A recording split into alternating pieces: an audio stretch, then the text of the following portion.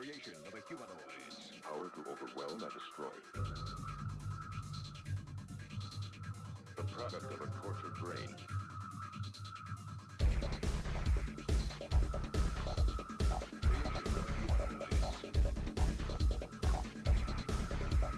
Power to overwhelm and destroy. The product of a tortured brain. Your feeling of helplessness is your best friend, savage.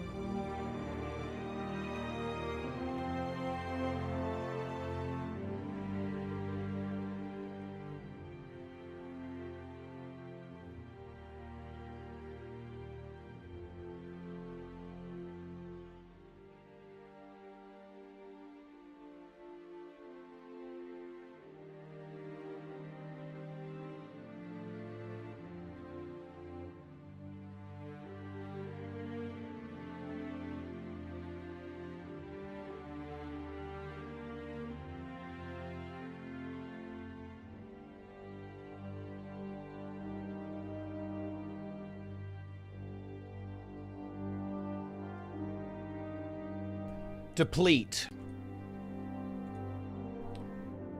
Welcome. It's time. We're doing Sue 1.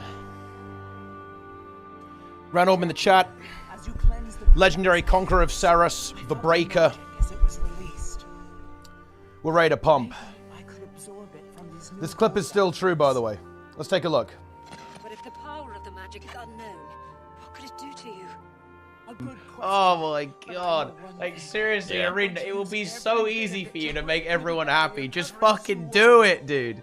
Okay? Like, they can make strike missions amazing. Like, strike missions can literally replace raids, and they can have this beautiful, unified game mode that's integrated in the open world, reuses story assets, is challenging for the hardcore players, gives some good rewards, and it's accessible for all the casual players. Like, they have the blueprint, but they just need to actually capitalize on it, okay? Like, they have... Man! Guys, I was insanely right, wasn't I? Wow. Dude, ArenaNet should hire me as a game designer.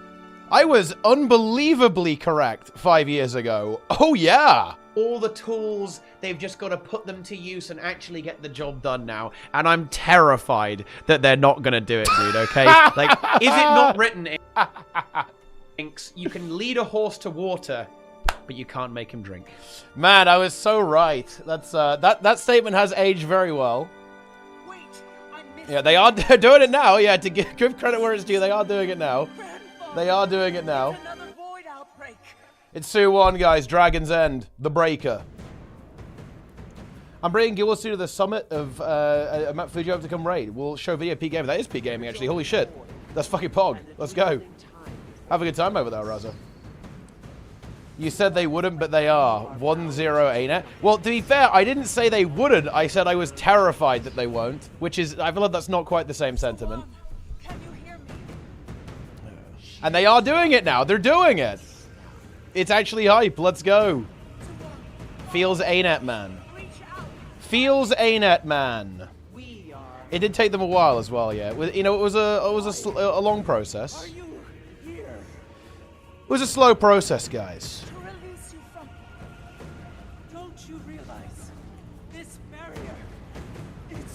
Wait, I don't have fresh air on.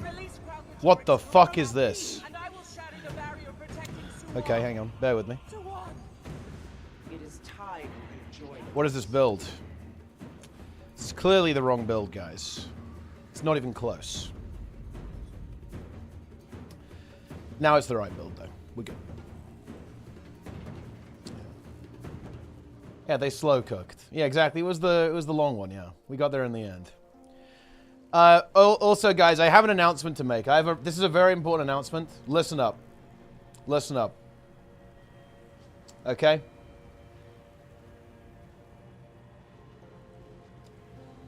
Darren's wiped 0.4% Ceres LCM.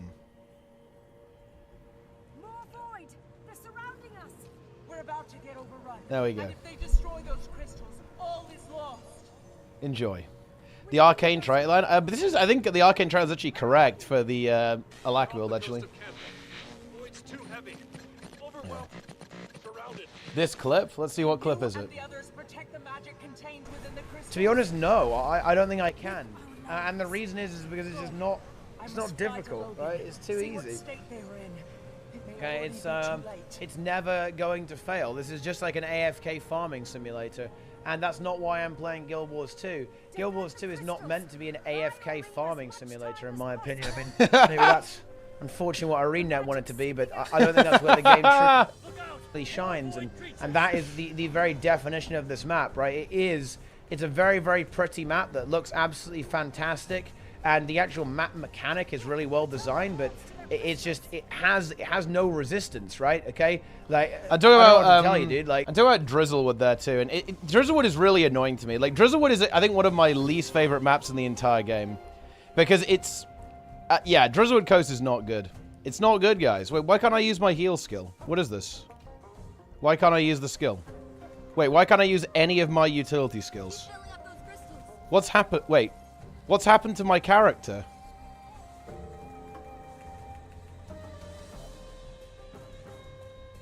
What?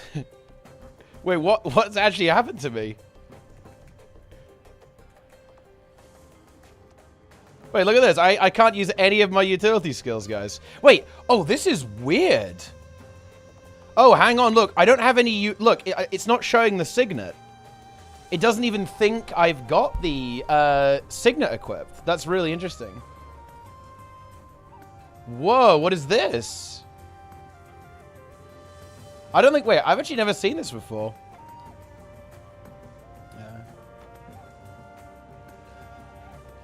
New bug, guys. New bug found. Fresh new bug. Yeah, it doesn't... Wait, maybe if I swap? Oh, that's... Yeah, that's really interesting. Yeah, and if I swap there and back, we're okay. That's a really interesting bug. Oh! Wait! No, it's a character state problem. Hang on, guys. No, it's a character... Look. Look, guys. It's using the old icon for Lightning Storm. What? I've somehow got my character into an invalid state. Yeah, same with the glyph. Look at the glyph. She's joining the battle. Look at the glyph. It shouldn't look like that. Yeah, the glyphs. Look at the glyphs. They should be changing color, right? When I swap attunements. Yeah, I've got no attunements somehow. Like, the game has... I'm in an invalid state. Wow, I have never seen that before. Wait. Oh, can I get out of it? Okay, yeah, I have broken out of it now, actually. Okay, yeah, we're good. The revert build button is flickering. Well, I mean... I guess it is, but... who knows? This is part of how you can reproduce Bookbender. I mean, surely Bookbender isn't in the game right now, guys. There's no way Bookbender would still be in the game. Yeah. Bookbender. The Breaker. Hand-kiting on Pistol Thief. That's big, actually. You get to pick one girl from Girlsuit to Goonover. Who would it be? Listen, we can't answer these questions. I'm not a Kuma. I have no idea. Why Werewolf or Druid Minstrel goes for Mace Warhorn instead of 2 maces? It's going to be the boon application on the Warhorn 5. And probably the Blast Finisher as well. For Caracosa proc. Warhorn 5's Blast Finisher, right? My pleasure. So that's the kind of thing you want to go for?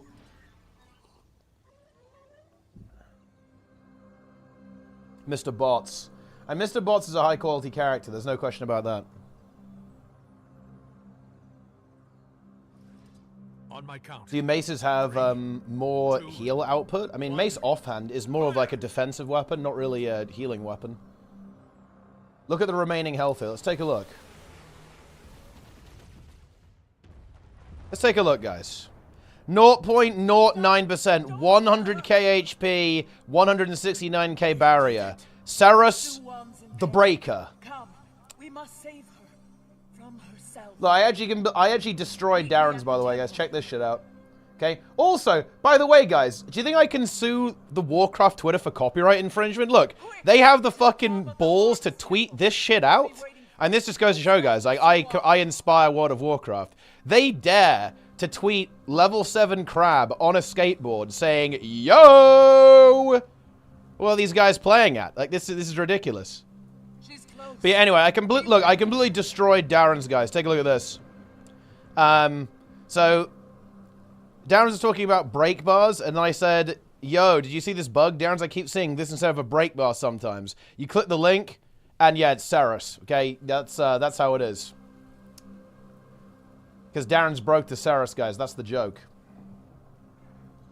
Enjoy. Induction Heather. That's a good name, actually. That's the prime. It's a good mug. Yes, it is a good mug. After 2 years of HCCM pulls, not ever getting the kill, my guild disbanded. I'm left raidless, strikeless, and maidenless. Any advice on how to kill HCCM move in my life? Probably pugging it in the Discords is a good way to do it. Or buying. Stay back. Buy HTCM.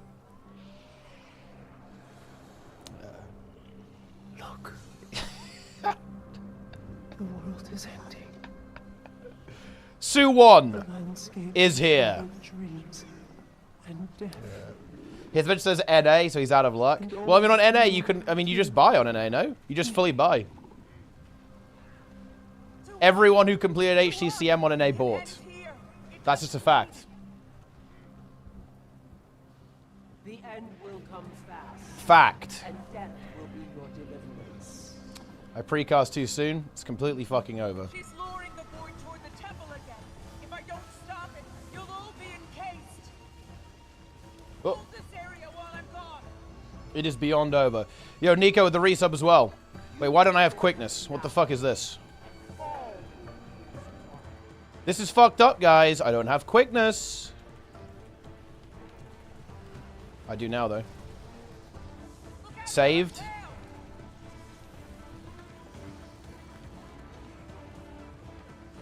$62 billion year resub. I don't have quickness again. I'm in it. Wait, what subgroup am I in? This is cursed. In the beginning, there was only I have a herald. Huh? now you must join. How is that? Wait, what? Wait. Quick, stand around. How is this possible? I'll protect you. Seriously, guys, this is the kind of thing I will not allow to happen on NA, okay?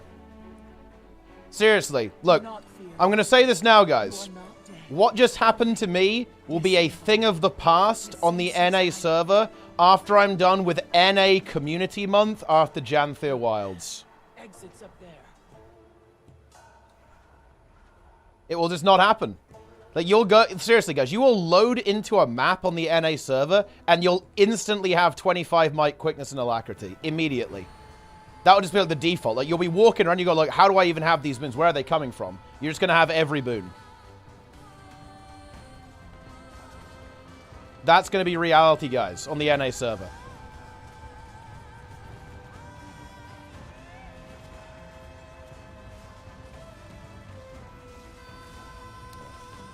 Prepare yourself.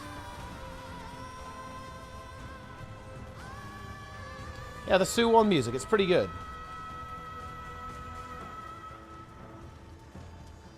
NA is dead. I mean, NA will live. NA will live. 100%.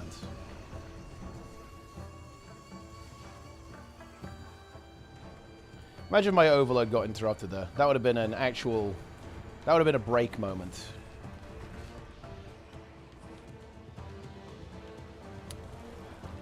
You know, there was a Reddit post that said this build has bad AoE. And that was one of the moments where I completely lost hope.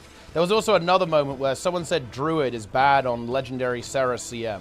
That was also a bit of a break moment for me, if I'm going to be honest, guys. That was a break moment. How do I not have quickness? Is the Herald like AFK? I don't get it. Stay clear of the tail.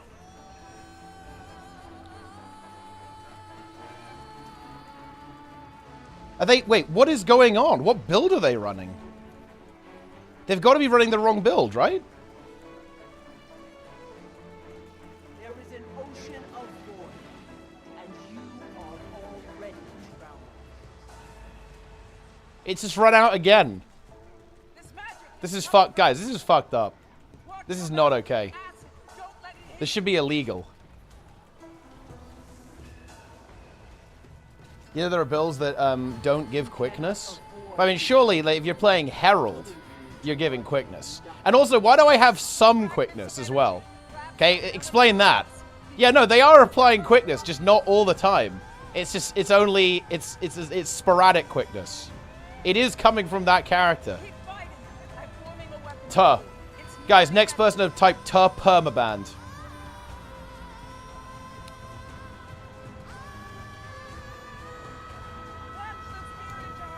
GG. It's over.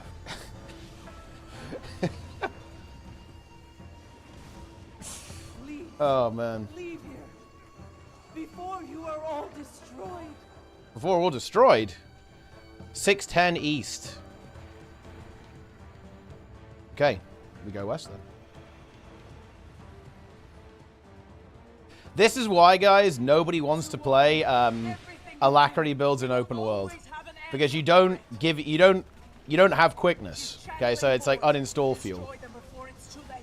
I will go after her.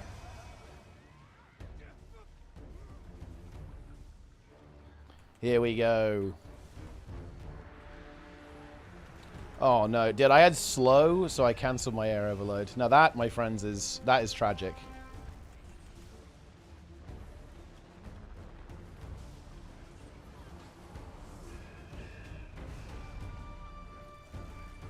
If only I had a weak aura telling me I had slow. Well, to be fair, I did know I had slow.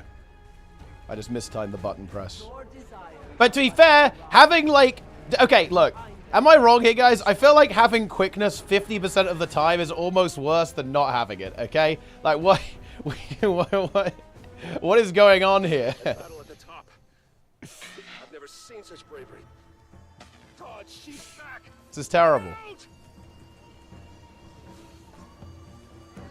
Will you permabad Roy if he says the forbidden word? I mean, how do I even respond to that? The end is the beginning, and the beginning will... Aren't you a big advert for non-perma boons? Well, yeah, but not when 100% uptime is possible, right? Like I'm not an advocate for not having permanent boons in the current meta. I'd advocate for a new meta. And all that must be. A new meta of gaming. Another bombardment! Just like the last time. You'll have to trust me. Intercept those impact sites. Very nice. Quick, stand around the impact site. I'll protect you. What is this message? What is that? What? Interesting message. Do not fear your state. You are not dead. Only Very interesting. disembodied, with senses heightened. Planix is doing Ceros. Yeah, it's only regular Ceros though, so it should be pretty free. It's like regular CM. It's not legendary CM, so it's piss.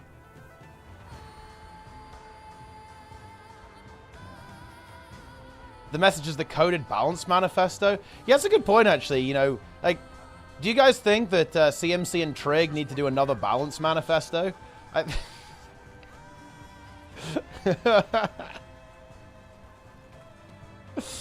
Personally, guys, I think they do. Personally, you know, I think I think the balance manifesto is content, and that's what we need right now. We need more content. The balance manifesto must rise. That's a very risky thing to say. Awesomeness, holy fuck. Bro, you can't say that.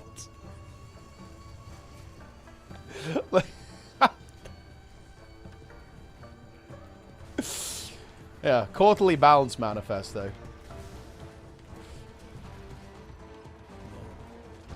I'm not going to put a buff on your account that multiplies all incoming quickness and alacrity by 0. Interesting. And it could happen. Darkness is a blessing. Close your eyes and feel into I think is this going to kill me? Oh, I lived. Nice.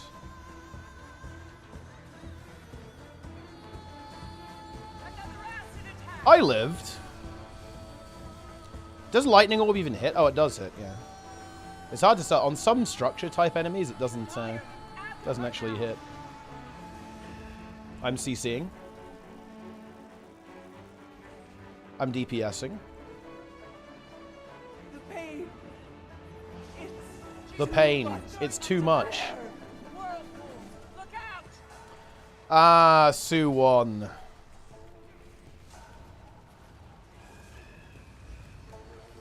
Dude, I'm 40k DPS. Let's go. On tight.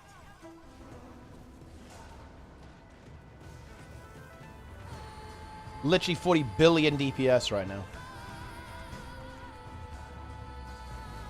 It's in the app log. I did him yesterday. Probably not. They'll empower us. Be careful. Some are corrupted. What the fuck is this weird? You guys are weirdos. Toward me. I'm nearly ready with another spear for you. I log in, you taxing me in, yes? I think it's probably full at this point. And now people are already queuing. This guy's in queue. So I think you're fucked. It's over for you. Help me. What will the next incarnation of Solar come to Guild Wars 2? I'm in Group 3. We're going south. I mean, I don't think Solar and I don't think Trig and CMC will ever allow that to happen again. The Emperor. The Emperor is unfortunately, well, for those who view that as unfortunate, I don't think the Emperor is coming back, guys.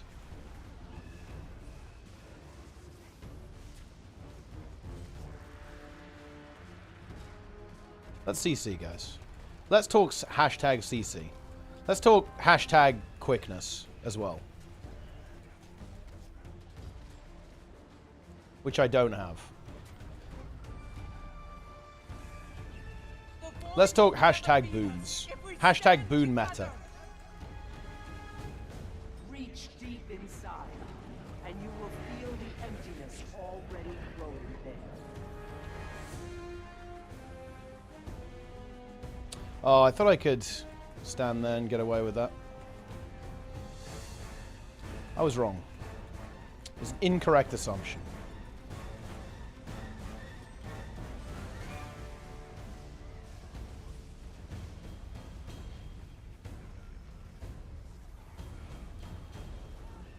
I don't think I've ever seen a Herald give less quickness uptime.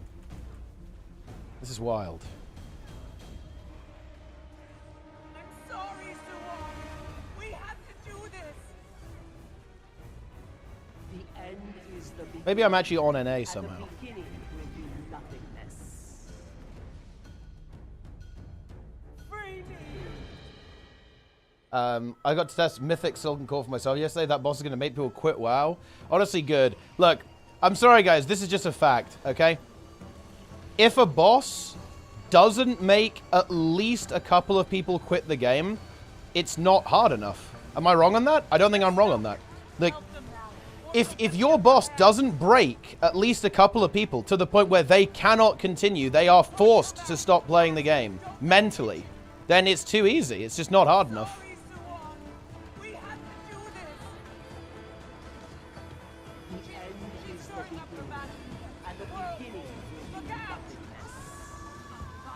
Are you being facetious? Actually, no. Well, I mean, in a way, yes, because people quitting is a side effect of a boss being difficult, right? So that's not the goal. Okay, the reason I'm saying it that way is because I'm making it sound like the goal is to make people quit the game. The goal is not to make people quit the game, but anything that is sufficiently challenging will have that side effect. Any boss that is actually hard will make people quit the game. That is a side effect of challenging content. But I'm saying it that way because it's funny, and it's funny to say that, you know, you want the boss to break people. See what is left.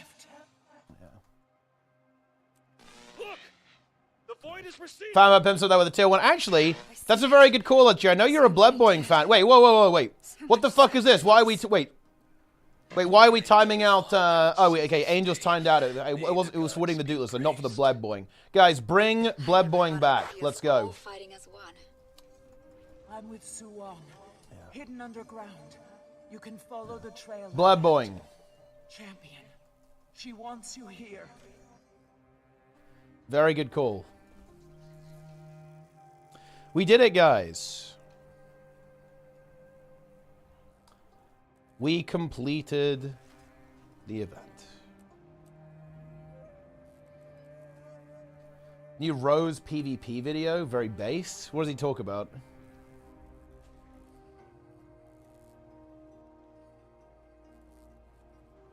People quit Guild Wars 2 because the kitchen minigame. That's actually true. I have seen a post where people complain about that one being too difficult, which is kind of funny.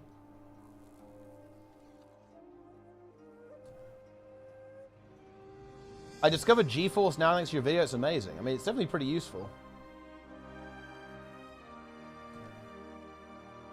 EU Epoch is far too hard.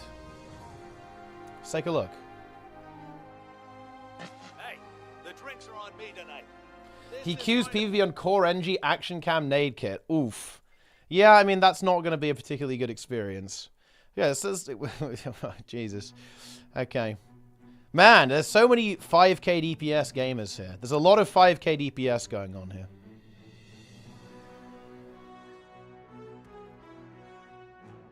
Does he all... Hang on, let's see. Does he always have the same amount of HP? So he's got another 15% more... Or maybe this boss does scale, actually. I thought Epoch doesn't scale, but maybe he does. Because that says 297 million. And I thought he always has about 308 million, but no, he has more. In this instance, he has more. Because like another 15% is like another 45 million. So he has more like 340 million HP here as opposed to 308 million. Interesting. Why? What is this? We have 3 players, 0 DPS. 1 player, 132 DPS. 387 DPS Reaper. 712 DPS Willbender. 714 DPS Vindicator. 800 DPS Soul Beast. 1k DPS Willbender. 1k DPS Vindicator. What's going on here, guys? Okay, there are like 15 players below Heal Scourge, and most of them are DPS specs. Like this is cursed. Combat replay. Let's take a look.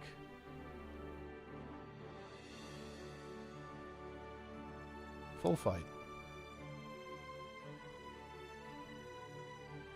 Wait, are they just AFK? Bro! No shot! What? They're just AFK? No! That's fucked up, guys. That's actually fucked up. What is this? Wait, what is this player doing? What is this guy doing? Are they going to get the rifts or something? Wait, what's this guy doing? It's like, this guy's, like, AFK. This guy's AFK. This guy's AFK.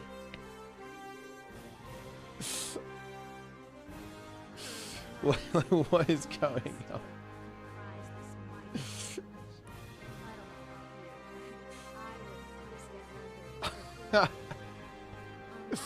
Well, I mean, you know, that's just... I mean, you hate to see it, guys. You really do.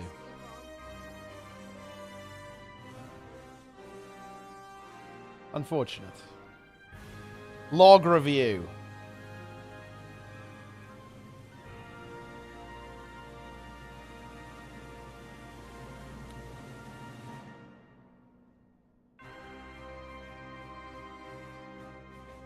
This is interesting, actually. There's buttons being pressed. How much DPS are we getting out of this? Wait, 132 DPS. Oh, they must be just doing the rifts, right? They're just rifting, I think. I think they're just rifting, guys. Yeah.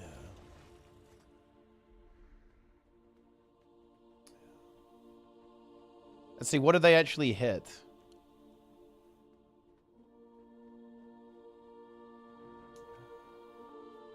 Throw dirt.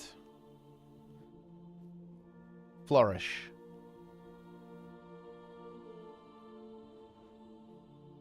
Look, wait, look at how he's hitting air. Wait, how can you tell? How can you tell that, bro? What are you talking about? He's not hitting. He's not hitting the attacks. I mean, that's unfortunate. He's using skills and not hitting Epoch. Interesting. Very interesting. Wait, wait. So you're telling me this renegade cancelled 1, 2, 3, 4, 5, 6, 7, 8, 9, 10, 11, 12, 13, 14, 15, 16, 17, 18, 19. Like, they cancelled like 30 skills in a row, or they were out of range. So they were just... So basically, they were attacking, but they hit nothing for like well over a minute.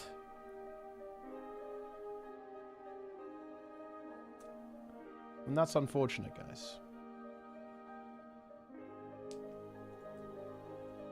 It's unfortunate stuff. This was EU Nike, I believe, actually. This was an EU situation.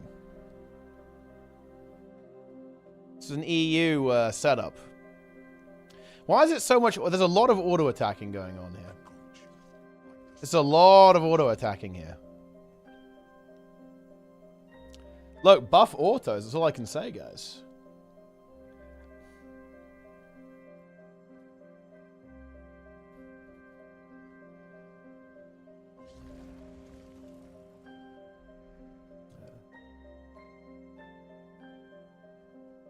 Autos need 500 range. Well, they clearly didn't help. This is like Renegade Shortbow has 900 range. It didn't help. It was no use. It was useless. Yeah, I'm glad you're enjoying it, Quentin.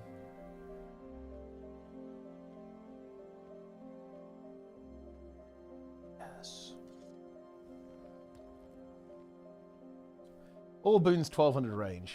It really is just 2 to 3 people carrying the entire encounter every time. Yeah, I think people don't realize how extreme this really is. It is very much like that. Pretty much every single open world meta event, and if you look at this meta event, and this one actually failed. If you actually look at it, guys, it's essentially 10, well, it's not even 10 people. It's like the top 5 to 7 people are hard carrying, right? So if you look here, this guy, this Tempest, guys, this Tempest on his own did 9.5% of the damage. On his own. So this guy, it's a squad of 50, right? So let's think about this. In a squad of 50, that means you should be about 1/50th, about 2%. So you should be about 2%. This guy did 5 times more damage than basically his required contribution, essentially. Linker was playing a Lax Scourge here, I think, and did 6% of the damage. This Reaper did pretty well too. 6% of the damage. 3 free relics. 7k DPS.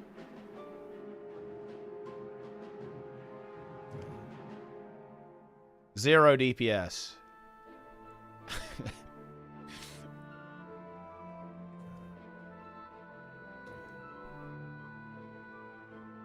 They weren't facing Epoch. Ah, interesting. So they were auto attacking the air. They just weren't facing the target.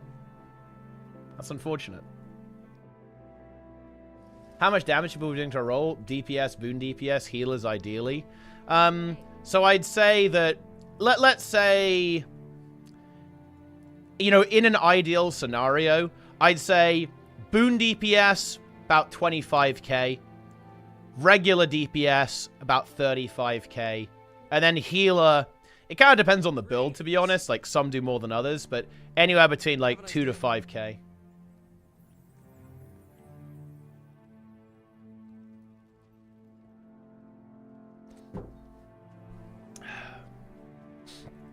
Although I think like a really good recommendation is like, if you want to play a healer in open world, play something Celestial, I'd say.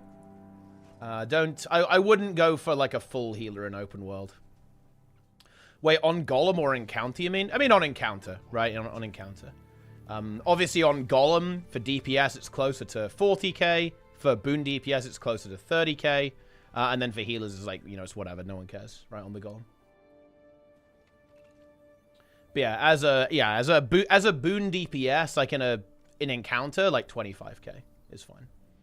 Everything has a place in the eternal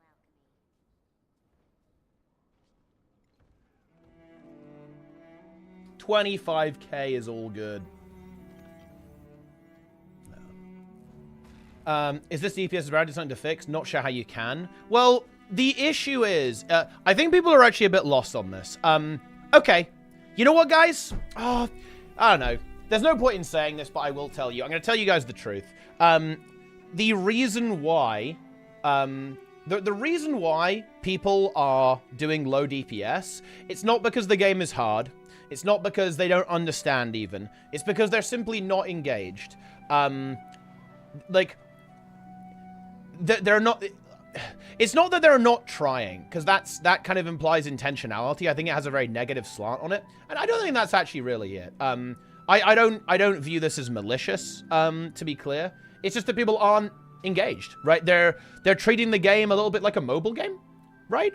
It's like, you know, like one of those games that you just kind of have on in the background, or you play when you're on the toilet, right? Like that's how people typically engage with Guild Wars 2.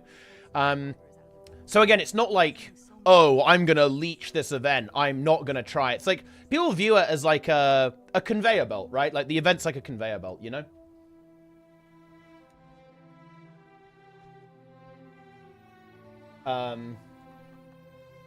Let's see. The difference in rotational quality between my two pugs. Let's take a look. Rotations. Let's have a look at the, I guess, the simple rotation. One Herald. Oh, they're both is one. One is Condi, and then one is the Great Sword. Whoa. Holy shit.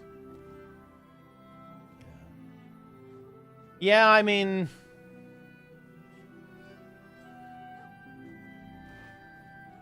wait. Are they not using... Wait, does it not show up as... Does Burst of Strength not show up in the rotation? Oh, it does. Oh, that's interesting. So they're not using the flip skill. That's very interesting, actually. And yeah, that's probably where a lot of this damage loss is coming from, right?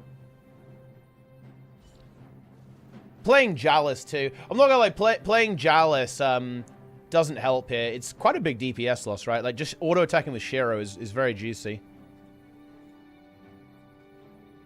You know?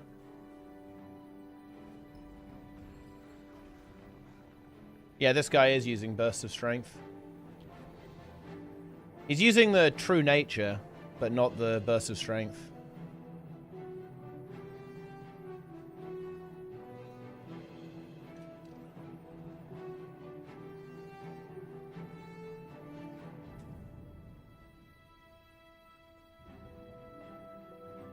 If there are ways to get people more engaged, maybe not, though. I mean, I'm not gonna lie, probably not. I think Guild Wars 2 is the second monitor game at this point. I view that as a bit depressing, but that's just the way it is. I don't think you really change it. I think what you can do is you can inspire small amounts of players to carry, but you're never going to, like, actually change the culture of the game.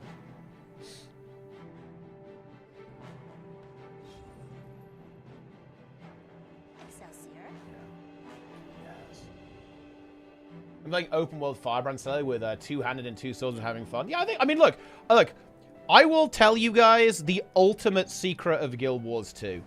You know what? I'm gonna slam right now. You can legitimately play any build you can think of, and as long as you actively engage, you will be contributing enough in the open world. And I mean literally anything. Like, if you want to play, like, Celestial Hammer Warrior and, like, auto attack, yeah, that will actually do enough DPS to clear any open world content. Sneb crunched the numbers. He did. Sneb ran the numbers. Like, Sneb's probably got the spreadsheet somewhere if he's still in chat. Like, if you run full Celestial Warrior and just auto attack, it is enough DPS to do Dragon's End. And literally just auto-attacking. That is enough to do Dragon's End. You know, we've done stuff like Gorseval with carrying longbow rangers, right? Like, the biggest factor for success is actually being engaged. It's nothing to do with having the right build. It's nothing to do with having the exact optimized setup and perfect gear and perfect rotation, all that kind of stuff. The only thing you need to do to succeed in the open world is to show up and actually play the game. That's it. All you have to do is like, show up and play. That's it.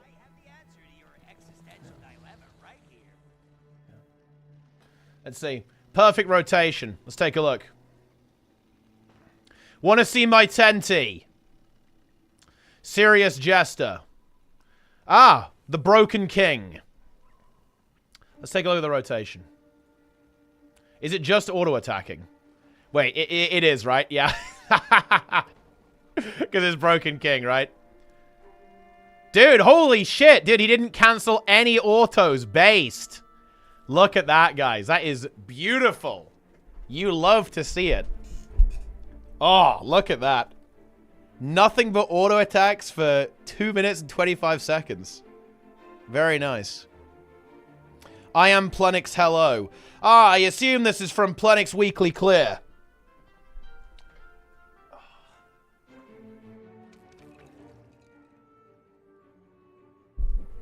Nice.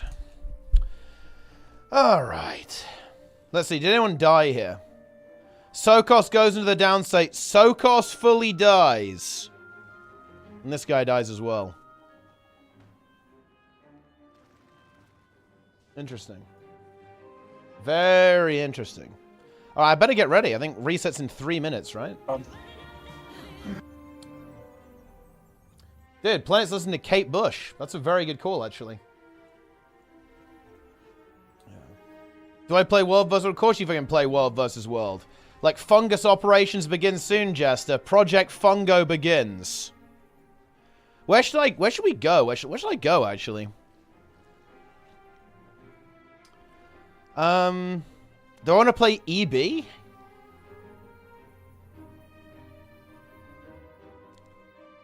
Maybe I'll go EB. Yeah, I usually go blue Borderlands. That is true. I do usually go there, but maybe we play EB. Maybe it's time.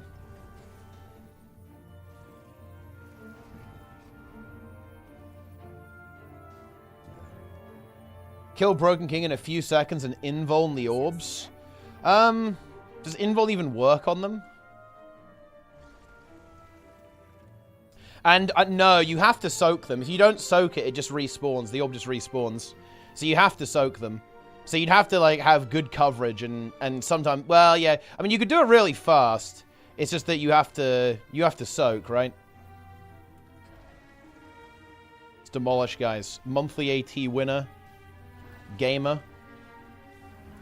After 10 stacks, orbs auto-explode. Oh, shit. So wait, if you go too fast, like, you just insta-die then, right? Even if you stand the green? Oh, yikes. Okay, yeah, that's, I mean, that's unfortunate. Oh, there we go. We're in. Oh, wait. Did I go too soon, actually? I think I went too soon. It's over. Whoops. Yeah, it's not happening yet. Never mind.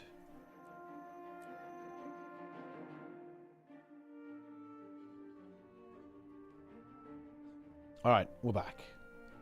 We're back. Back in business. What do you play on Necro these days? Well, it's kind of weird. Like, the meta is really strange in World vs. World right now. Because it's technically Selly, right? You play a lot of Celestial builds. So you play like Selly Scourge, Selly Reaper. You basically play like the old Reaper build from HOT with like all the shouts and stuff. And then obviously you play with Greatsword as well. Same on Scourge. You play like Blood Scourge, which is very scuffed because Transfusion is a 60-second cooldown in World vs. World. And yeah, you just like corrupt people and stuff. Which relic? I think it actually depends on the environment a little bit. I think you could always go for like, you go for Speed Relic for some mobility, or you could go like a Demon Queen Relic as well. That one's really good because you can prevent people from reviving pretty well. So that one's pretty nifty. Pretty good.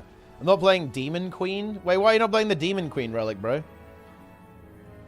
I will not hear the end of it. Listen, Jester, we all know that you're a simp. Like, this is not controversial, right? It's not controversial at all. It's uncontroversial, Jester. Yeah, we all saw the Lizard Arc, the Jester Lizard Arc. Who's got the diagram, right? Who's got the... Is it exclamation mark Jester? What do we got here? Oh, no. Oh. This is also another great clip, actually, but it's not the right one. But let's just take a look anyway. Here we go. Guys, you have to cross... Look, this is a classic encounter. We should add this to Guild Wars 2. You have to go across the road here. This is a game of Frogger. You must not touch the slimes.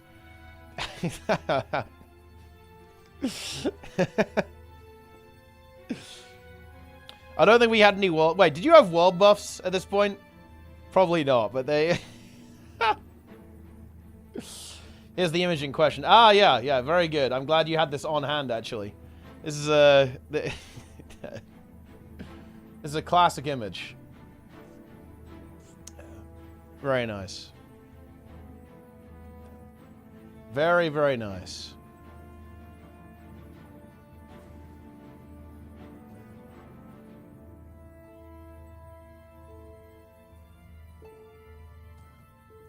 He has a video called... What is Rose's video? I can't do this anymore. Get baited with a Guild Wars 2 PvP first impressions video. It's not gonna be good, is it? Let's be honest. Like Guild Wars 2 PvP first impressions, that's gonna be a little bit rough. If we're being honest here, guys. Like there's pretty much no way that's gonna go well for him. He's playing Core NG as well. That's I mean that's unfortunate.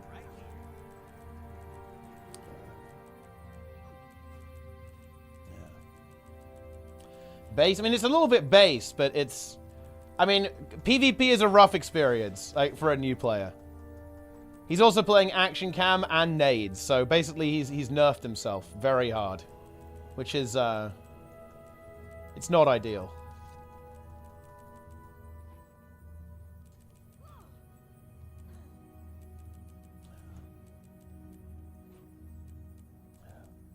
That's just how it goes. You know, okay, look. There is one thing that I do have to kind of break the circle jerk here with. When you're learning something new, it's always going to be rough. Okay? Like, I really don't know what to tell you.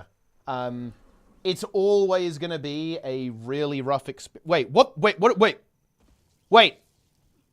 Trig? Roy? Huh? What are we doing here? What is this?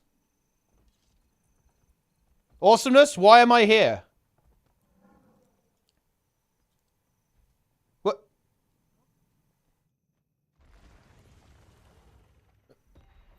New spawn point, guys. Guys, we have got a brand new spawn point here, guys. I absolutely love to see this. We are fresh. We are ready to... We are just ready to go here, guys. As you can see, this is World vs. World. We're here in World vs. World, guys. It's reset. This is a brand new feature. This is actually the Cliffside Fractal team. Actually, that's where we start on the cliff here. I'm going in. Let's rock and roll. Wait, can we get down without dying, actually? Do you survive this? Oh, you do, actually? Nice, nice. Oh! Never mind. Wait, and there's no waypoint! I can't respawn! No! Oh, no! Well, I mean, that's unfortunate. It's fine. This player will revive me. Yes! Very nice. Permadeath. It's fine. Yes! Shout out to Diva of World vs. World from the LAPD. Who is gonna revive me? You know what?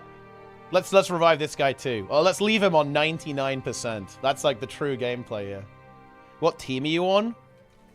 I'm on no team. I don't have a team right now. Yeah, Demolish is not on the same team as me. It looks like something went wrong with the team creation by the looks of this. Not ideal. Wait, what happens if I join a team? Because this is like the... This is the ArenaNet partner thing. Right? So I can actually join any team I like. Nobody's on a team. Do you have a team selected? Well, I mean, I did. Yeah, I had the guild selected. But it didn't put me on one. Wait, so everything's neutral. So, yeah, look. Check this out, guys. I'm on the neutral team. Look at this. So I'm actually allied with all of the neutral... Wait, if we cap something, will it turn neutral? Let's go. Let's take this tower and see what happens. Yeah. Very nice. Yeah, this is actual PvE mode, guys. Okay, I've tagged up. Can other people... Wait, will other people even see my tag, though? Oh, wait. Oh, no, I'm allied with every NPC. Oh, it's PvE. Yeah, we're actual full PvE at this point. Look at this. It appears to be broken. Yes, this is actually a PvE setup. Unfortunate. There are no teams. Well, good luck, ArenaNet. I guess they have to fix this. Wait, wait, there's no portals, guys. Look. Oh, that's super interesting. Look at this, guys. Look, we can't get in. There's no portal. Oh, they're trying to break the wall. Is it working? Oh, it is working. Look, yeah, the wall is actually being broken. So you can damage the wall.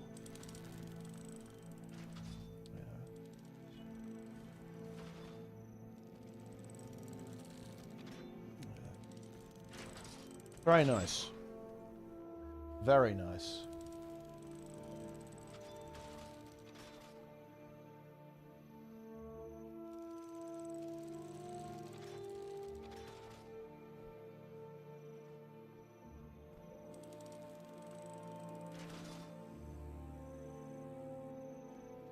Very nice.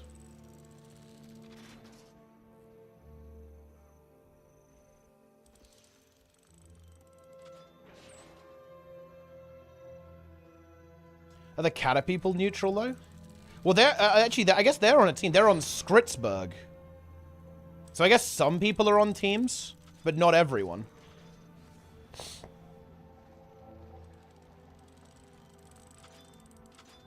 That's what it seems like, anyway. Skritwarts. Let's go and spectate, guys. This is a new spectate situation. Okay. Love to see it.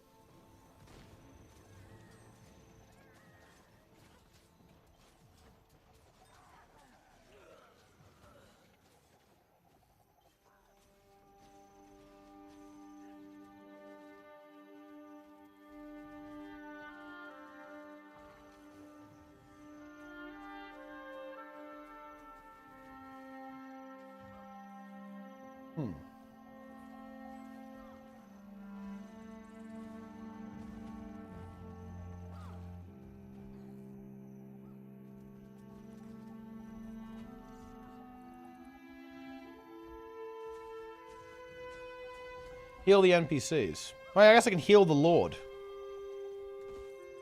It's time to grief. Yeah. Pick whatever server we want. Yeah, I guess we can just pick any server. I mean, we were on Ettin's back last time, so maybe I'll just go back to Ettin's back, you know? Could happen.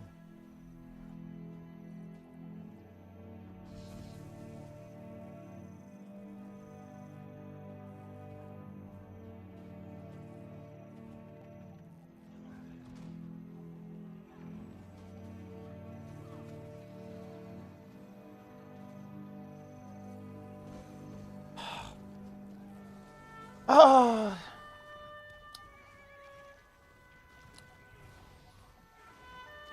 You know, guys, I really feel the need to counter jerk a little bit. Is it just me? Am I the only one that gets a little bit annoyed with people saying that, like, every MMO's new player experience is absolutely awful because you're kind of dropped in and you have to learn things? It's like,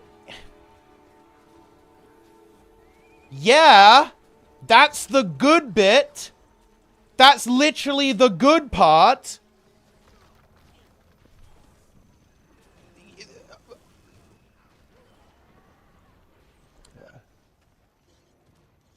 Yeah. It's just, I don't get it. It's like, what? It doesn't make any sense to me. You know what I found really refreshing, guys? You know what I really liked about Divinity 2? In fact, the moment I realized that the Divinity 2 Original Sin was going to be a sick-ass game was when the game wasn't yelling at me saying, "Hey, idiot, go and do this right now!" And there wasn't like a line telling me where to go, right? There wasn't like a thing saying, "Yo, do this, talk to this guy." I don't know.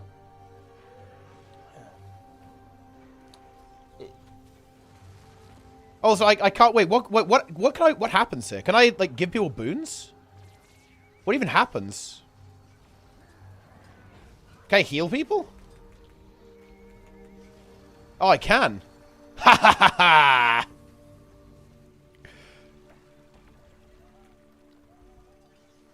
What happens if I pick... I guess it will just boot me if I pick a team, right?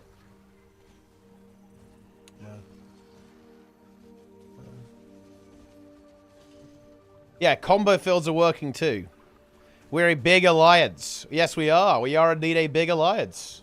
If you reload, it will fix itself. I mean, let's see. I mean, I will relog. Although, there's probably quite a lot of queue, isn't there? You don't even see all the enemies. You're walking inside the green Zerg. Nice. Yeah, I guess it's because I'm in a really weird situation, right? I'm in a very wonky setup. Go Heal Scourge. No fight's going to ever end. Well, I mean, Heal Scourge is like very nerfed in World vs. World, actually. Some guidance, but also not that you feel like you're guided by hand. It's just... is this like an MMO player thing? Maybe, I don't know. Is it because MMO players are a bit older? I don't know. What causes this? Weekly is Sunday? Yeah, but, well, we actually might not be doing this now because they're probably trying to fix World vs. World reset.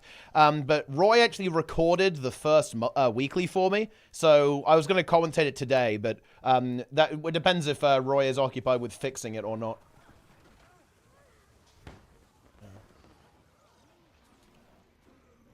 So yeah, that's what's going on there, but it might not happen because, you know, Roy obviously is... probably going to be fixing World vs. World right now.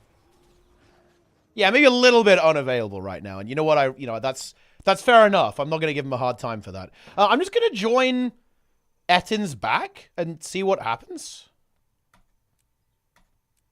Okay. Oh, nothing happened. Oh, wait. Oh, here we go.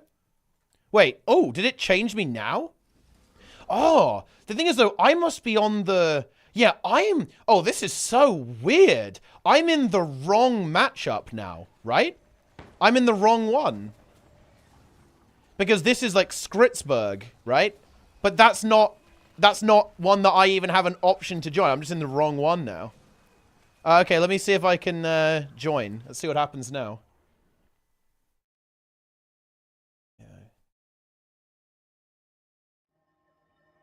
Okay.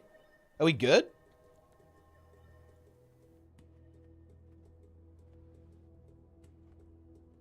Okay, I'm gonna go attack something. Let's see what's going on.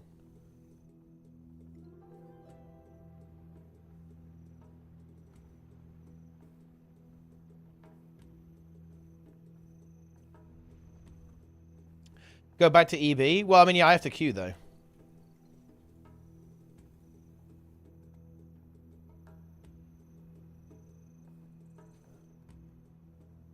It's queue time.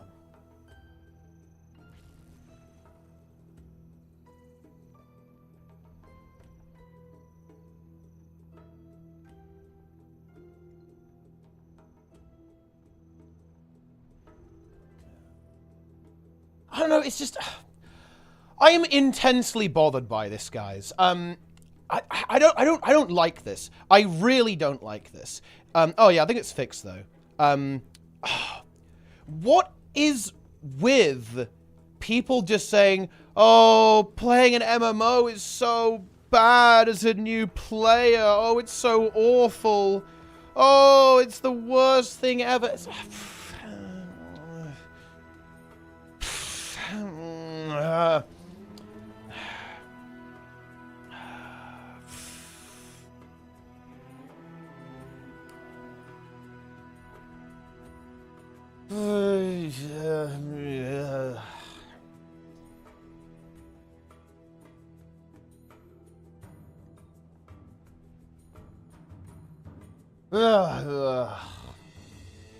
I find it very bothersome, and I dislike how popular that narrative is. I see it about Retail WoW, and I see it about Guild Wars 2, and it's like...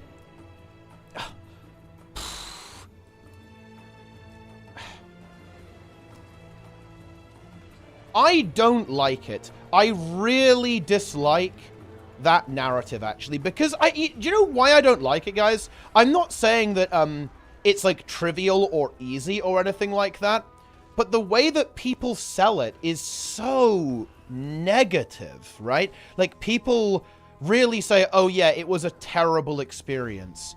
And I really don't like that because I think it scares people away. And to be frank, it's misinformation. I don't agree with that.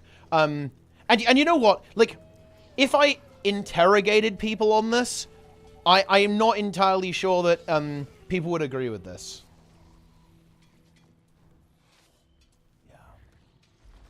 Than most others in the market. Like, are they really terrible though? What's like an MMO that has like a genuinely horrible new player experience, right? Like, I guess some people would say Final Fantasy because you have to play through the entire story. And I will definitely admit, that is sus. Okay? Like, that is, I will admit that. That's sus. Yeah. But, I don't know. Like, if you like the game, then isn't it fine? Like, if you like the story?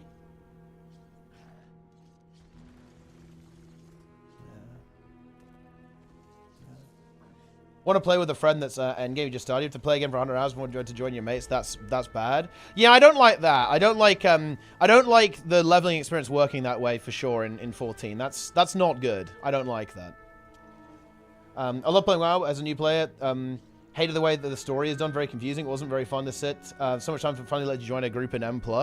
Yeah, I mean, it's you know that can happen. But I mean, I don't know, you just... it's actually weird. I was really surprised that the game just doesn't really give you any tutorial on M+ whatsoever. It just says, you know, good luck, buddy. Good luck out there. Just, like, throws you in. That definitely was quite unusual, I think, that it does that, but, I don't know. New World is also ass. Oh, man, I hate what they did with the New World leveling experience, to be honest. I really dislike what they did with it.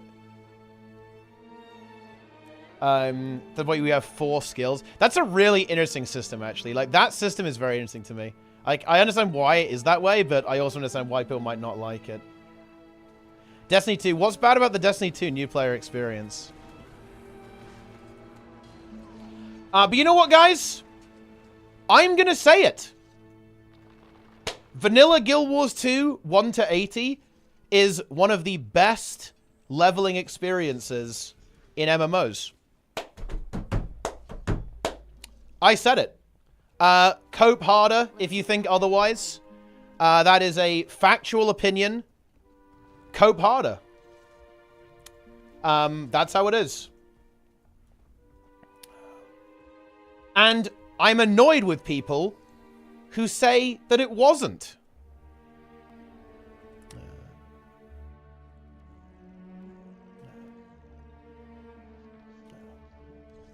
Not particularly controversial, but you know what? It is! It is actually very controversial. People say that it's like dog shit, and it's like one of the worst things about the game. People are like, oh yeah, you know, the core game is scuffed. And I will admit, it is a little bit scuffed, but I feel like not from a new player perspective. The core game is scuffed from an experienced player's perspective. Because yeah, like you one-shot everything, and the content isn't really as good as the expansions. And, you know, you don't have elite specs, and that feels kind of bad. But from the perspective of a new player, it's pretty good.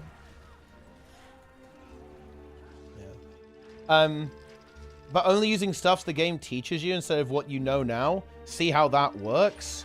I mean... The thing is, what do you mean... Okay, do you realize that you're asking me to do something really difficult? You're not asking me for the new player experience. You're asking me for the lobotomite run.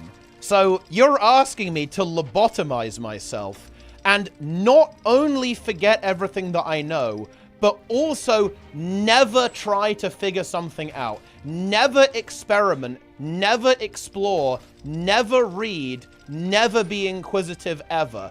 Only do exactly what the text on the screen says, right? Who does that, right? Like, who does that? Teaching you skills in your class. Guild Wars 2's version isn't half bad. Was it though? Actually, was it in Guild Wars 1? Dude, people are such rose-tinted goggles about that game. That game is excellent, by the way, but are you sure about that? I do like the fact that all of the enemies use the same skills that you use. That's very good. But the game would let you do some unbelievably terrible things in that game. Like, in Guild Wars 1, you could run, like, genuinely worthless setups. It's arguably more extreme than Guild Wars 2 even, actually. Like, you know, you could be a fire wizard with only water abilities. You know, like that. You could do that. The game will happily allow you to do that. And all sorts of other absolute trash.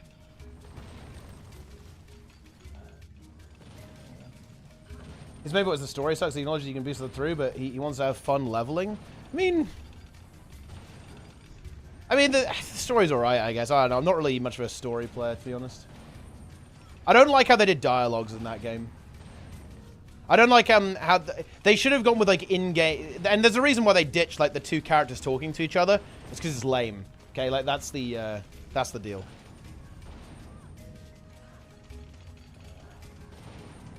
And I'm not responding to Rose's points. I'm responding to more of a general point. I don't know what Rose said about the new player experience, but it's just when I see a lot of stuff saying like, oh, do you know what makes it's very sus to me? Okay, do you know who complains about like the new player experience? I feel like it's not new players, weirdly enough. I feel like it's usually veteran players who are like looking back on it from their perspective. I don't know.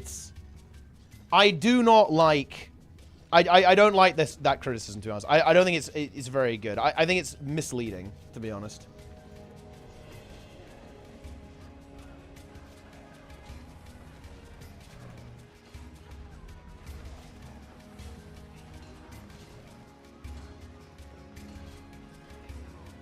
Guild Wars 1's early game is terrible and not very engaging well executed, even for 2000 standards.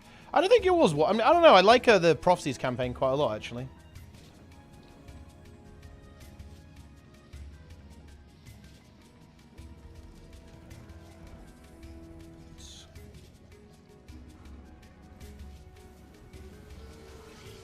They try to get their friends into the game. I don't know. Like, maybe I'm just am I just the weirdo here? I don't know. Like, I don't relate to this at all, to be honest, guys. I will freely admit this. I don't get it. Like, this whole idea that, this whole concept of, oh, I don't know everything immediately. I'm confused. I don't get it. Oh, like, yes, enjoy it while it lasts. That doesn't last forever. You know, like, eventually you'll know it all. Then it's boring at that point. I don't know. I don't get it, to be honest.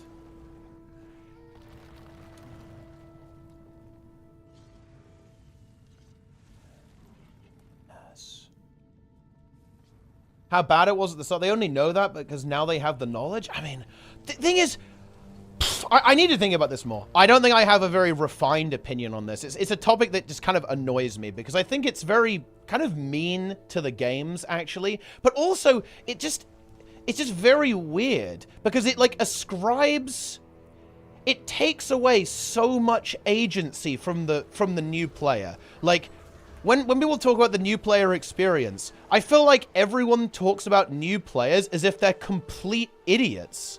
And I don't know. I don't think I agree with that. I don't think new players are complete idiots. Like, I don't understand why, when talking about the new player experience, everyone assumes that. We make the assumption that new players are completely stupid.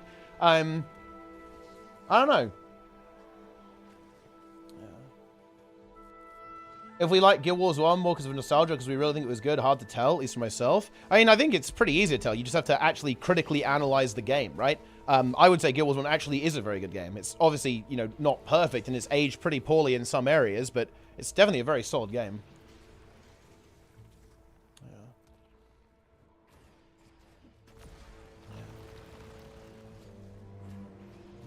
Not being knowledgeable about the game is not equal to being idiots. Yes, I agree. I agree with that.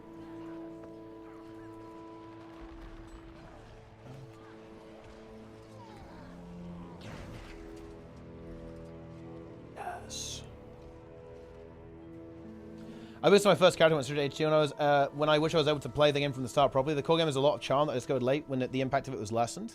Well, I think it's always fun to go back, though. I think that's what's kind of nice about level boosting in Guild Wars, that you can always go back and play through it.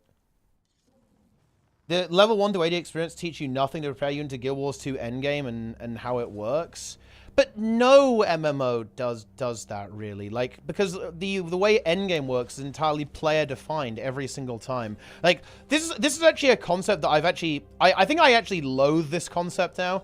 The idea that the game has to teach you stuff. You know what? No, I don't agree with that. The game, and also, the game is teaching you. It's showing you things. And I think the Guild Wars 2 is maybe a little bit too easy. Like, you know, the game, it doesn't give you the best feedback because of how trivial it is, like in the open world. Like, that is arguably an issue. But, I don't know. If you're paying attention, you'll be alright.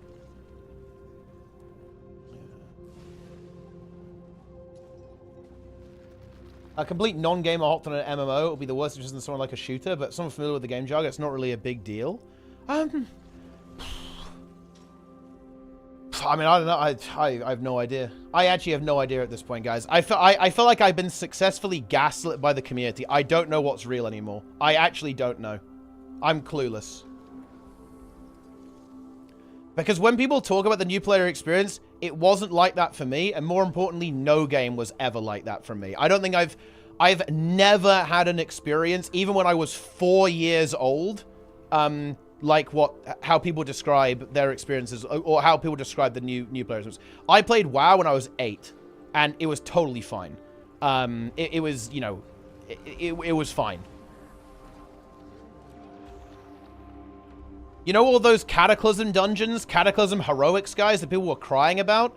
I was there on my Troll Mage, casting Frostfire Bolt, clearing all of them at, like, age 11, okay? That's what I'm about.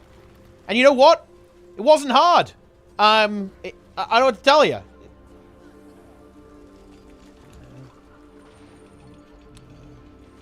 Yes. Vanilla is also a based game. You are used to it? A new player not used to that? They play low-effort multiplayer games? What, when I was 4? So wait, you're seriously saying that 4-year-old me, or 8-year-old me, was more capable than adult new players in Guild Wars 2? I just cannot believe that. I can't. I cannot possibly accept that as fact. There's no fucking shot. I was 11! Okay? You're built different. Thing is, I don't agree with that. No, I don't. I reject that. I reject that statement. To be honest. I think, you know, I'm just a guy. I'm just a normal person, right?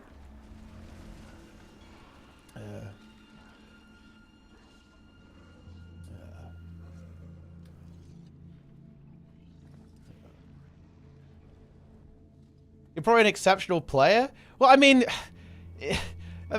maybe, but I mean, I'm not that exceptional. Oh, man.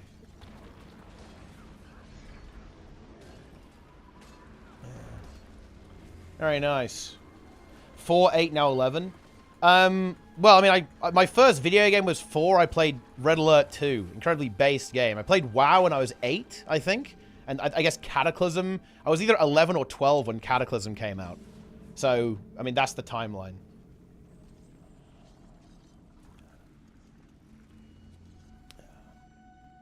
Boom. Which nation? I mean, like, I played a lot of the different ones, actually, because I liked all the different units. It was really fun to play with the Soviet units because of the Kirov airships and the Apocalypse tanks, but I played the Allies most of the time because I like the Prism tanks and the Mirage tanks and the Chrono Legionnaires. So I played a lot of France, America, and Germany, actually, because they had like the based units, and also South Korea because they had the mega planes, the Black Eagles, right? Incredibly based. Right, I'm going to EB. I'm out. Do you think the game should teach power versus Condi better? I think that's the only thing that's not kind of the 1 to 80 experience I feel is pretty important, is a bit obscured. I mean,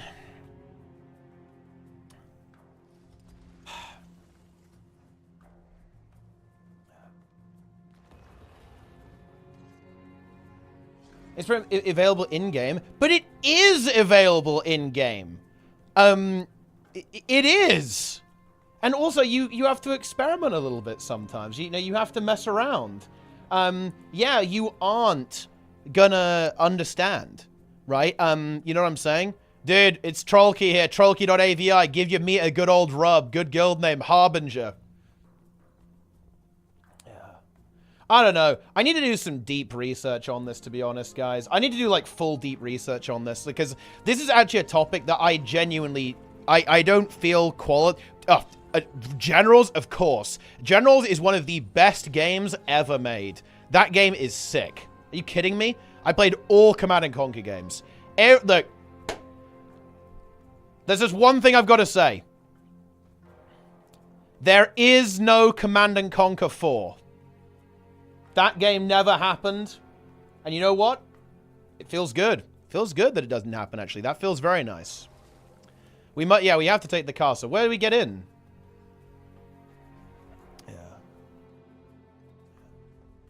Yeah. You won't be able to transfer to your MMO after having played 10,000 hours of another? Well, this is a thing.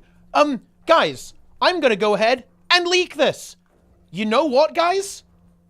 It was easy to play Retail WoW and learn it because it's, not gonna lie, it's kind of the same as Guild Wars 2. It's really not that different, to be honest. It really isn't.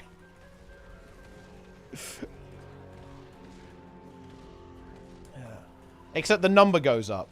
That, you know, that does happen.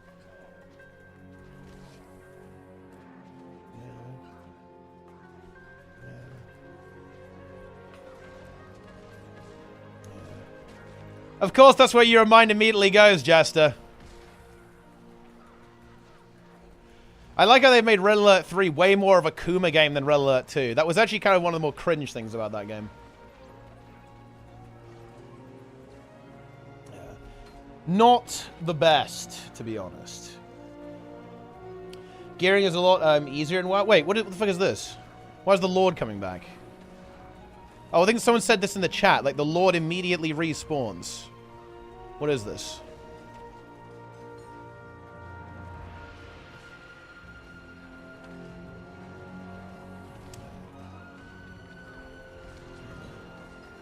What even is this? Oh, there we go. Oh, dude! Wait, the neutral people are rezzing him!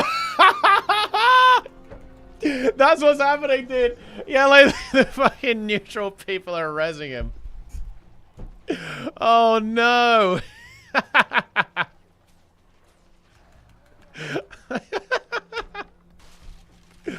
That's actually pretty funny. Not gonna lie, that is pretty funny. Unfortunate. Let's go ahead.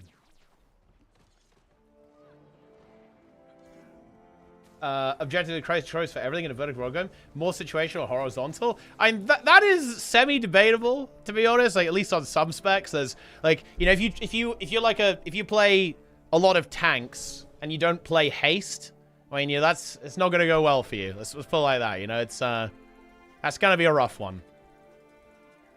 But I know what you mean. It's definitely a lot more streamlined. That's for sure. But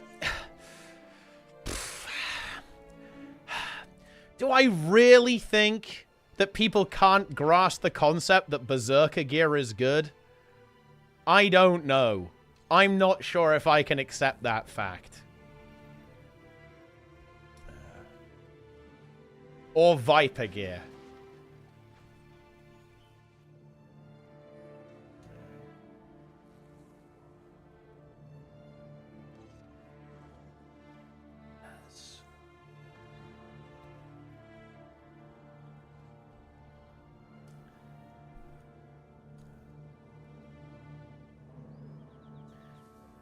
What thoughts on the new player experience? I mean, this is a really difficult one to talk about.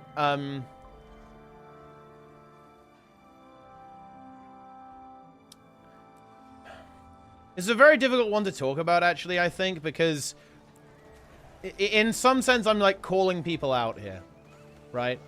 You have to figure out what ferocity and precision is. Well, to be fair, it does. The game does tell you that one. You know, it does. It does tell you that one.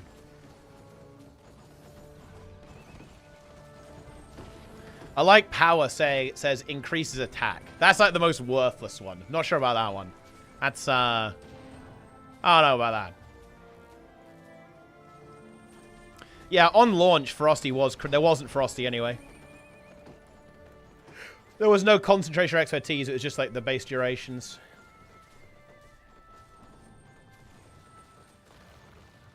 Increases attack. SM Orc. It's just... I don't know.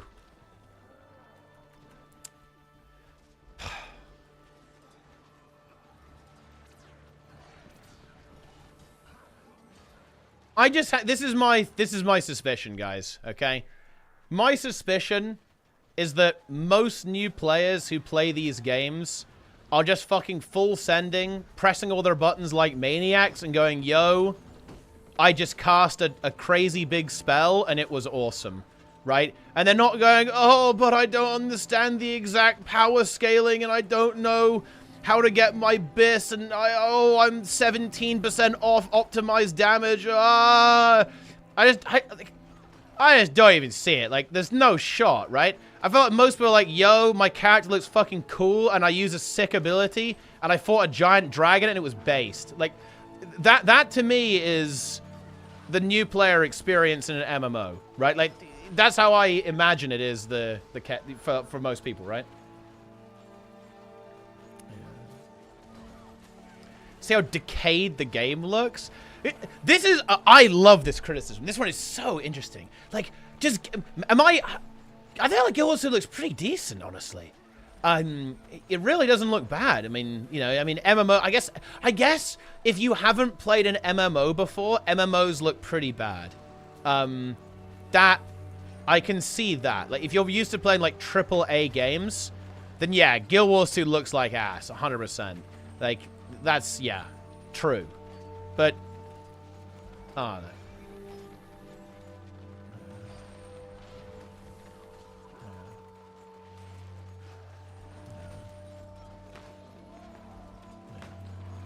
Yes. Don't need a Scar's kind of legendary in the first week. Thing is, I'm not sure how real this is. This is what I'm actually questioning here.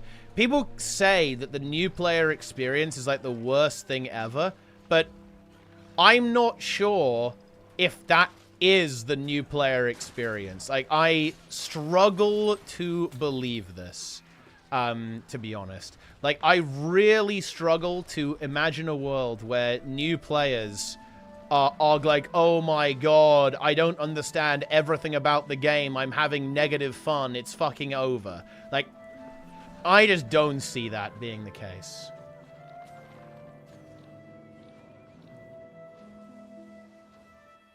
You want to have WoW more cardio. So I think it's exactly the opposite, actually. I think WoW being more strongly stylized, I think is actually a really strong part of the game's appeal, actually.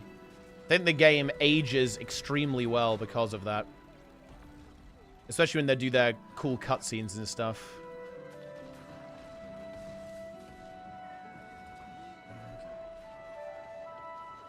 What about squads? I see tons of new players not willing to join squads, get down the Forge. Worst experience, they have no idea how a good squad is. Well, here's the thing is, okay, look. Let me actually go, like, full new player pill on you guys. When I think about new player experience, and I think this is where maybe I would diverge from people. I don't measure the quality of your experience by how well you understand the game. I do not do that. The only measurement I care about for the new player experience is how much fun that player is having. That's the only thing I care about. And if we want to say that, in general, most players don't understand the game, I would say that's true. That's probably true of all games, to be fair, but it's definitely true of Guild Wars 2. It's definitely true of World of Warcraft as well. And yeah, I'd say even most veteran players have a very poor understanding of Guild Wars 2 mechanics. I mean, I would say even even most players who clear HTCM and SeraCM probably have a mediocre understanding of Guild Wars 2 combat mechanics. Like, yeah, definitely. But I'm not sure if that's really that important, right? I like how people are still rezzing the Lord. This is actually extremely funny. But I'm not sure if that's really that relevant. I think the only thing that matters is are people having fun or not. If people are having fun, then I don't know. That's good enough for me. The Lord is back, guys.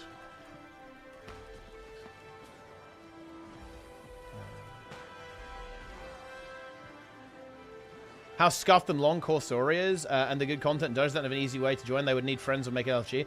Core game is kind of dated look-wise. I think that's big of an issue. And yeah, I think the core game definitely has aged a little bit, and Season 1 and Season 2 have definitely aged.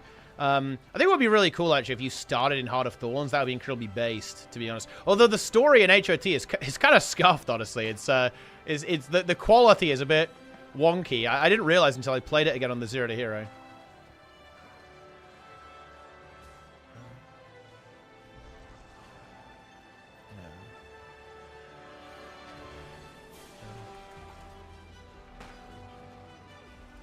Boom.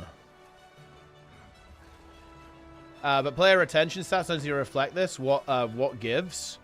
I mean, I would say, man, if we're being really brutal here, it's like, I don't think Guild Wars 2 is designed to retain players. Guild Wars 2 is designed to get players that log in maybe like once every couple of weeks, or maybe even once every couple of months for a new update, right? And then log out.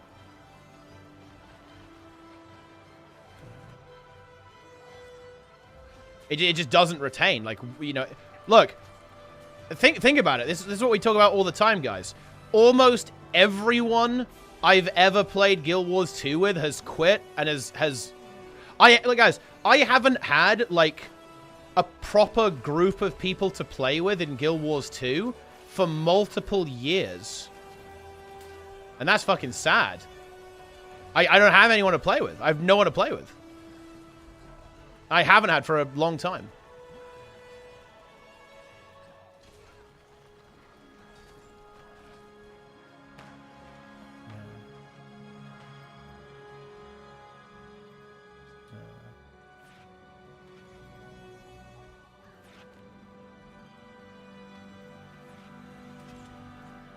Guild Wars 2 ain't it? I think the story's alright. I don't hate the Guild Wars 2 story.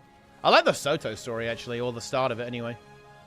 That was actually pretty hype. I think Icebrood Saga was good too. Having the Keep Lord, it looks like there's a bit of an issue with world restructuring right now that's causing you know, it's causing players to be on like neutral teams basically, and they can res the Lord. Bit unfortunate. It suddenly got so sad. Yes, because I am a little bit sad, to be honest, actually, about it. It's one of the things that it's why I really struggle to enjoy Guild Wars 2 right now, is because look, Too Long didn't read. All my friends quit. They all quit the game. They're all gone. It's just me. It's just me. All of my streamer friends quit the game. All of the people I play with quit the game. It's just me left. That's it.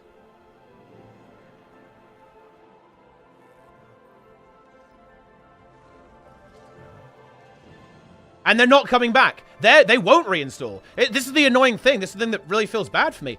Is they won't come back for Janthir Wilds. I wish they would, but they won't.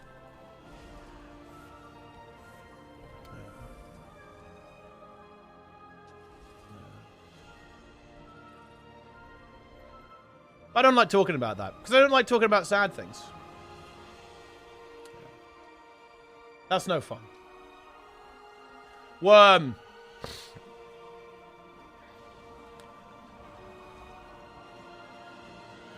And I'm trying to make a, I'm trying to make like friend groups and guilds and stuff like that, but it's so hard to do because it's really hard to do because I have to. People won't play the game on their own. I have to, like, make activities for them, right? And it's so difficult. It's so high effort. Like, I just don't really have the time to be motivating people to play the game and playing the game at the same time, if you know what I mean, right? And that's the position I'm in right now. I have to, like, come up with this elaborate, you know, Project Fungo to try to get people to play, right?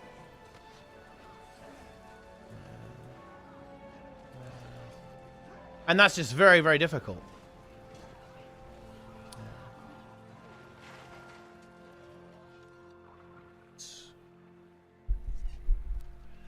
I don't think a game can forever hold the attention of someone. It shouldn't try it either. Oh, dude, yes! We got it. We dude, no one res the Lord. Let's go. We capped SMC. Very nice. We got it. You don't look so tough. Reason being? Wait, what are you asking about to Reconquer, by the way? Shout out to YouTube chat.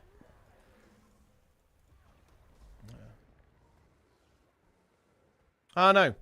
Because, like, look, I am, ultimately, chat, I am a child, okay? Do you know what makes me really sad, guys? I feel like everyone around me grew up and I didn't. I really do. I still feel like that 8-year-old kid who loaded up WoW, or even when I was even younger. I was like 6, I think, when I first played RuneScape. You know, I still feel like that. You know what I mean? Like, I've got that energy about video games. Like, I'm really excited about logging in to play video games. 100%, I always am. Like, you know, yeah, I'm legitimately really excited to, like, log in and play Janthir Wilds and the War Within, and, you know, like, play WoW Vanilla if they do another season with Jester and Frosty and the boys, right? Yeah. I'm really excited to do that. And I just feel like I don't have anyone to do that with anymore. Like, they're gone. They're all gone. And I haven't been able to get it back. I haven't been able to recapture that in Guild Wars 2, which is really sad. Like, I kind of have it in WoW right now, and that's why I'm kind of enjoying playing that game more, right? I do have that in World of Warcraft, but I just don't really have it in Guild Wars 2. And I think it's really hard to have that in Guild Wars 2. It's, like, very difficult to capture that, I think, unfortunately. They're all getting pulled. Mirror of Lissa, Bronze Knight.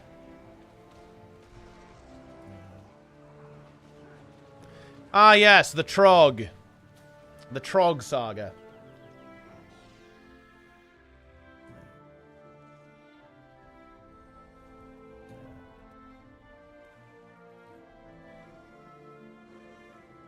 Till that Throne and Liberty, what's your opinion? They gave them the massive update. Look, here's the reality.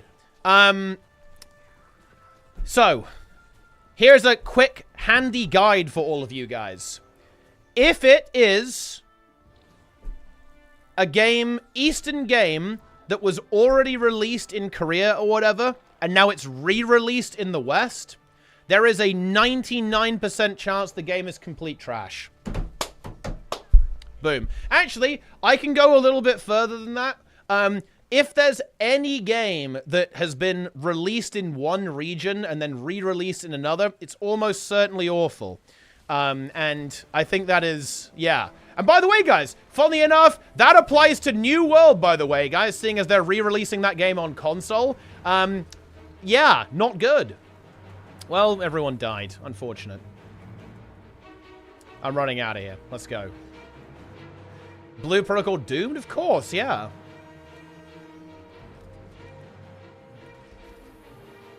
Oh, no. Can we actually get away? Run! Wasn't Guild Wars 2 released later in China? That's true, actually. Oh, shit. I've cursed Guild Wars. Look, Guild Wars 2 is the 1%, alright?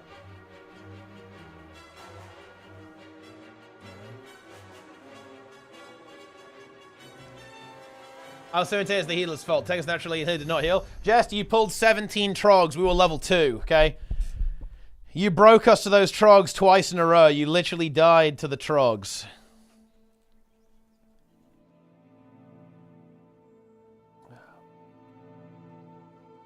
Charge, yeah.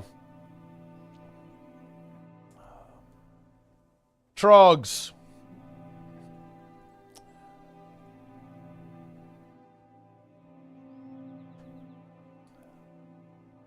I don't know. The new player experience in MMOs.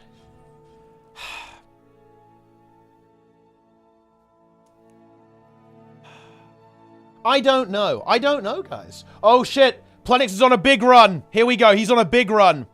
Guys, I'm doing live commentary. Fuck the Guild Wars 2 Euro player experience. Here we go. Here we go. Here we go. 31%. Wait, they have 9 stat. Oh, my. It's deplete. 20k DPS Virtuoso.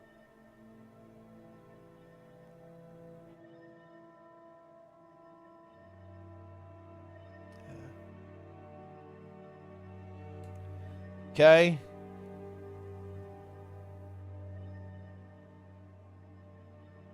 This is deplete, man. This is deplete.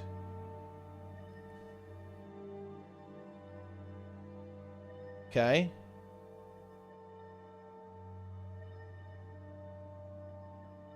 We actually made the jump.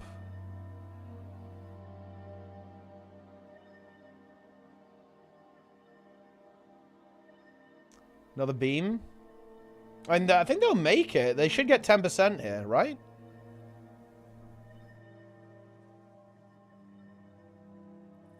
Let's continue. Let's see what happens. 20%. Oh, he deletes the orb. That's nice.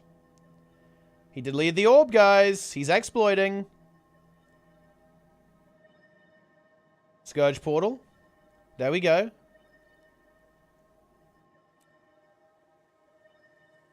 You know, this is doable. It is actually doable because it's only 2 stacks per slam now. I think they can kill it.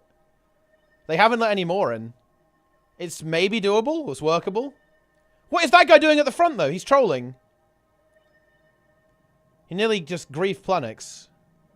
Ooh. That one on the left is going to be annoying. So they need to react to this. They need to get these orbs. Okay, they actually did get them. Okay, here we go. They need to hold, though. No, they have to hold. Are they going to get the phase timing right? Okay, they actually got it. Go. Okay, this is it. This is it.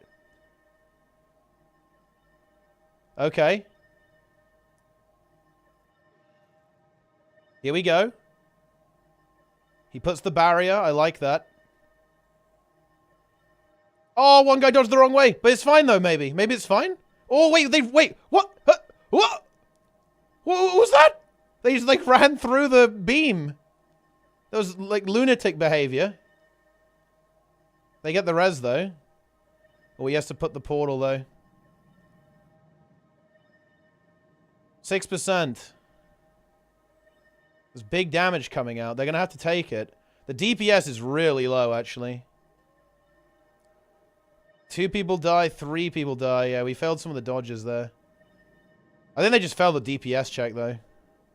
Yes, it's on 5% health. What the fuck? Okay, the boss is juiced. Man, CM is kind of easy now, isn't it?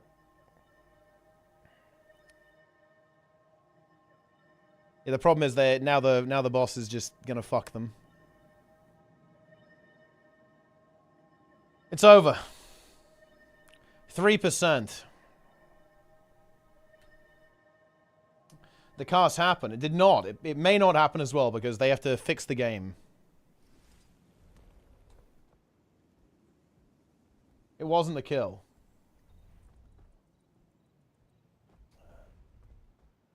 You want to keep going back to the... You need more info to think about it more? I mean, I do, but that's because I'm thinking about it more now. That's literally what I'm doing.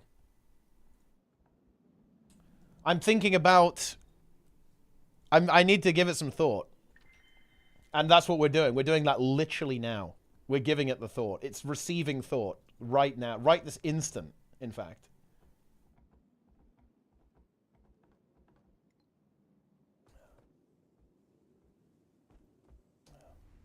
Oh, we lost our towers. What's this clip? Here we go. Do you want me to pull this one? Ah! And look at that, guys. Let's just take a look at this. Here we go. Look at this. And then in he goes. He pulls all the drops.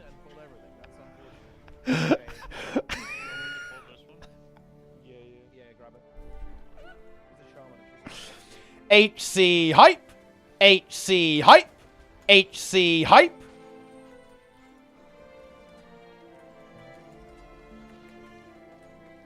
Alright, let's go. When will the cast happen? It won't happen, probably, because Roy has to fix World vs. World. He's probably busy. We'll probably do it, I don't know, at some point. Oh, shit. Oh, dude, everyone got pulled. I'll try to get them stability, maybe. Get back here, tag. We need the comm.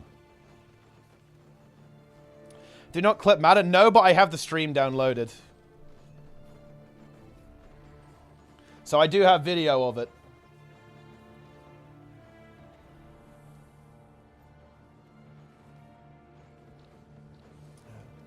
Yeah, Matt actually she was traumatized. Like we traumatized Matt by pulling like every wolf. And then all of the wolves aggroed onto her when she healed. It was very funny, actually.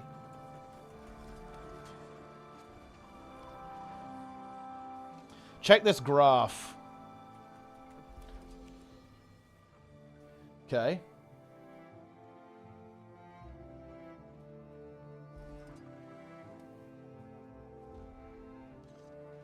Okay, which one has like the best retention?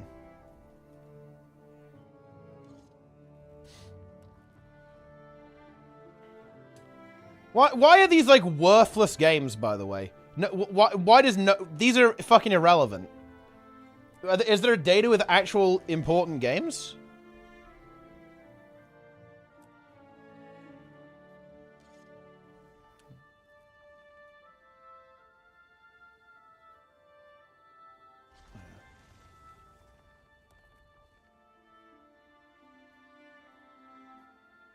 These are recent games. I mean, I think this is... I think you've got to be a little bit careful here, right? So,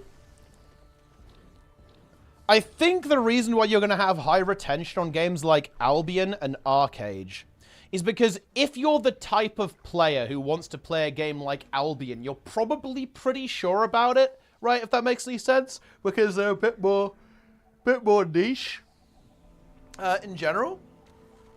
So I think that's what's going on there, right? It's the same thing with EVE. I reckon EVE Online probably has surprisingly good new player retention.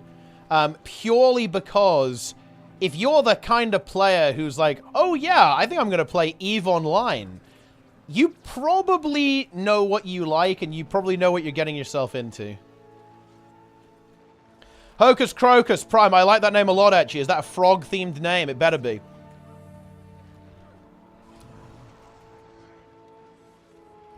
I do want to point out I tried to get Jester to play EVE Online. He broke instantly. He actually broke like, within hours, I think. What a noob.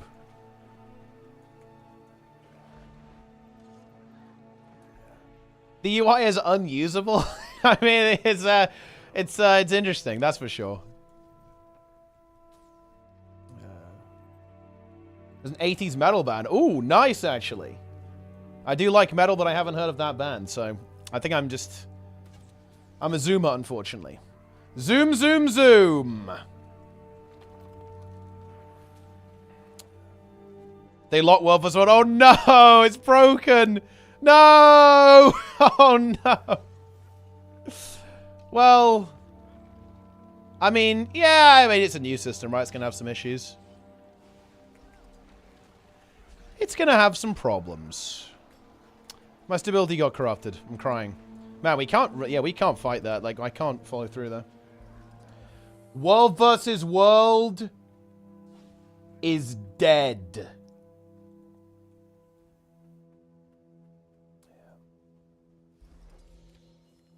Reset is, but we're gonna... Like, yeah, it's, a bit of a bumpy ride. It looks like there's a couple of issues that need to be resolved. But again, you know what, guys? Let me actually be really boring. Let me actually be the really boring streamer right now. It's a new system. We should expect there to be bugs. Right? We should expect it. This is not a surprise. It's not something to get mad over. There are bugs. They'll fix them.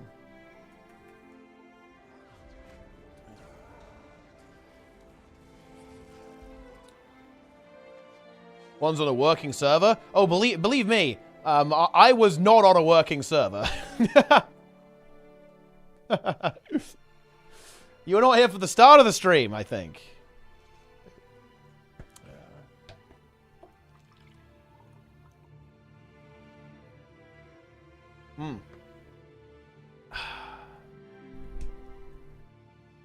World vs. will not be fixed. World vs. World is dead. I keep going back to the new player thing, guys. I keep going back to it. I do think that, I will admit, it is like a personality thing. I will 100% say that, guys. Because I am very okay with knowing that I'm not good at something. Because this... Do you know where a lot of the new player experience stuff comes from? And here, look. Right, I'm interested in your takes on this, guys. This is like video essay territory. Hear me out, guys. I think that what happens is people play an MMO, right? They play it for a couple of years. They know the systems, right? They know how it works. You know, they learn the game. And something happens when you do that. When you learn a game that way, when you play a new game, you have the awareness that you don't know things. Right? But when you play your first ever game or first MMO, you kind of don't know that you don't know things. But when you try and play another game after that, then you're incredibly aware of that. And I'm not gonna lie, here's the solution to that. Get over it! It's not that bad. But I think that's where a lot of all these MMO new player experiences suck. Comments come from, it's because it's from people who know that they don't know things. They have the awareness of their lack of knowledge and lack of understanding of a new game. But I think when you play something like WoW or Guild Wars for the first time, you just go, this is the best thing ever made. This is epic. But, I don't know, maybe I'm insane.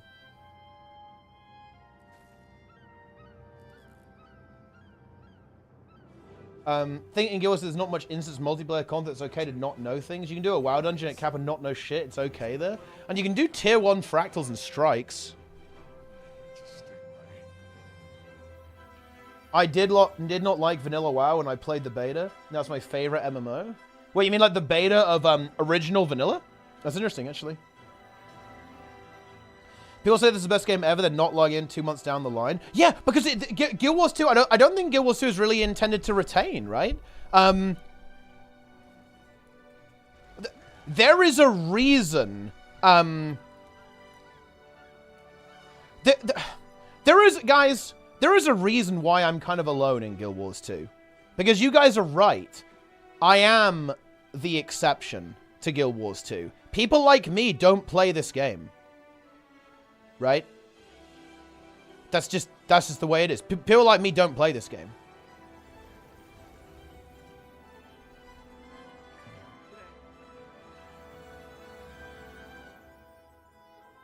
Not to retain with legendary grinds? Nah. I don't think so. I don't think Guild Wars 2 retains people very well.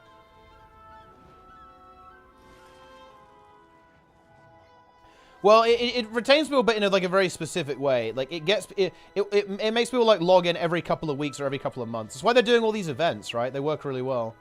You know, like when you like log back into the game, right? They want you to log in and see what's going on, and then maybe buy something on the gem store. Can we actually go back in? Oh, I guess not. It's over. They always come back, but take long breaks. This is one of the biggest lies in history in the Guild Wars 2 community. No, they don't. Because where the fuck are my friends, Kobayashi? Why didn't they come back? You know what? I wish that was true. I really wish that was true.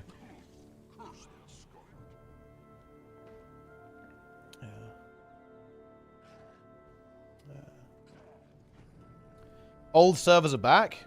Unknown. Well, no, look, we've got unknown desert borderlands, guys. Okay, that's what we've got. Yeah, and it also does say the old server names too. That is, I mean, that's unfortunate. Yeah.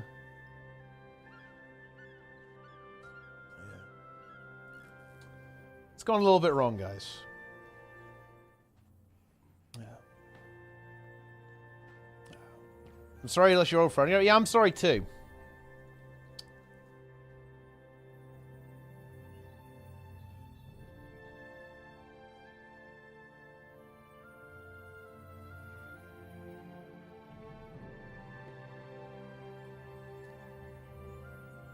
How many of the map what to Guild 1? 0.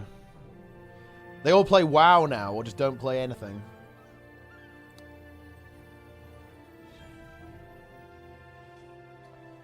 Yes.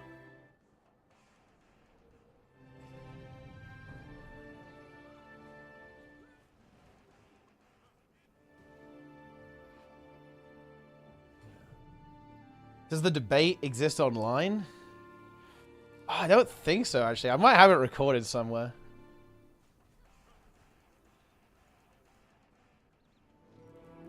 What if we'll return to WoW? Because the game has content, honestly. That's like the really big one.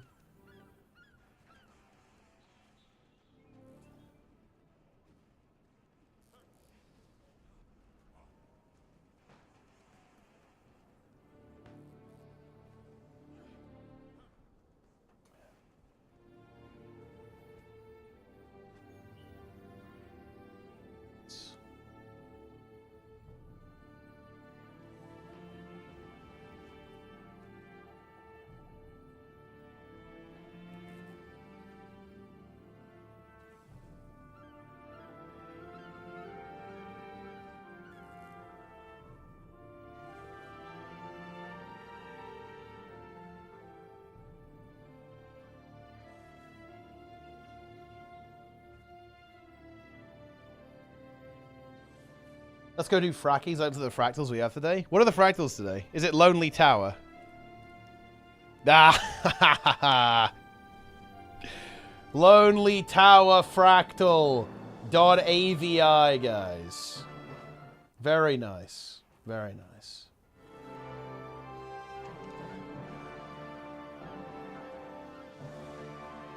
Cliffside? I mean, Cliffside's pretty good.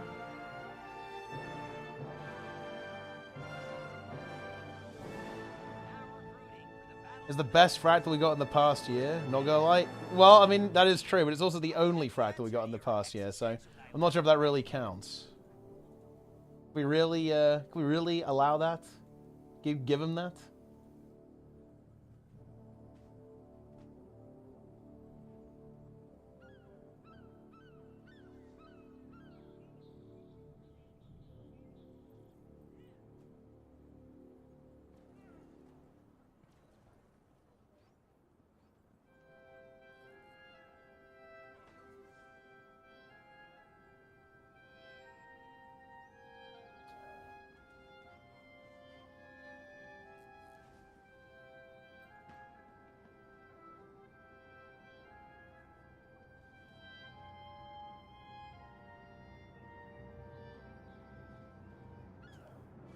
Soto's the best expansion we've got in the last 18 months. Look, Janthir Wilds is going to be good, guys.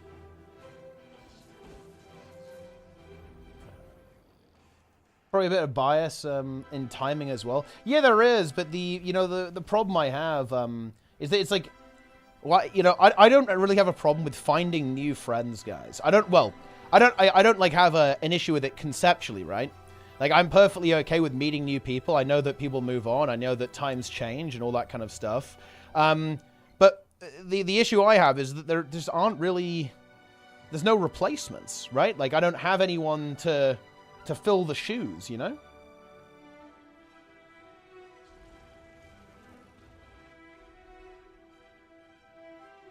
Yeah. Is it coming back? Is it coming back, guys? What do we think? Isn't WoW fixing that for you? Well, I mean, yeah, in WoW, but it's not fixing it in Guild Wars, is it? I am a multiplayer gamer. I don't like playing games solo. And I'm, you know, like right now, I have to kind of play this game solo. They don't play Guild Wars 2? No, they don't. And they'll never come back. Like, a lot of the people who play, who play WoW with me, right? They view Guild Wars 2 as not particularly good, and they feel very betrayed by the game. And, you know, I can't necessarily disagree with that. Yeah. That's just how it goes.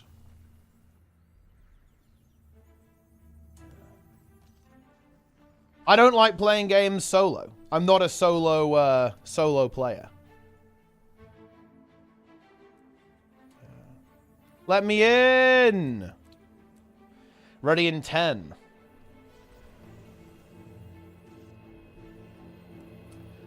Still want to go? Yeah, absolutely. Yeah, I'm down. If you can't, by the way, Roy, because you're busy with fixing World versus World, that's cool too, by the way. That's all good. We go, BRB. All right, seems good.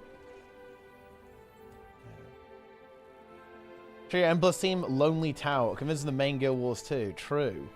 What keeps you in Guild Wars 2? I mean, it's because I like streaming, and Guild Wars 2 is one of the games that I stream, and it's one of the games that I have a... I can make the type of thing that I like in this game. And I can't do that in WoW yet. It will take me some time to be able to actually do that properly. That's why.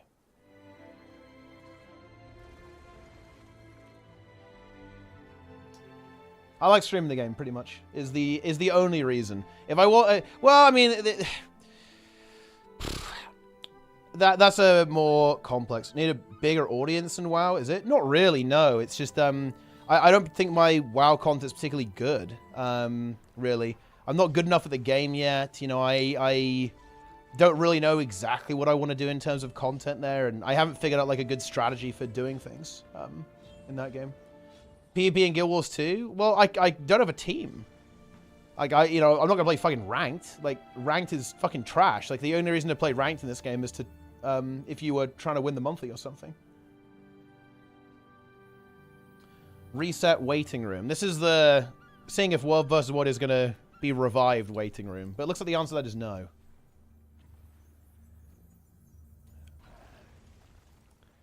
Here we go. The Dragonflight review? Yeah, I do want to make something like that. I will attempt to make that.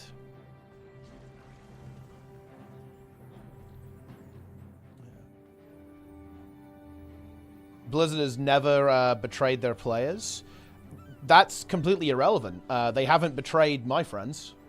They haven't betrayed me either.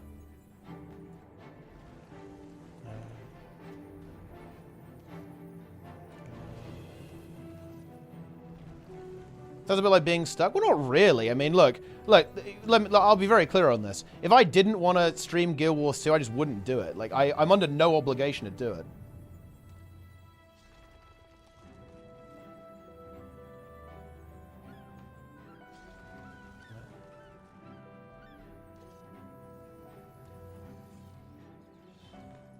Yes.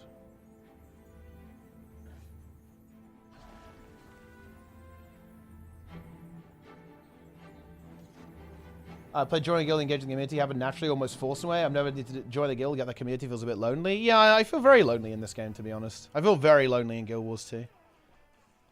Dude, I guess some people are still on EB, or maybe it's like one person queued. You're a veteran in Guild Wars, so not in WoW, so you feel more free in Guild Wars 2. It's mostly because like the skill level required to do the type of thing that I like to do in WoW is much higher than it is in Guild Wars 2. Guild Wars 2 is a very easy game. WoW is really not. But yeah, part of that is just going to take me a lot to learn. I mean, like, I'm pretty good at WoW at this point, right? You know, I cleared Mythic Cutting Edge, and I'm top 0.1% in Mythic Plus. So it's like, I'm no slouch at that game, to be honest. But, yeah. Did you see Revirox's new video? It's about how Suwon was a mistake and it was right to nerf, and how open world should have zero challenge. I think that's I mean, it depends what again, this is... I'm probably going to start talking about that guy, because honestly, he's definitely never going to talk to me. I think he has interesting things to say, but I don't think... It's quite ironic, actually. He deletes my comments on his videos. I don't think he's really interested in actually engaging with anyone who disagrees with him, which is quite ironic, by the way, seeing as that's actually the criticism he levies at the vast majority of the Guild Wars 2 community, but that's another story entirely. Yeah, it's a real shame, because I think he's a smart guy, actually, and he's got some really interesting things to say that I think are true as well. Like, I think there's a lot of truth in what he says, but this is the thing that's actually very unfortunate, actually, in my opinion, about the Guild Wars 2 community, is that people who have dissenting opinions don't want to engage. They refuse to actually engage with people. Yeah.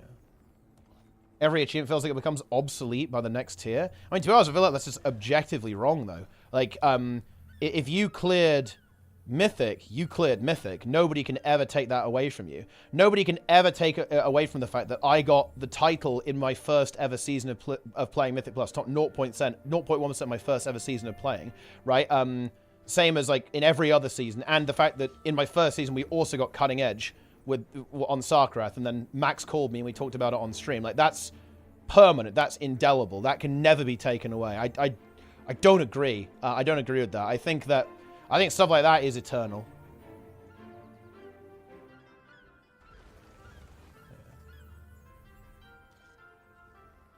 Talk about Lion Meows. Oh man, Lion Meows is a shame as well, actually, because, like, I mean, that guy is kind of more of a troll, to be fair. Like, you know, he's not serious, but the problem is he's a little bit too extreme, you know. He goes way, he says stuff that's just, like, really unacceptable. He actually made a poll if he should stop talking about Guild Wars 2 because he got too much attention, did not like negative comments, and disagree with them and dislikes. No, I don't think he actually does. If you read, I read the poll, Nanny. He said, yes, keep making content, at least something different. The no was, no, we just want guides. We want guide videos and blog post videos. That entire post, I'm not going to lie, I'll call his bluff, it's performative. There's a 0% chance he would ever actually stop talking about Guild Wars 2. Like, the way he set up the poll confirms that. That poll is performative. He said that in the video. He did, but I saw the video and I read what he said in his community post, and he set it up in a way that nobody is going to vote no, right? Like, nobody's ever going to pick an option that says, no, we only want blog post videos and guides. Nobody would ever click that option, and he knows it, right? Again, he's a smart guy. He's no fool. He knows nobody's clicking that option.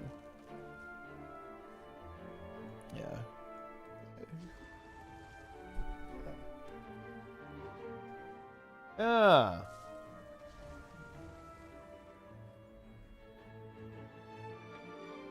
Can I invite to the World versus World before they reset? They already did. I don't think. Well, I mean, you can try, but I mean, I'll invite you. You send me a whisper, but you have to. It has to be a good whisper. It can't be dog shit. Wait, Sneb's calling. Yo, Noxy with the resub. Ooh, what's this? Well, I mean, we're gonna cast the weekly AT with Roy. That's what we're gonna do. But right now, World vs. World is dead. Yo, Sneb, what's up? Yo, I heard you were lonely. Yeah. Yeah, you know, it's a shame. I think that guy doesn't want to. I think he actually like hit the gold mine of. He had some really good views and like interesting insights, but the problem with having any interesting view or any interesting insight is that people will disagree with you. And they will tell you, and they will get aggressive. And so if you can't handle that, like, it's something you have to kind of like learn to handle. But if it annoys you or bothers you, you also probably just shouldn't do it. It'll drive you to the brink of insanity. Well, yeah, and you know what? I will actually say, I'm very disappointed, actually, in the people who are watching my channel at the time we were watching his video. He said that he got 90 dislikes when we watched the video. And you know what? And the annoying thing is that this won't make any difference, but I'm going to say it anyway, because it's the right thing to do. That's cringe. It was a really interesting video. We were entertained by it. Disliking that video is the most embarrassing fucking shit ever, if I'm being real. because we were entertained by it. Everyone enjoyed it. It was a fun segment on the stream, and I think it was a well put together and interesting video. So I don't know. I think that was very disappointing. That was very unfortunate. And everyone who did that, everyone just liked it, potentially cucked us out of like really interesting conversations and content as a result of that. If you assume he told the truth, okay, this is the reality, Lorcanu. If I'm gonna say I'm assuming he's lying, I'm not gonna engage, right? Like, what's the point in engaging in bad faith? I wouldn't even bother responding if I'm just going to simply assume that that he's lying or is in bad faith. It's pointless. I commented on one of Lime Meow's videos and he deleted it. I mean, that guy is just a little bit too extreme. Like, he could have been pretty entertaining, I think, but he just pushed it way too far. I don't know. Like, he started like attacking people's like physical appearance and stuff like that, and that's just embarrassing. Like, that's just cringe. I'm not going to associate or interact with that. Thanks, Yeah, Sage it was Dragon, for pretty the prime bad. too. I actually thought he was really funny at the start. Yeah, he and was. then- The thing is, he was really funny at the start, but then he just started doing all this cringe shit. So it's like, oh, whatever. Unlucky. Yeah, it's kind of unfortunate.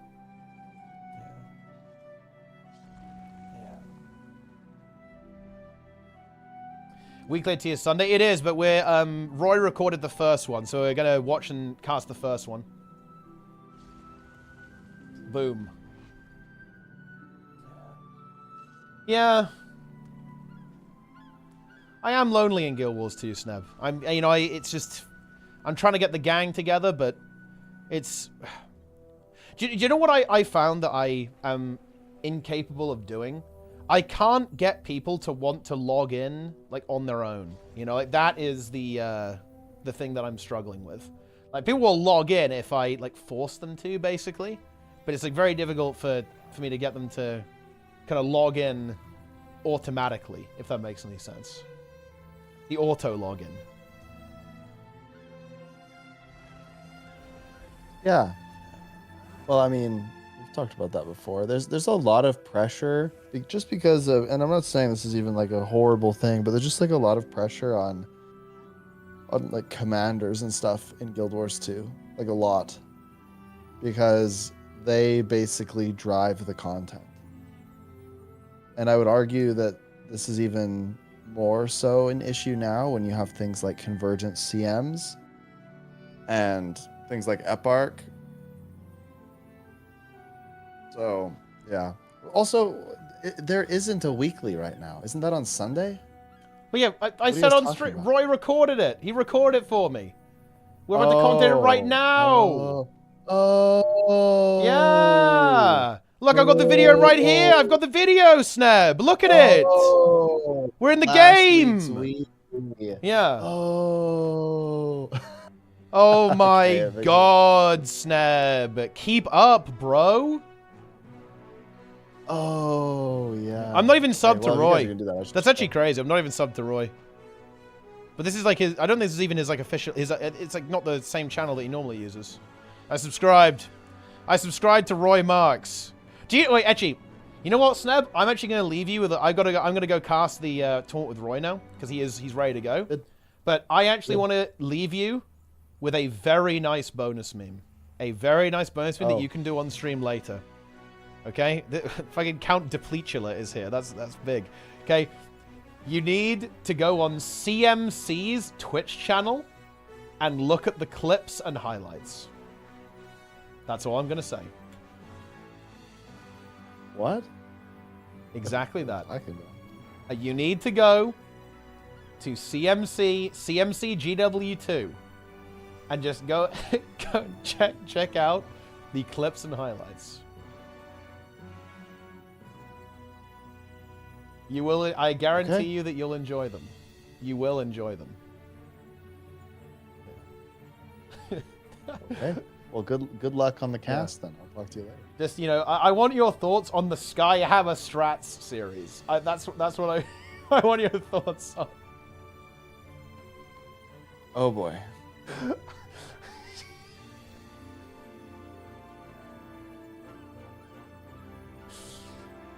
Let's take a look, guys. Let's take a look at Skyhammer Strats Part 3. Here we go. Here we go, guys. I'm not gonna lie, this is a very fucking good clip. Look at that. Look at that. Look at what happens, guys. He runs over the fucking like the floor tile, right, to activate it, and then one a guy runs into fight and dies instantly.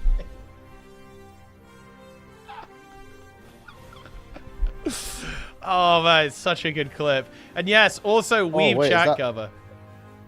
That's old. Yeah, Whoa, it's 10 years they ago. should bring that back. 10 They should years bring that ago, back. dude. Yeah. Bring it back. Yeah, that's good.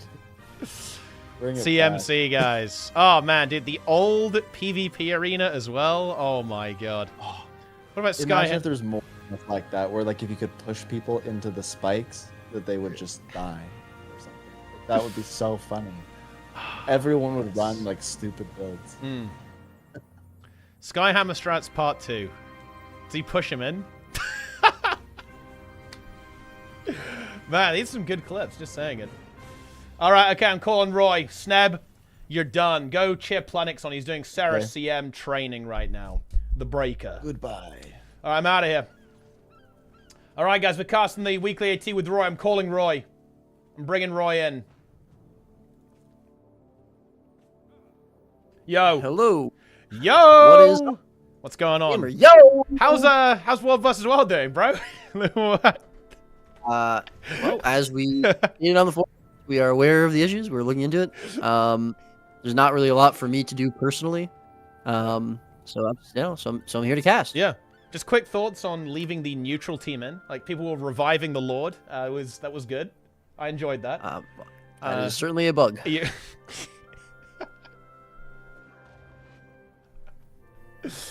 We still got SMC though. Yeah. And it feels good. We were able to Nice. we were able to capture it. Yeah. Yeah. Yeah, Roy killed World vs. World, guys. It's entirely on Roy. Roy did There, it. I have seen guild tags in game of people saying "Stop killing World vs. World" and the tag being Roy. So, it's yeah. That's fucked up. Yeah. I'm in. Yeah. Just to be clear, the issues of World vs. World have no bearing or influence on me casting the weekly AT. Just to be clear.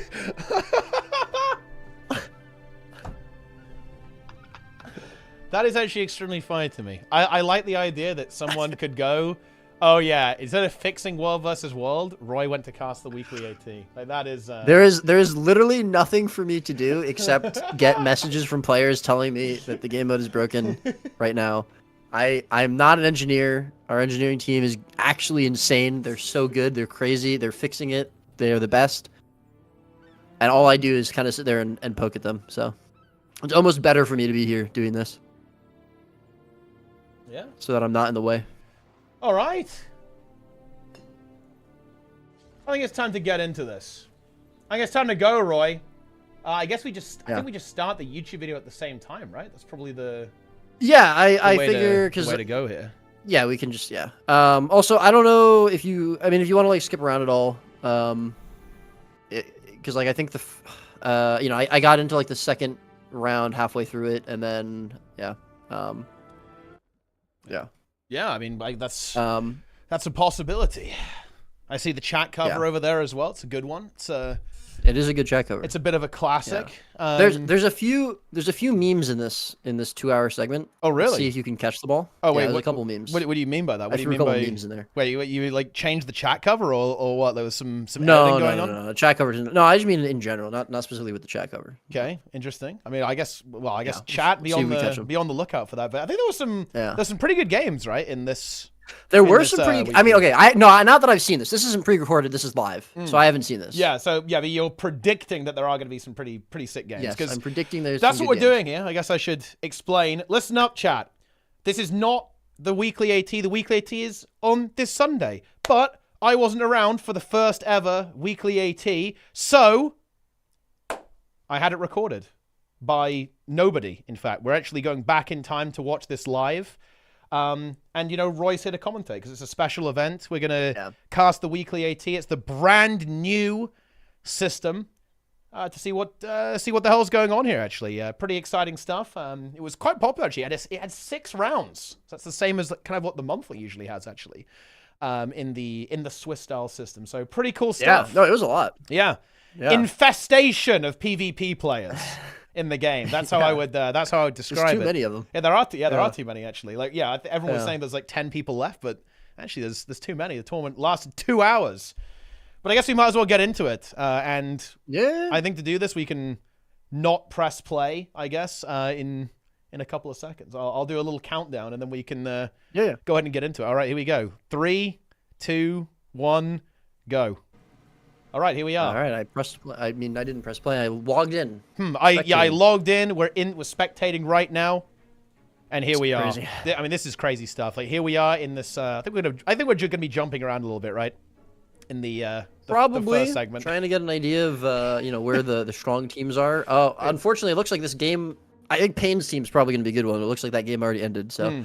We'll have to go into another. That match. is unfortunate. Oh, there's Garkos. Yeah. Oh yeah. It's so. That's one of the best parts about PvP. I feel like is you recognize all the names of all the players who have been playing for it years and years and years and years. And they just keep coming back, right? They keep coming back. They keep smelling the syrup of PvP actually. Syrup. Oh yeah. They smell the syrup. They really do. But actually, seeing as you don't know anything about this tournament, like what Give us an overview. Who actually played in this? Like, who are the teams that are involved in this tournament? So one of the teams, we just saw a pretty strong team with like Zintrux and Naughty Melon. Never know how to actually say that name. They were definitely one of the stronger teams. There's a team with like Frey, Draza, the usual suspects. Although I don't think there was Boyce there. There was a French team.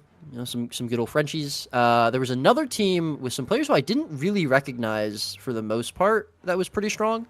We'll see them in a little bit. I think. I think it might have been that Nah team, but I'm not sure.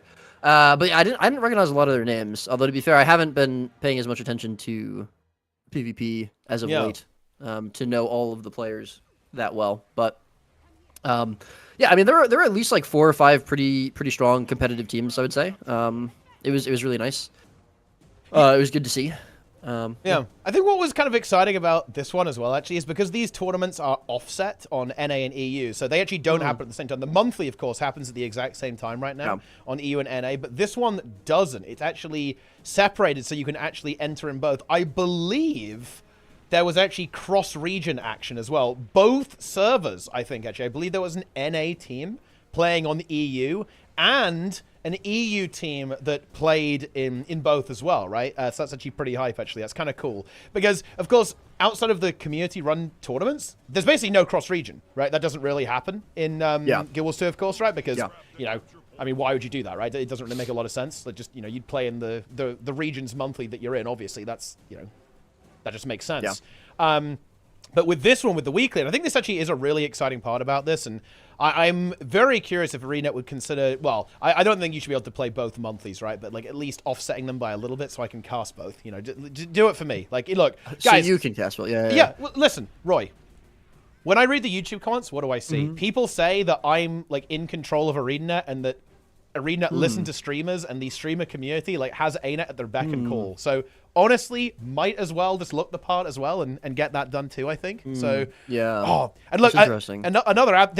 I mean, this roster on the red team is such a classic here. Actually, we have, of course, it's Frozen. Yeah, Frozen Man as well in here with Garkos. What a roster. And I think that they said GG in map chat, I believe, at this point, so they've kind of accepted defeat. I mean, I respect it. It's a tough game. No, I think in the finals, I think one of the teams was saying, "Oh, I'm going to go play on an A now." So yeah, they definitely was an EU team, and I wonder if maybe that team that I didn't know. Oh, there's Gwimjacky, so maybe that's the NA team. I don't know. This is the NA team, or at least I don't know if it's full NA actually, but I know there's a couple of NA players there, and actually I really like that to be honest. Like, I think this is one of my favorite things about it, and I actually really hope to see teams kind of do this actually look relatively regularly. I think it'll be really cool, because in some sense, right, like this weekly can give us the opportunity to have the 55 versus Team USA experience, right, in a way that the monthly can't, right? And I definitely love to see that at some point. I mean, and the thing is, in some sense, like, you kind of might as well. Like, the teams already scrim each other, right? They already do this anyway, right? They practice against each other, like, in custom arenas and so on, like, or at least occasionally anyway. So might as well just do it in the actual tournament as well. Get that cross-region practice in, you know, the practice with the ping for the Motor 3 or something. I don't know. It's going to be good. Absolutely. Actually, it is a close game, though, but red team wins. Yeah, red team takes it for sure. Yeah, and I think this is like maybe the last of the second round. Yeah. I think the first round is often like this, right? Especially from the commentator perspective. You kind of leap around and see if you can find some interesting games and just see who's who, right? You want to see like who exactly is playing in this thing. Yeah, I mean, generally, just always trying to get an idea of like the stronger teams to look out for, so you can look at those games. And yeah, there were a couple of pretty good non like quarterfinal matches, like pretty good Swiss games. There's actually a good bit here. I think actually one of the teams that got into the top 8 declined. So I think there's one less quarterfinal than there's supposed to be, if I remember correctly. I'm guessing. Could be like a DC or something, right? Potentially, but looking into my crystal ball, yeah, that as well. Yeah, some kind of scenario like that. I mean, look, you know, it's Roy is the Oracle. Yeah. Roy the Oracle Marks. That's the that's new me. name there. Yeah, that's exactly. That'll be on the title card for the next stream for sure. Yeah, absolutely. Yeah, like. Team versus us declined. Yeah. Oh yes, Cole Summer is in this 18. That made me very happy. That made me happier than anything else because I'm a big Cole Summer fan. Yeah. Also Cole. Another classic Guild Wars 2 player, Ranger Enjoyer, Gizmo owner, of course. Yeah. Fish Master as well. Do you know that it was, I believe, world 3rd cod swimming amongst minnows? 3rd? Yeah. That's crazy. Yeah. That's big. That's on the podium. Exactly. That is on the podium. Big Fisher. Love to see that. Very nice. And I guess we'll be encountering these. I mean, Cole has Cole Winters as well. No, I think Cole Summers is Cole. It has all these different names. I think Cole Winters is like the Guardian. I think, if I'm not mistaken, Trig. Cole Summers plus Roy Winters. Yeah, it's interesting. Yeah. Yeah, maybe. Oh, okay. Yeah, he's Cole Summers and Cole Winters.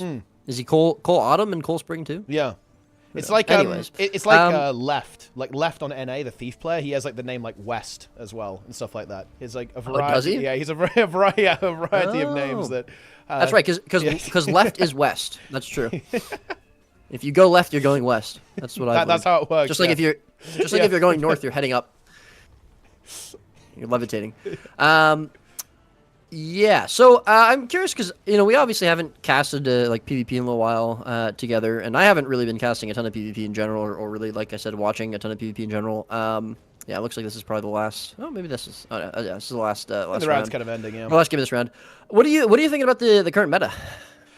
What are your thoughts? I think I like the fact that there's no revivability right now, actually. I think that tends to make the matches a bit more explosive and kind of keep things moving because you don't have that signet or the glyph to revive people with the support chronomonths, which I'm actually kind of a big fan of, actually.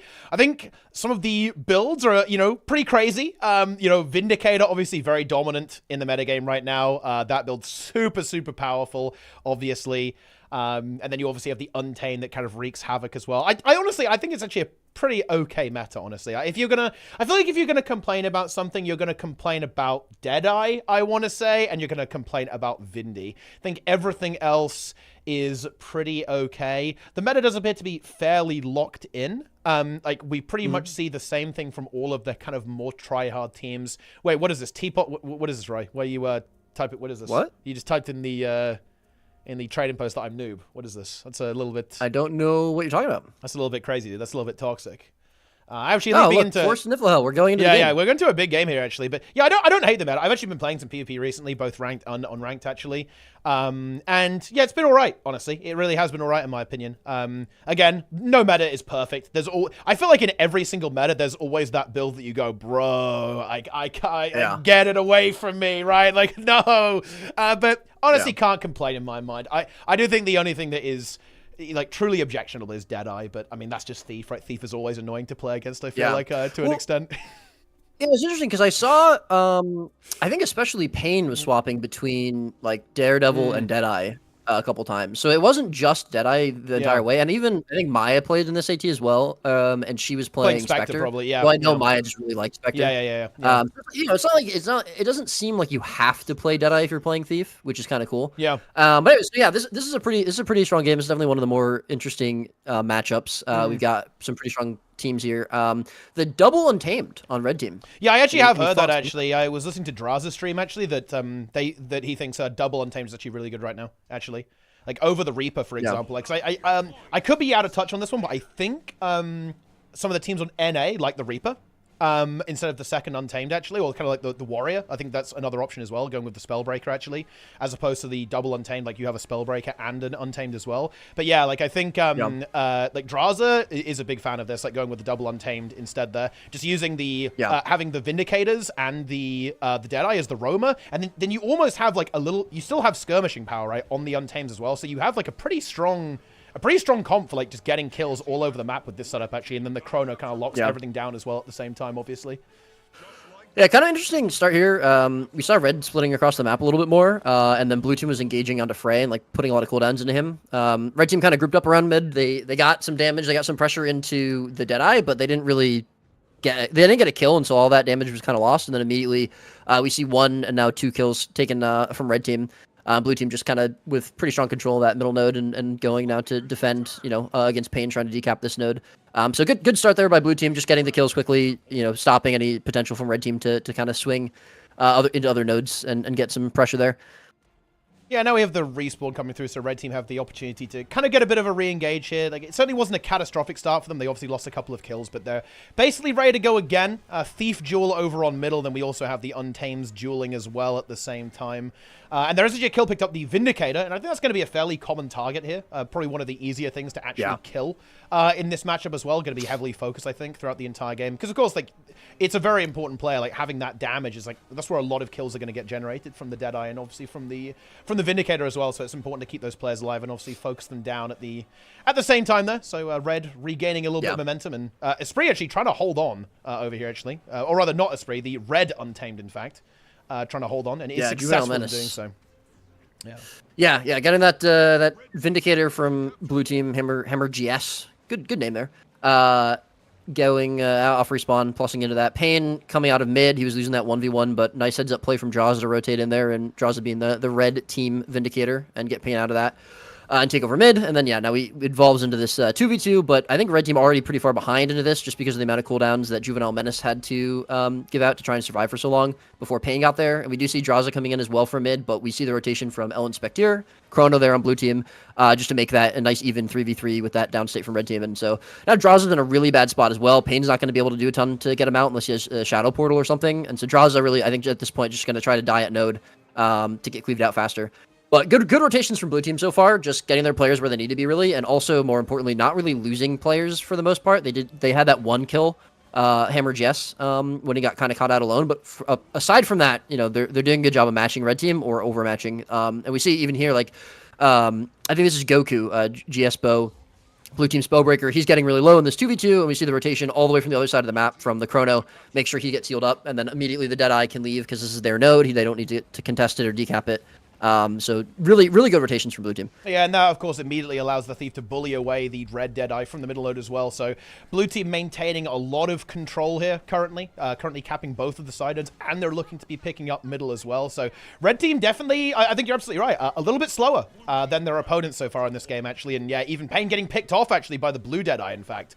Actually trying to rotate to help out Juvenile Menace, and in fact gets assassinated, and then, of course, leaves that Untamed now in an outnumbered situation. And in a lot of these situations right now, like, side noders, they're pretty durable. So, like, you're kind of okay in that 1v2 scenario for quite a long time, a lot of the time. So Juvenile Menace is able to kite, and the Deadeye actually leaves. So, and especially on this map, right, there's a lot of stuff you can do on the side nodes to live and survive and hold on pretty well. So the red Untamed is still able to keep that contest going over there. But there's like this big fight happening over here too. I believe both supports from both sides are here, so that's going to make it fairly stale. But actually the red Vindicator might be going down there. Yeah, some very good focus damage there with that rotation from the Thief now coming in for the 4v3, picking up that kill. And yeah, I mean, Blue Team just completely in the driving seat, I think, on this one, Roy. Very much in control of this match so far. Just a little bit of a step ahead of their opponents.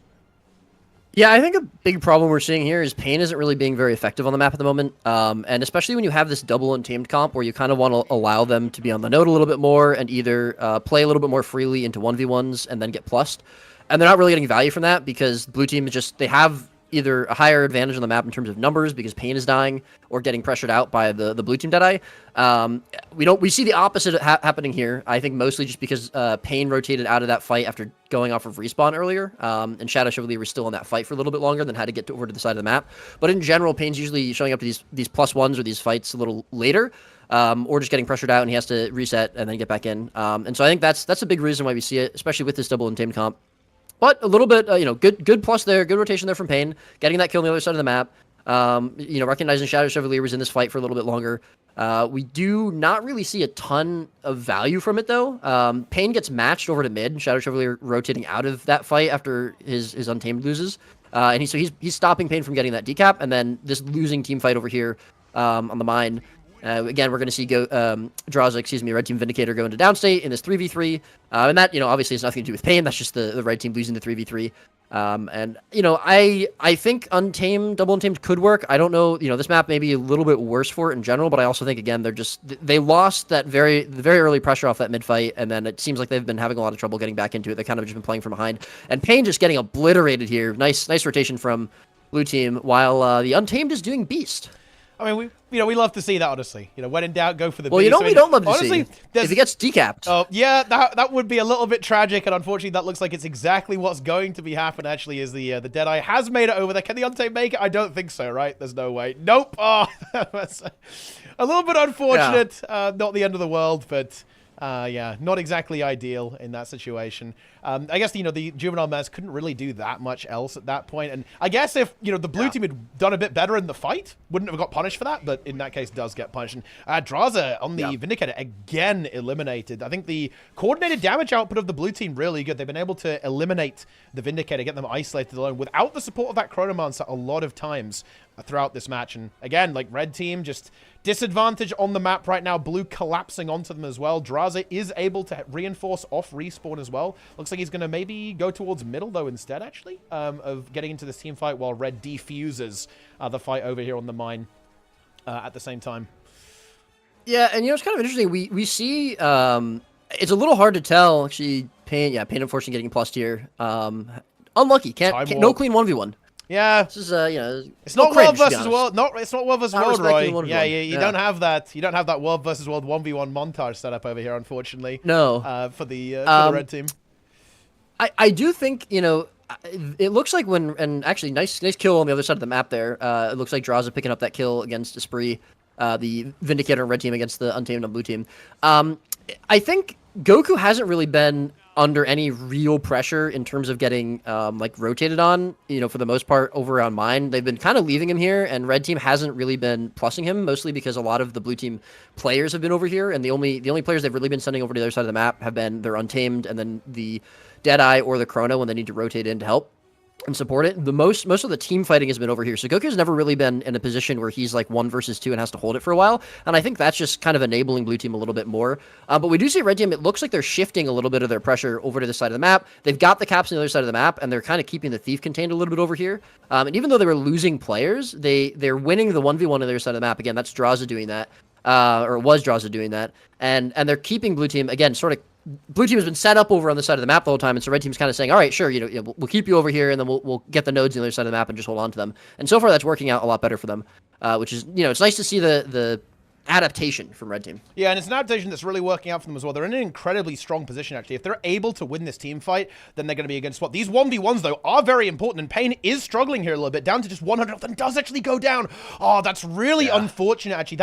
I think that really destabilizes the position that Red Team has here. It looks like Juvenile Menace is winning the 1v1, though, potentially, or might be able to pick up this kill here against Esprit, so that's definitely something that will kind of balance that out. But, yeah, losing that second node is very unfortunate. Oh, yeah, getting the kill on Esprit is really big, actually, for Juvenile Menace. That kind of reduces the threat of being plussed by the Deadeye after the Deadeye's able to capture middle. But still, yeah, losing middle here is a big blow, I think, for the Red Team. Because, of course, like, when it's this close, when it's, a 400-point game here, you don't want that to be happening. Let's be honest. Like that's a very, very unfortunate, I think, for the red team, especially because they're doing well in this team fight too. Oh, they are able to clean this up before the Deadeyes here, so that's still pretty good actually. Like red, they're not done yet. That's for sure. Good disengage by blue though. Here I think.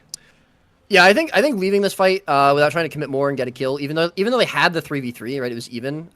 You know, they knew the respawn was coming in, and they didn't want to overstay and overcommit, and they didn't want to get snowballed and lose players. So disengaging, really, really big heads up play from them, really smart. They probably have to sack this node. I don't think they can fight into it too well. And yeah, we already see Goku going down. So now Hammer GS is going to have to try and leave this without dying. Probably can get to his spawn and his respawns and reinforcements pretty well. But Pain, I like this, already putting some pressure into the Deadeye. He's playing really aggressively. He's almost overextending here, but he knows his team can back him up. And so getting some early pressure out onto that Deadeye, making sure they can't play as aggressively in this fight, burn some cooldowns, really, really smart. We already see a lot of pressure from red team just put onto these side nodes. And, they're leaving one person behind to get mid, but the way they've kind of swapped this map and sides is really, really good as well, since their respawn is on the other side of the map, and it's forcing the Deadeye to go all the way across the map. And I'm not even sure I like the Deadeye leaving this. I think going for the decaps is smart, but they are losing the fight because of it. And I think getting kills then going into the map is a little more important, especially when they still had a pretty significant lead. Pain chasing the Deadeye also across the map, really good.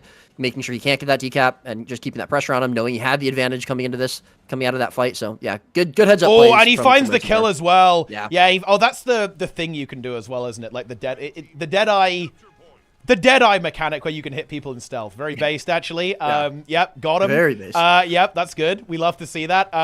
But anyway, yeah, red team have got themselves into a fantastic position. You can see they've nearly closed the gap. I think you're absolutely right. That adaptation has really paid off. They're able to find these kills. And if this Chronomancer dies, that's going to be a massive destabilization here for the blue team. And I think red are going to find themselves in a very big winning position here. Blue team really do not have a lot of time to actually make something work here. You can see that Pain is already responding to the blue Deadeye coming back off respawn there, moving over towards the mine there, denies that. The support Chrono moves to stabilize the Untamed over there on the Henge as well. And of course, we still have the Vindicator and another Untamed 2v1 into the Spellbreaker on middle. So yeah, red team have pretty much got this one in the bag now. Actually, a very big comeback, actually. They were really far behind in kind of the early and mid-game, but yeah, they just locked these rotations down. It is actually funny, by the way, because I was also clairvoyant. I was actually watching this game when it was happening, and this might have something to do with it. Drazo was actually, he kind of briefly went AFK for a couple of seconds because he was trying to get everyone into voice, actually, I think, on this game in particular, actually. So, yeah, that might have actually had something to do with it, right, with the adaptation that we see here. Pain does die, unfortunately, and there was a beast picked stolen up as well. Yeah, picked up by blue, but I don't think it actually matters. Is a beast pickup on for blue a win here? I don't think. No, it isn't. They don't have a node. If they had a node, there was maybe some potential, but they do not have that. So there's 25 points is not going to cut it without at least one node to kind of scramble up to 475. So they're going to pick up this beast, but red team is absolutely going to pick up this game. Unless red team steals. Yeah, red team also stole the beast at the last second. Oh dear, 521. There we go. Fantastic stuff. Searching for the Beast Slayer Axkin. That's an excellent choice there. Yeah, that was a fantastic game, actually. It really was. And I think that's something that's really cool about these weeklies, actually, to kind of talk about the system a little bit, The daily ATs, obviously, you do see a couple of, strong teams playing them sometimes, right? Like, you absolutely do. But I think having a kind of medium-tier event every week is going to be really exciting, because I think you'll absolutely see a lot more, kind of more solid rosters rather than pugs, I think will pop up in these... in these ATs, which I think is really exciting, actually, because of course a lot of the time people just kind of farm the ATs, right? Like that, you have like the AT gatekeeper squad, all that kind of stuff. But yeah, the weekly is it's got a bit more to it. Very exciting. Very cool stuff. I mean, 150 gold is a pretty nice, it's a good amount of gold. And I think it's nice to kind of, because obviously I think a lot of the top teams they do scrim, somewhat consistently with each other, but obviously that's not really public, and also there's not really stakes to that. So I think having a more consistent every week tournament that has a little bit more stakes and gets some of those top teams, fighting each other a little bit more consistently is really good. Both for, obviously, spectating them, but also just in general, I think for the health of the scene, like that makes players, more consistent fights between top teams is always good, because that's going to get players to improve and adapt and, shift the meta more, which is always a good thing. Yeah. And of course, now that was a relatively long game, so we're leaping into the next round here. Let's see what we got. Yeah. Here we go, actually. Yeah, we have another There's very Cole. formidable team, actually, I think, on the blue team, yeah. It's going to be Mamaya's, Yep. Con, Maya, Cole, and then Aikgul, whoever that is. On the blue team there. Cool. Yeah. Indeed. Don't want the Yeah. hell that. But seriously, can we make a new rule in the terms of service that you have to have a name that makes vague sense? What is it with these people? Okay, so it's Nightmare Roy. No. Okay, they always have It is a bit of a nightmare. ridiculous names. Well, I mean, look, I respect Pain. He always has like mega roleplay names, and they often have Pain in them. That's good, right? That's how it should be. Pain is great. I mean, Frey usually has Frey in his name, which is nice. You know, I mean, Maya, obviously, like we see Maya Cole. You know, it's good. It makes sense. That's good. I appreciate this. But like, you know, and Con McGregor, you know, sure, fine. Yep, that's Although good. I don't know if you really want to name yourself after Conor McGregor, but you know, whatever. Yeah, it's it's annoying. I spectated this game, you know, less than a week ago. I recorded this. Not that this is pre-recorded, shoe on head, and I still don't know who everyone is. Like I mean, my memory's pretty terrible to be fair, but yeah. Well, I mean, you know, But anyways, it doesn't even matter if you have a good memory or not, Roy, because you know, like they're PvP players, right? They're getting banned and making new accounts every week, right? So it doesn't matter. What? Huh?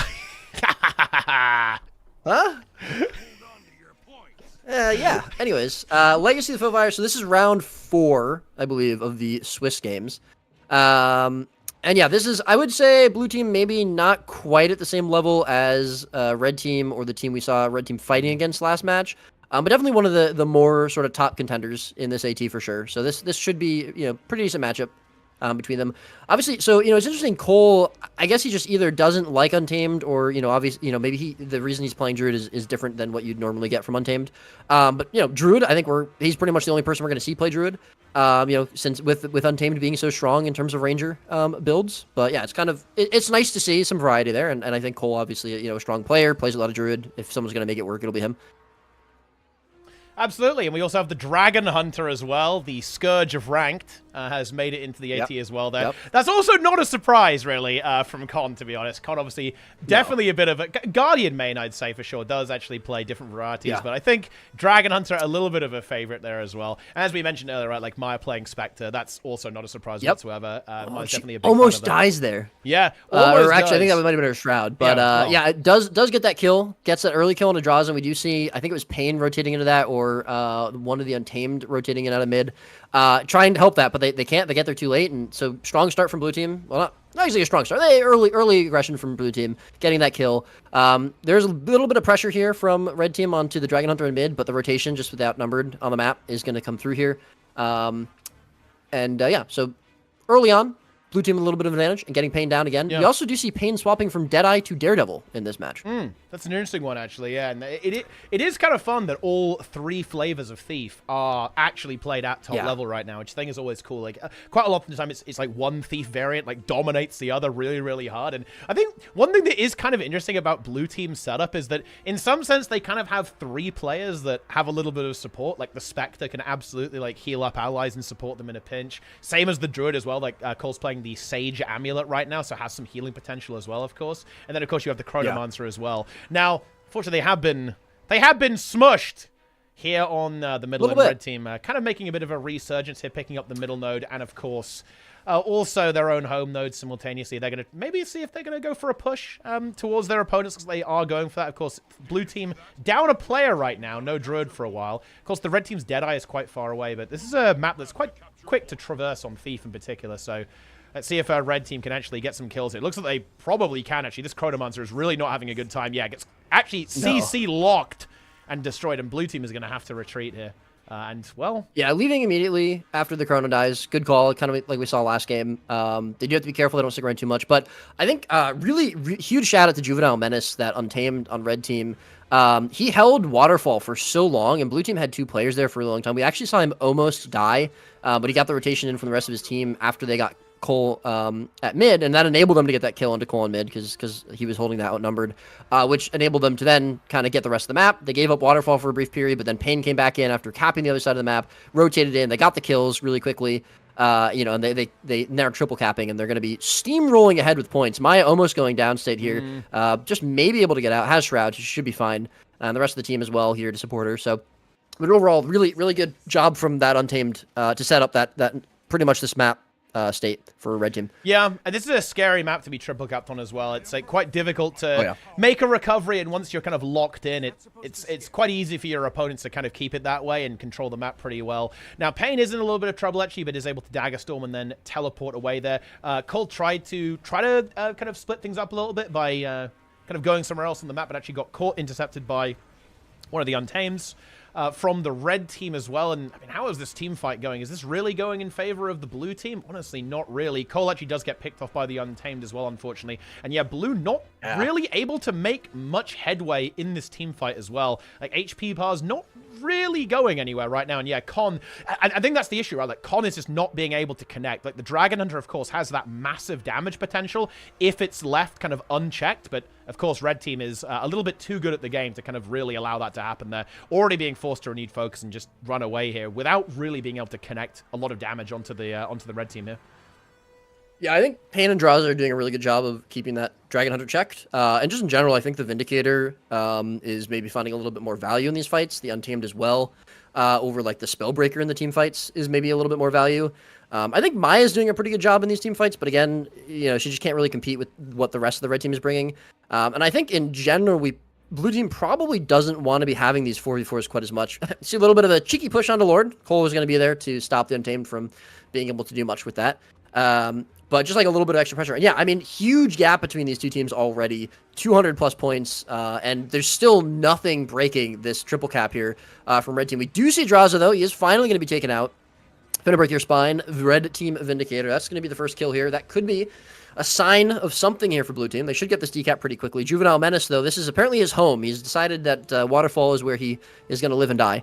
And staying on this node, still not letting them decap it. Frey getting some support in there as well.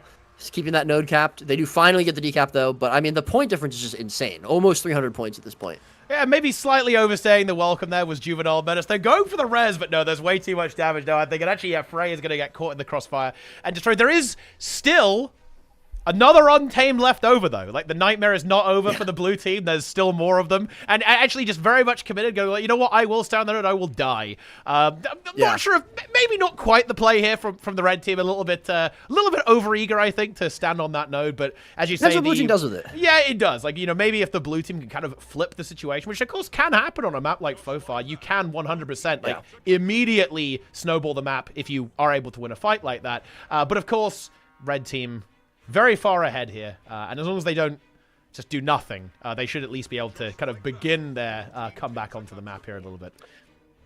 Yeah, two things I saw there, which was nice, was blue team, like, already, even before the kills had fully come out onto Waterfall, they started moving their players across the map to get into a better position to decap and potentially cap. We saw Cole move all the way to the other side of the map. He's getting plussed right now after respawns. So he's not going to be able to go for that cap, probably, although we do immediately see Frey leaving that. He doesn't want to be stuck in that 1v2, or 2v1, excuse me. And the other thing is that Warrior, you know, understanding that Pain's probably going to try and go for the decap. Pain never died in that fight, so he was kind of running around the map a little bit unchecked. And he was going for the decap, but the Warrior stopped him. So blue team, they've stopped the points from red team. They had a double cap for a little bit, but they weren't able to hold on to it for very long. They need to find a couple more kills here. They need to be able to get a second node and hold on to it for a while, because one node is not really going to be enough for them. Red team will be able to get one node back themselves pretty easily, and that would put them in a winning position again. So good stop there from blue team, but they need to do a little bit more here. And Pain, again, you know, we said it before. The Warrior stopped him from getting that decap on Waterfall, but no one is stopping him now. And there he is, the GOAT. Yeah. Yeah. Monthly AT winner Pain. What do you think of his brief rename to Berserker, by the way? That was pretty based. Yeah, I think that was just you know, I don't know. I mean, Pain is Pain. I don't know what all this Berserker nonsense is. Yeah. You know, he saw the light. You know, he came back. It's all good.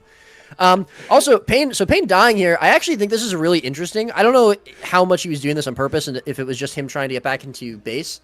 But I think the fact that he dies so far away from everything else, the nodes and stuff, is actually really interesting because it pulls blue team over here because they have to try to finish that kill. He was starting to self-res. And it stops him from getting the cap, which is really important for them right now. And you know, there might have just been like a happy little accident, but it's also kind of interesting that he dies so far away from the node and pulls all of blue team over there. I think, you know, an interesting story in this game is just kind of the dominance of these Untames, right? We were talking about a little bit, you were bringing up how Juvenile Menace was like 1v2ing the entire game, but it seems that there's not really much of an answer to these Untames. Really hard to deal with for the blue team. It looks like Cole was kind of getting bullied a little bit by the other Untamed, actually, in this matchup. And yeah, it's pretty good, as it turns out. You know, like, Untamed, pretty good. And you know what? It just proves that... proves that Trig main's Ranger. That's what it proves. I can only tell you that. That's what we Trig all know. is a Ranger main. That is true. He does like pets. Nice job there from the Warrior in the DH to pick up Frey. Good kill there. And you know, this is also really important just because this is the one node the red team owns currently. Cole, though, dying on the other side of the map. We do see the Chrono from blue trying to get over there to put him, you know, support him there. And they actually get the res, it looks like. And a lot of pressure here from Maya onto Draza as well. Vindicator going to be a little bit low. Again, I think Maya really doing a lot in these fights. You know, one of the biggest damage dealers, one of the biggest pressure points there from blue team. And they actually get the node after that res into Cole. That's a really, really important res. Keeping Cole sort of situated in this position is really good. And we see Con McGregor, the DH, staying around just long enough to get the Warrior the cap on Waterfall, and now he's going to leave. Maya, unfortunately, getting taken out. But again, the Chrono here is in a good position to get the res, and that's 2 reses picked up on the side of the map by that Chrono. Huge, huge plays there from that support. Yeah, not quite enough damage to finish that off there. The Vindicator had already left from Draza, so there was not that big AoE damage available there. Frey now coming back off spawn to support the Vindicator over here on middle, but actually Pain gets caught as well there by Cole and Maya, so yeah. Definitely not an ideal situation right now for the blue team, and they are climbing their points. This is a very long way to go, and I think Timer is actually a little bit scary here as well. If I was the blue team, I'd be sweating a little bit if I was thinking about making a comeback, because they've only got 5 minutes left in this game, actually, so they've got a lot of points to make up, and they haven't got that much time to do it, actually. No, and you know, I think what they're doing really well right now is stopping red team from gaining more points, but they're not able to really hold on to nodes very easily, and they're not able to hold on to nodes for very long. And that is obviously going to cost them because, as you said, 5 minutes left. Spodebreaker trying to rotate out of this 1v1, goes towards mid, but there's more red team players there. Fortunately for him, the rest of his team is behind. He's actually able to hold on long enough to get his heals off. Waterfall does go the way of red team, unfortunately, but Spellbreaker doesn't die. Oh, the Dragon Hunter destroys! Pull, big pull. Onto that Vindy. Yeah. I mean, when it connects, it absolutely connects. It really, really does. And it connected onto the Vindicator, getting that kill immediately. And we actually did see, I think one of the Untames was also dead as well. So red team, again, a slightly disadvantaged position on the map right now. They do have the waterfall still captured, but that is going to be neutralized now. And I think red team are going to have to defuse this and slowly start to move away. They absolutely are. But there is a bit of an issue here. The Untamed coming off respawn there. Blue team were very rotated, very committed to the waterfall here. And they don't have a response to the Untamed coming off respawn, really. Looks like Cole is going to be moving over there right now, but the node has already been neutralized there. I'm not sure if that's a good 1v1, to be honest, either, into the Untamed with the Druid. In fact, it definitely isn't. Well, I don't think so. And again, I mean, more importantly, again, they have to be holding on to these nodes. So, like, contesting a node is great because it stops red team from getting more points. But at this point, again, 3 minutes left in the game, they still have half the points that red team do. They haven't been gaining points that quickly. They need to be holding on to these nodes. And regardless of if, you know, Cole can stay here and contest for a little while, now he's getting plus, he's going to die very quickly. And I think that's also a little bit of the drawback of the Druid. It definitely doesn't really seem to be able to hold outnumbered quite as easily as, like, Untamed or Spellbreaker or Fraz Long. You know, double cap for blue team, that's great. But at the end of the day, you know, timer and points in general are way against them. And so, it, you know, might be too little too late. Yeah, absolutely. And red team have now got themselves one node, and that means victory for them is just creeping closer and closer, and the amount of points that blue team needs to gain is kind of increasing over time, unfortunately. Con is down. Cole is also dead. Maya in a bit of trouble. Tries to escape with some of these wells. Has Shadow Step. Oh, but the gate's open. That is not going to be good enough to get over here, because, of course, yeah, the Untamed went for the Beast at one point. Oh, but Cole actually arrives at the last second to save the Spectre from an early demise by the looks of that, but I don't know, with one player dead at this stage, it's very difficult to come back in this particular position, I think, for the blue team, especially with the cap for red. They need to contest that. They are deploying Cole to do that, but one of the Untames has already noticed, I think, and is going to match that 1v1 as well. And red team is actually taking control of the middle node as well. They're going to be up on a 2-cap. They've decaptured the waterfall as well. I think this game is over. Yeah, I think we saw some pretty good individual play from blue team, but I think in general, like, the team fight was just their biggest weakness. And if they had been able to sort of do what they did in the last, like, sort of after the first third of the game till now, this would have been a lot closer if they'd been able to do it earlier. But they just kind of got stuck in that triple cap team fight situation for a really long time, and it took them a really long time to break it. And yeah, I think, obviously well played by red team throughout most of it. Good individual play from blue team, but just not as strong in regards to the team fight and stuff. Yeah, absolutely. And I think the versatility of that Untamed really showed in this game, I think. It is one of those builds that's pretty good in a lot of different situations, and of course that type of build does super well in Guild Wars 2 PvP, right? Like if you're able to be a really good 1v1er and still deliver some value in a team fight, that's like a really nice thing to be able to do, and I think that's what the Untamed is doing there. Another kind of overview of one of the strong teams we're looking at, of course, it's the Erosic, Zintrex, Intrig, I Trust, the Conqueror, and Demolish as well, which I think the Conqueror is not a melon, right? Yeah, that's exactly who it is. And then Demolish, of course, on the Chronomancer. So that's another very powerful team, actually, and watching that team go up against, I think, the Pain and Draza team is also going to be interesting to take a look at, I think. And, of course, the French team as well, right? Like, bear in mind, the French team was also highly competitive in that setup as well. Looks like they are coming out ahead in this game. Pretty well, though, so far, actually. By the looks of this, they're in this particular matchup there. It looks like they are going to be winning this. They're trying to finish off a kill here on middle. The Reaper being eliminated. By the looks of that, and yeah, they're able to get that kill, and I think this support Chronomancer also in a lot of trouble, has nothing left over, actually, and yeah, the Catalyst and the Vindicator able to pick up that kill, and I think, by the looks of that, that should kind of be the final stages of this match, as the red team should be able to control the map pretty effectively and win. Yeah. Putting buh in the chat, I agree. Interesting choice there. Buh. It's a fun word. Yeah? Buh. Is it, you like the emote? It's kind of like a cat setup over there. Kind of like a cat? Yeah. I think it's exactly like a cat. What do you think of tuh as well, though? We've got a couple of variants here. What is tuh? It's a different cat. What is it? T-U-H? Yeah. Oh. Yeah. Buh is better. Whoa! Whoa! Yeah. That's a bit harsh. No? I mean, like... Nah. You're not feeling a little bit sad about saying that about tuh? What if tuh heard you? I'm not saying tuh is bad. I'm just saying buh is better. How do you compete with buh? What about zuh? Wow. Who made these emotes? There's like, I think there's one for every single letter of the alphabet. Wait, really? I think so, Wait, yeah. so what's A? Yeah, I guess. I think there's a huge amount of these emotes. Yeah, there's a massive amount of And so them. there's cuh? Yeah. Oh, yeah, there is. There That's absolutely good. is. I don't think we have that one, though, but there is something. Oh, yeah, look. Yeah, there is. Ugh. There you go. Enjoy. Yeah. And then you is Yeah. Ugh. That's great. Yeah. Daily reminder that Magrus is completely insane. He keeps trying to remind me that World vs. World is back. Because that is actually true. World vs. World is back, apparently. Very exciting. He's completely insane. That's crazy. Yeah. No, he is completely insane. It's Dragon Hunter, by the way. Dragon Hunter drove him insane. Just some context there. Oh. Yeah. Not like in PvP, just in PvE, actually. He's been driven mad by DH. Yeah. Oh. So now the World is fixed, can I claim credit for it? Yes. In fact, stated earlier that I had nothing to do with fixing it. Yeah, you know how you said that casting this taunt wouldn't fix it? Maybe it did fix it. Yeah. Have you thought about that? That's actually what did cause it to come back. Oh, interesting. And that round is now over. Interesting hypothesis. Yeah, yes. It is. Moving on to the next round here, once again. I don't know if I missed any memes. I was looking at the chat, not the game. I have no idea if you typed something. It was could be a mystery. No, I don't think so. I don't think you missed any memes yet. Okay. I think there might be a meme at the end of this match, though. Ah, very exciting. If I remember correctly. So we have this game here. That will be against French Worms. I think that would probably be very favored towards the French team there as well. Ooh, here we go. Yeah, so we actually have on Capricorn, we have Demolish's team. I don't know who's the team leader, but Demolish has a proper name. Say Demolish's team, sure. Yeah, you can say Demolish's team for sure. Going up against Drazet and Frey's team.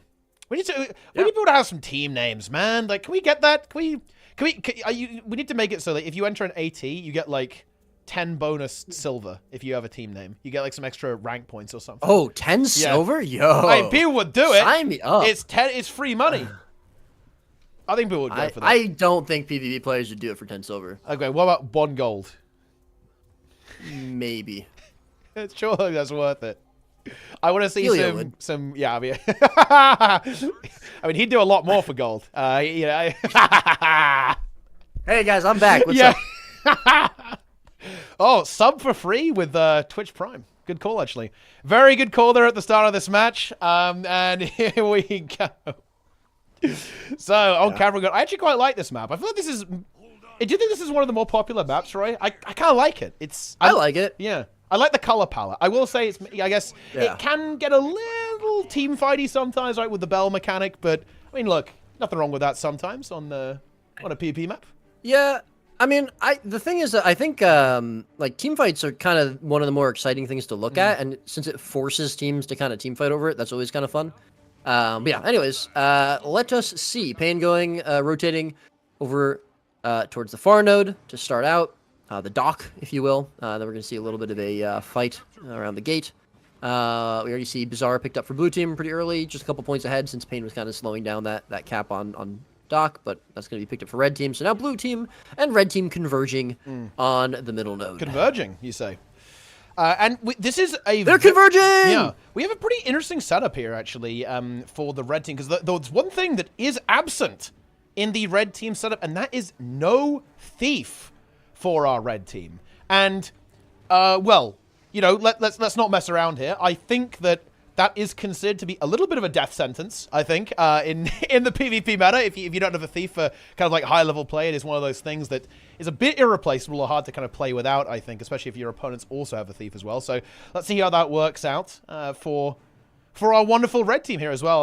And actually, an interesting choice of main hand weapon, actually. It's Axe main hand for Demolish, too, on the support chrono, which is kind of interesting.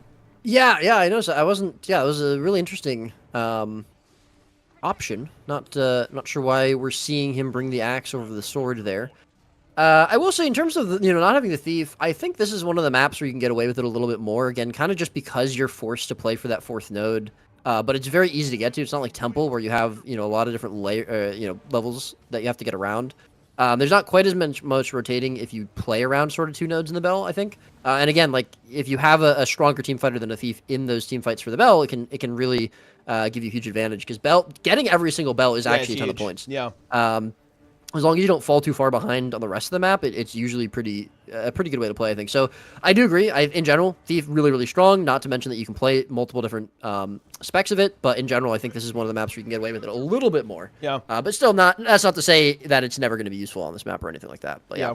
I think, that is going to rely on winning these bells decisively, and we're about to see if that's going to happen, because I think that the bell, like many secondary objectives in Guild Wars 2, it can definitely work against you if you're trying to really push for it, if your opponents are capable of stalling you and you aren't able to actually get it done pretty quickly. If Red Team is able to win the bells quickly and efficiently, then yeah, I think you're absolutely right. Then they can use that to their advantage and just ignore one of the nodes almost if they want to. They're not currently trying to do that, and I'm not sure about that one to us. They are definitely trying to play 3 right now, and they do have a lot of classes that can 1v1, right? They have the Spellbreaker, the Catalyst, and the Untamed, of course. So they do actually have a lot of potential to control the map. But of course, the Thief is going to punish that a little bit in a way, because we see Zintrex get outnumbered by the Deadeye, get killed off very quickly, and then the Thief is already going to pressure the Bell. And Red Team, they're kind of struggling to keep up with that rotation, forcing the support to leave here.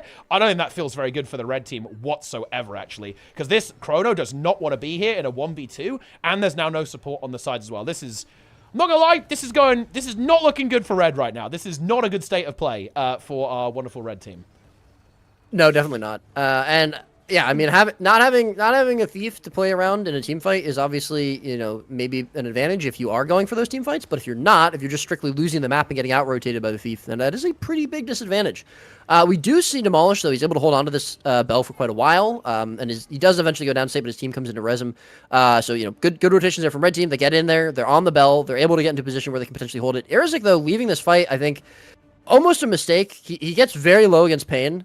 He's holding his own a little bit here, but I think Pain should eventually get this kill, and that's obviously going to be, not great for Red Team. It's going to put a little pressure, but he actually almost gets the downstate on a Pain. The rest of Blue Team coming in, though, are probably going to put that to stop. Demolish is coming in, though, try to rotate him out, try to keep him alive, and Blue Team still haven't gotten this Bell, even with that earlier pressure, even with the pressure on the map. This is a neutral map state. They're a little bit ahead, but they haven't really found a lot of kills after that Bell. And Pain, he's going to go to downstate. Chloe, the Untamed there, finds him. A massive and combo Dross is really low coming into this, too. Yeah, he absolutely is. Dross in a lot of trouble here. Is trying to be kind of peeled out a little bit there by the Ranger, and Does succeed in doing so. Looks like they might be able to get away. But red team do get the bell, actually, immediately off the back of that. So blue team really struggling, losing their Untamed as well.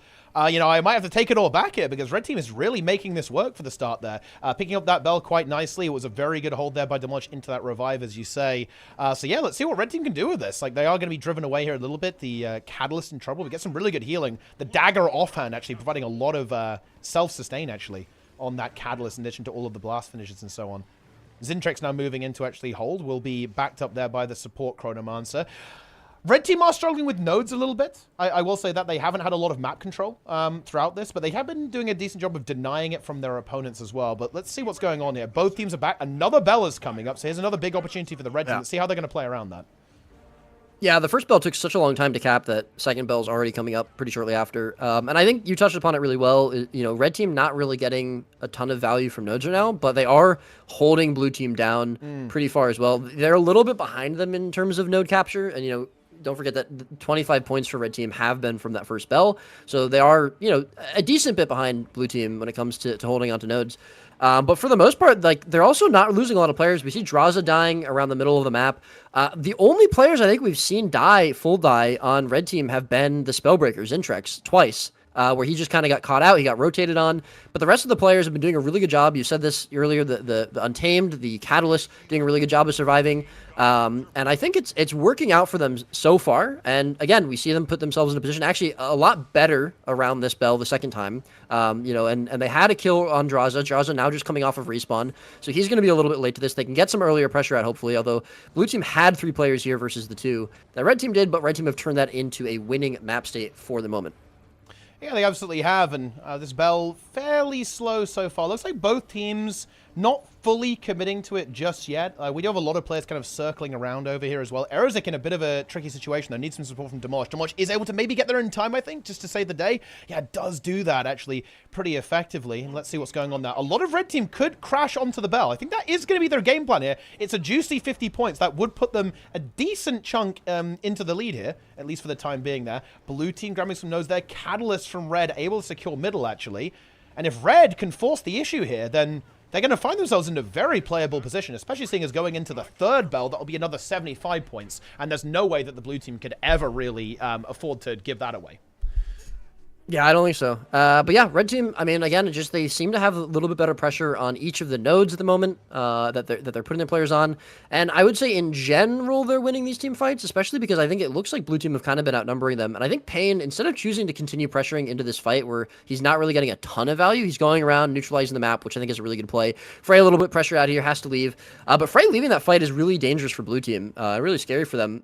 He was trying to contest the node. I think he didn't want to leave Payne to do so. But now Draza, obviously without that support in the fight for a really long time, is really, really low. He's taking a ton of pressure. He does reconnect with Frey, so he's going to get some heals. He's going to get some support back. But red team, they taste blood. They want that kill onto Draza. They're converging onto him. The Bell fight still in this 1v1 against the Untames. So that's not going anywhere. And second bell actually coming up in third bell coming up in less than a minute. Yeah, and I think that's actually really bad news for red team, because they're quite likely to actually miss out on this bell. Ooh, having said that, they immediately get the kill onto Draza. Maybe they can force the issue. They've got to do this in 30 seconds, I believe. Otherwise, they are going to essentially run out of time here, and the bell will just respawn, and they'll essentially skip one. Oh, all of the red team is here now, but I think they were too late, actually, right? I think this is, the bell is not going to respawn anymore, right? So they have actually missed out on one. So they essentially lose...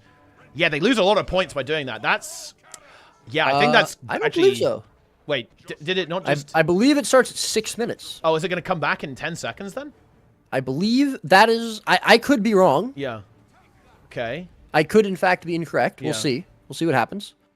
Oh, no, it is back, actually. I think it comes back up. Yeah. Okay, never mind. We are good to go, They did get it. They enabled the triple bell.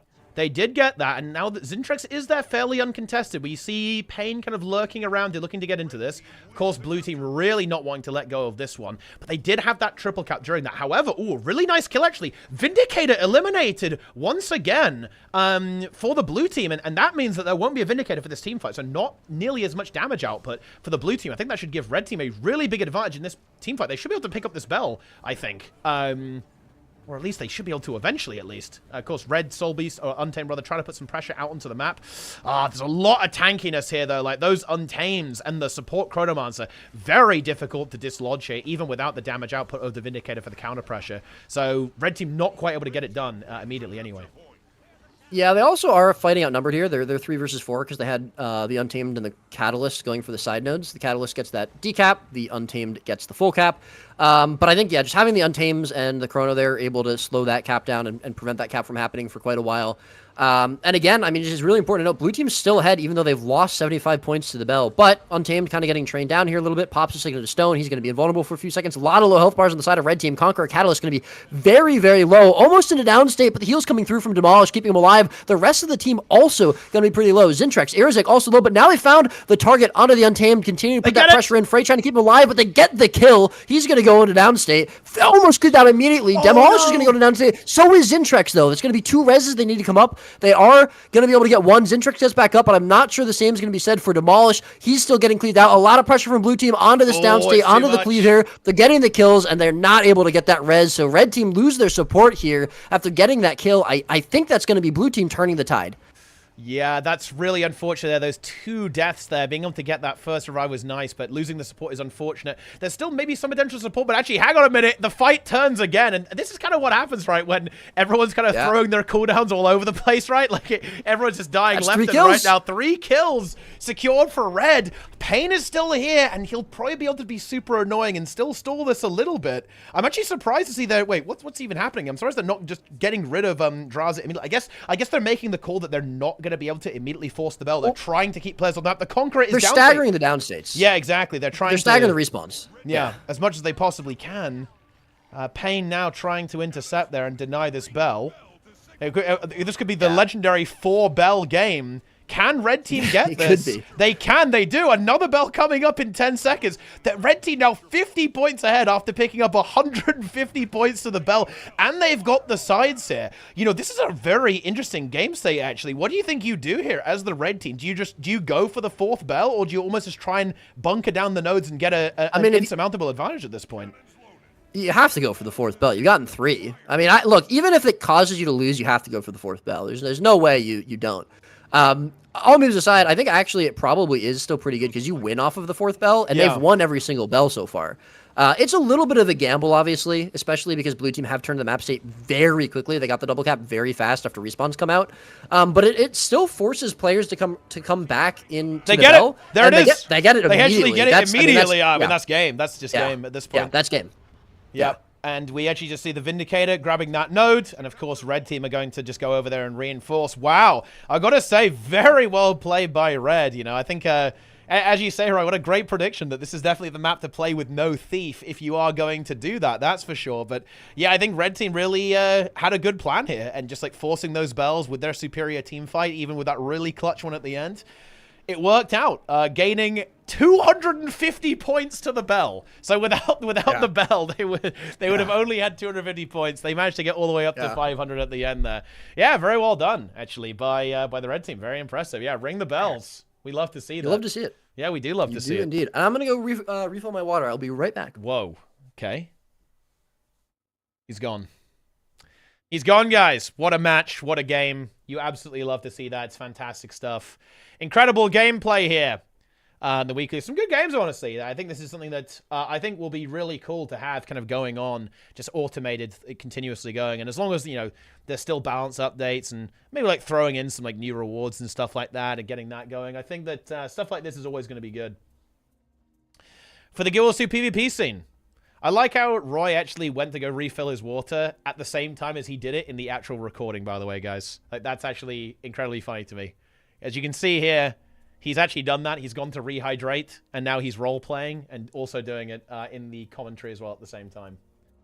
I would never account share with an ArenaNet dev, guys. I would never do that.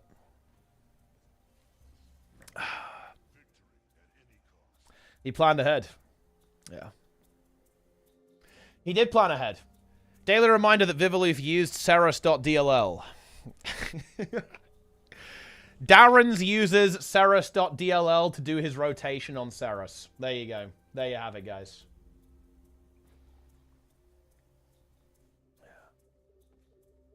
Let's see what happens in the next round.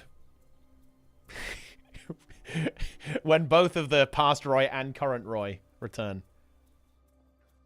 You know, the funny thing is he actually might still be here in real life.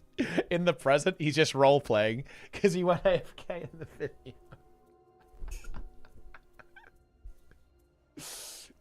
Is PvP still dead? PvP? Hey, I'm back. Yeah, nice meme, bro. Okay, welcome back. Welcome back. Thanks. And let's go to the next round. Let's see what's going on here, actually. What round is this now, actually? I'm disoriented. I've got no idea what's going on. We must be getting to this. Is this the last round? Before we go to elimination? I'm correct. Yeah, you might be right on that.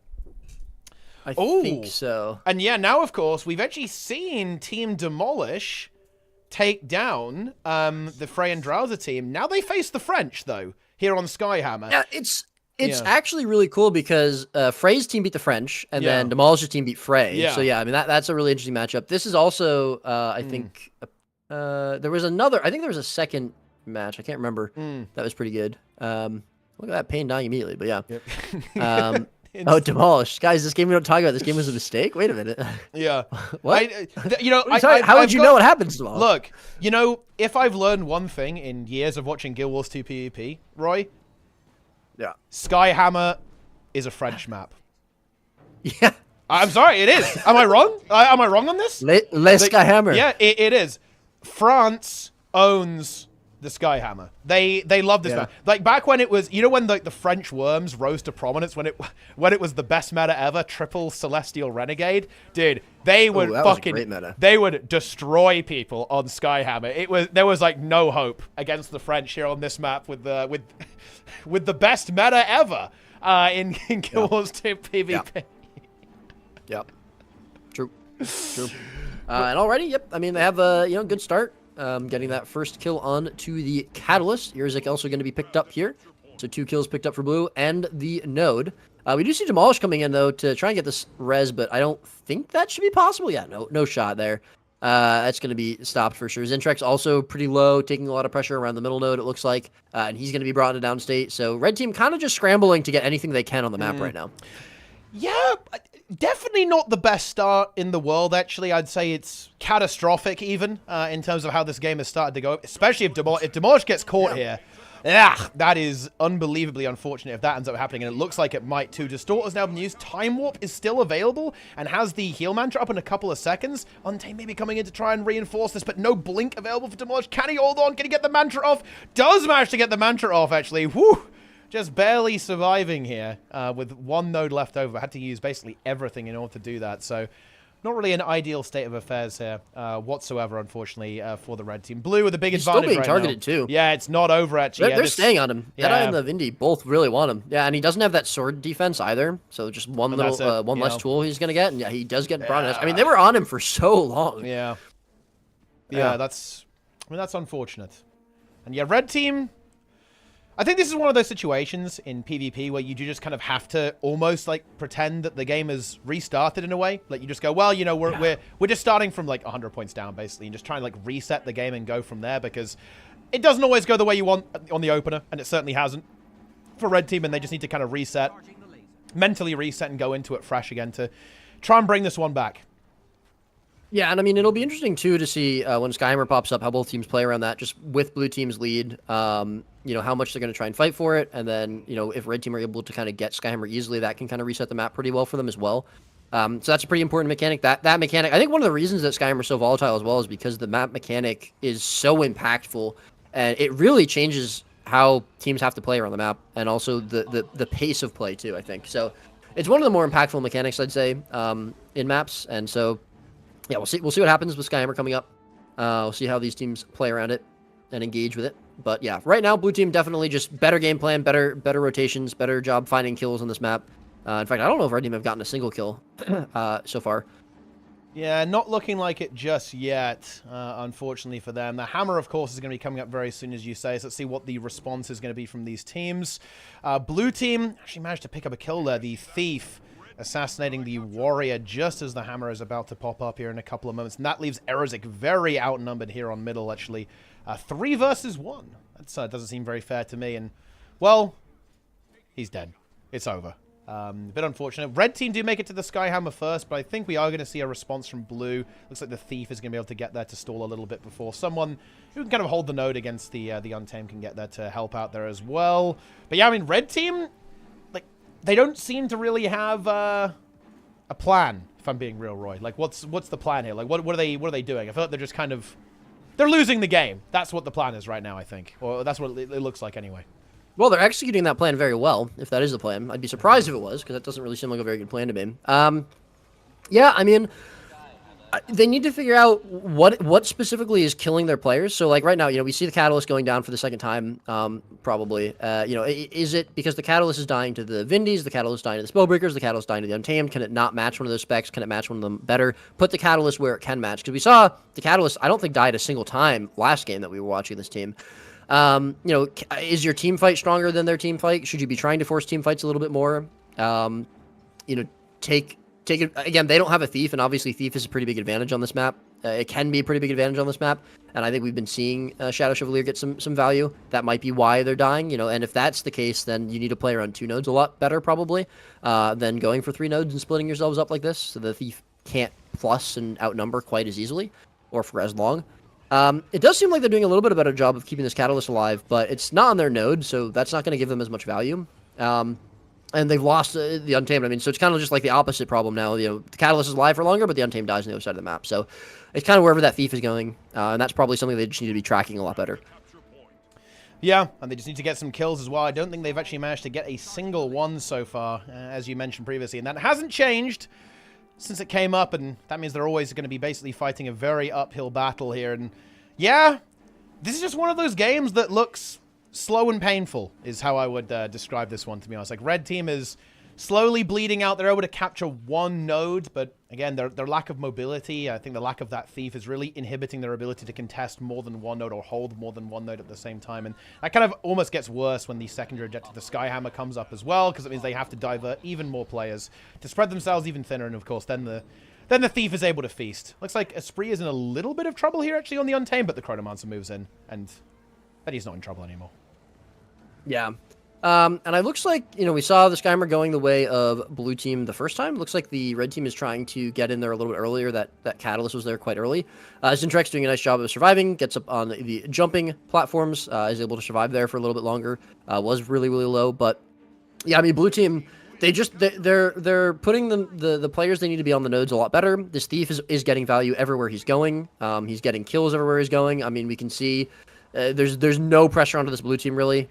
His demo comes in, does get this res, this is really nice, and the spree is a little bit low, but the Thief in general is just getting so much value. And, while they're outnumbering this, Catalyst dies on the other side of the map. So even though the Thief's not there to get that kill, they finally pick up a kill of their own. But even though the Thief's not there to get the kill, he's causing this to be outnumbered, because they are trying to track that Thief a little bit better, and they do get the downstate onto the Catalyst. So, sorry, that was on Skyhammer, where they're being outnumbered. And I think now we see, this is one of the things that, is really interesting to me. A lot of the time, one team will commit pretty heavily to Skyhammer, and they lose the map. And so blue team, they committed pretty hard to that Skyhammer. They went to kill that Catalyst. They had 2 players there, their support and their Vindicator, which is obviously a ton of their damage. And the Catalyst held it for quite a while, outnumbered, and they got the map because of it, because blue team stayed there. And it's always interesting to see that. It's always interesting to see teams commit really hard to Skyhammer and then lose the map because of it. And it might pay off, obviously, but it is still an interesting thing to see, because I feel like we see that almost every time we see this map come up.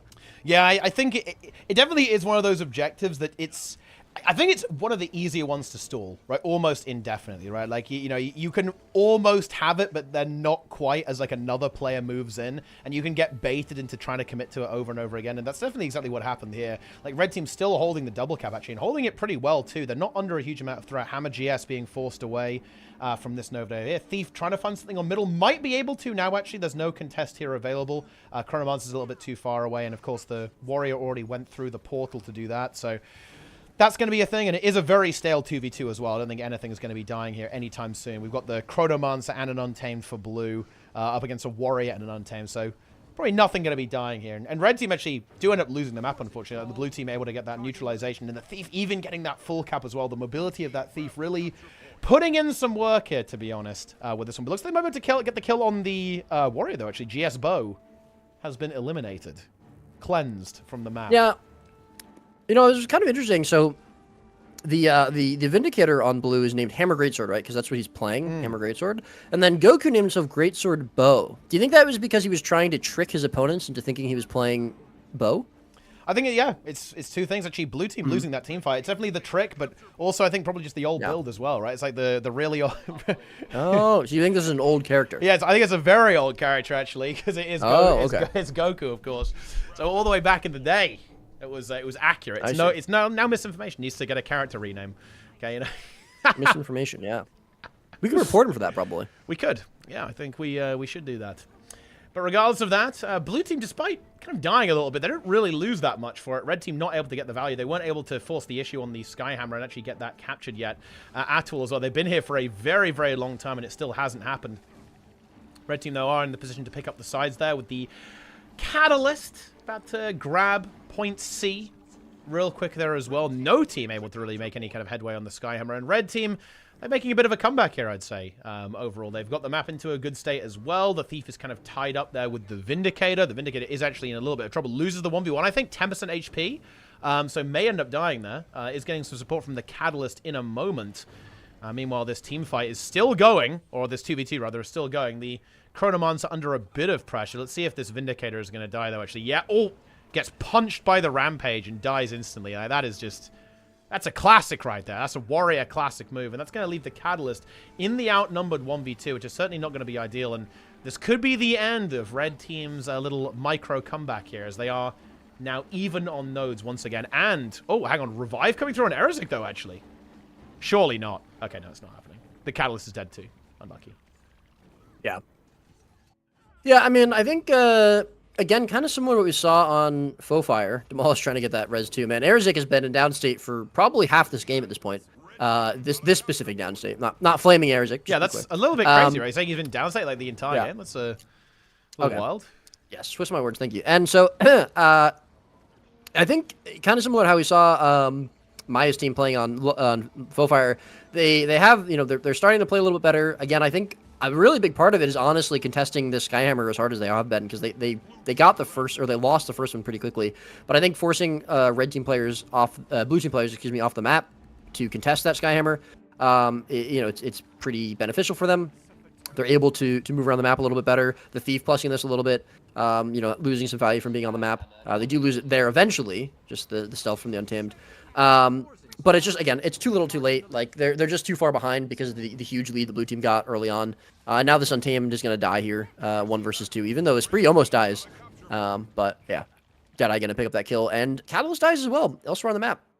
Even with the Untamed, or the outnumbered from that Untamed. So we now have the triangle of teams that beat each other, right? Like, of course, the French lost to Draza, who also lost to Demolish's team, but they also lost to the French. So that's a very interesting setup. I think it's always quite exciting when stuff like that happens in Swiss. Oh, yeah. Because there is that slight ambiguity of what's going to happen. Of course, map does play into it, right? I certainly think that... Oh, for sure. You know, the Bell really worked out well for the red team, I think, here. The Skyhammer, I think, a little bit less so, and this map in general, a little bit less so. Without that Thief, it is a bit more punishing than Capricorn, for sure, I think. But still very interesting because, of course, you know, those maps can pop up again, of course, in the elimination phase. So you never know what's going to happen. And yeah, like we've seen 3 really close teams together, actually, like already in the in this weekly AT. We'll see if there's going to be any more. And I think it's really cool to see. All right, well, let me rephrase. I was about to say it's really cool to see Deadeye, but is it? What I mean to say is it though? It's interesting to see Deadeye on Skyhammer because, you know, historically, before like Deadeye was meta, I would have said, oh, Skyhammer not really the best Thief map because you go in for a plus and they can just jump up on the platforms and kite around really for a long time. Just hold that outnumbered, hold that 1v2. But with Deadeye, you plus, if they go up on the platforms, you can still just pew them from the, you know, you still just hit them with your rifle. And so, you know, you don't really lose that value from running Thief there, which I think is pretty cool. Yeah. I think it's also a build that's played with Sword Dagger as well, right? And that's just like a fantastic weapon set on this map because you can teleport through the walls really effectively. Yeah. Like you can really catch people off guard and also just disengage extremely effectively on this map. So I think that particular weapon set is just fantastic on this particular map as well. Another game may be going on it, but it is kind of in its concluding at this point, as you can see. It's 14 points left. Blue team looked like they were to pick this one up there as well. Unfortunately, This could be the end of the tournament for Garkos, actually. Jumper the Dodge Dog. Slayer of Zan, Ooh, rest in by peace. the way, actually. One of the most powerful Oh? thieves in the game. Yeah. Yeah, he... Oh? No? Garkos, whenever he kills a high-ranked PvPer, he, like, clips it on his stream and sends it to me. And he's, like, another victim, basically. Like, that's pretty much it. That's a good name. Yeah. I like that. Yeah.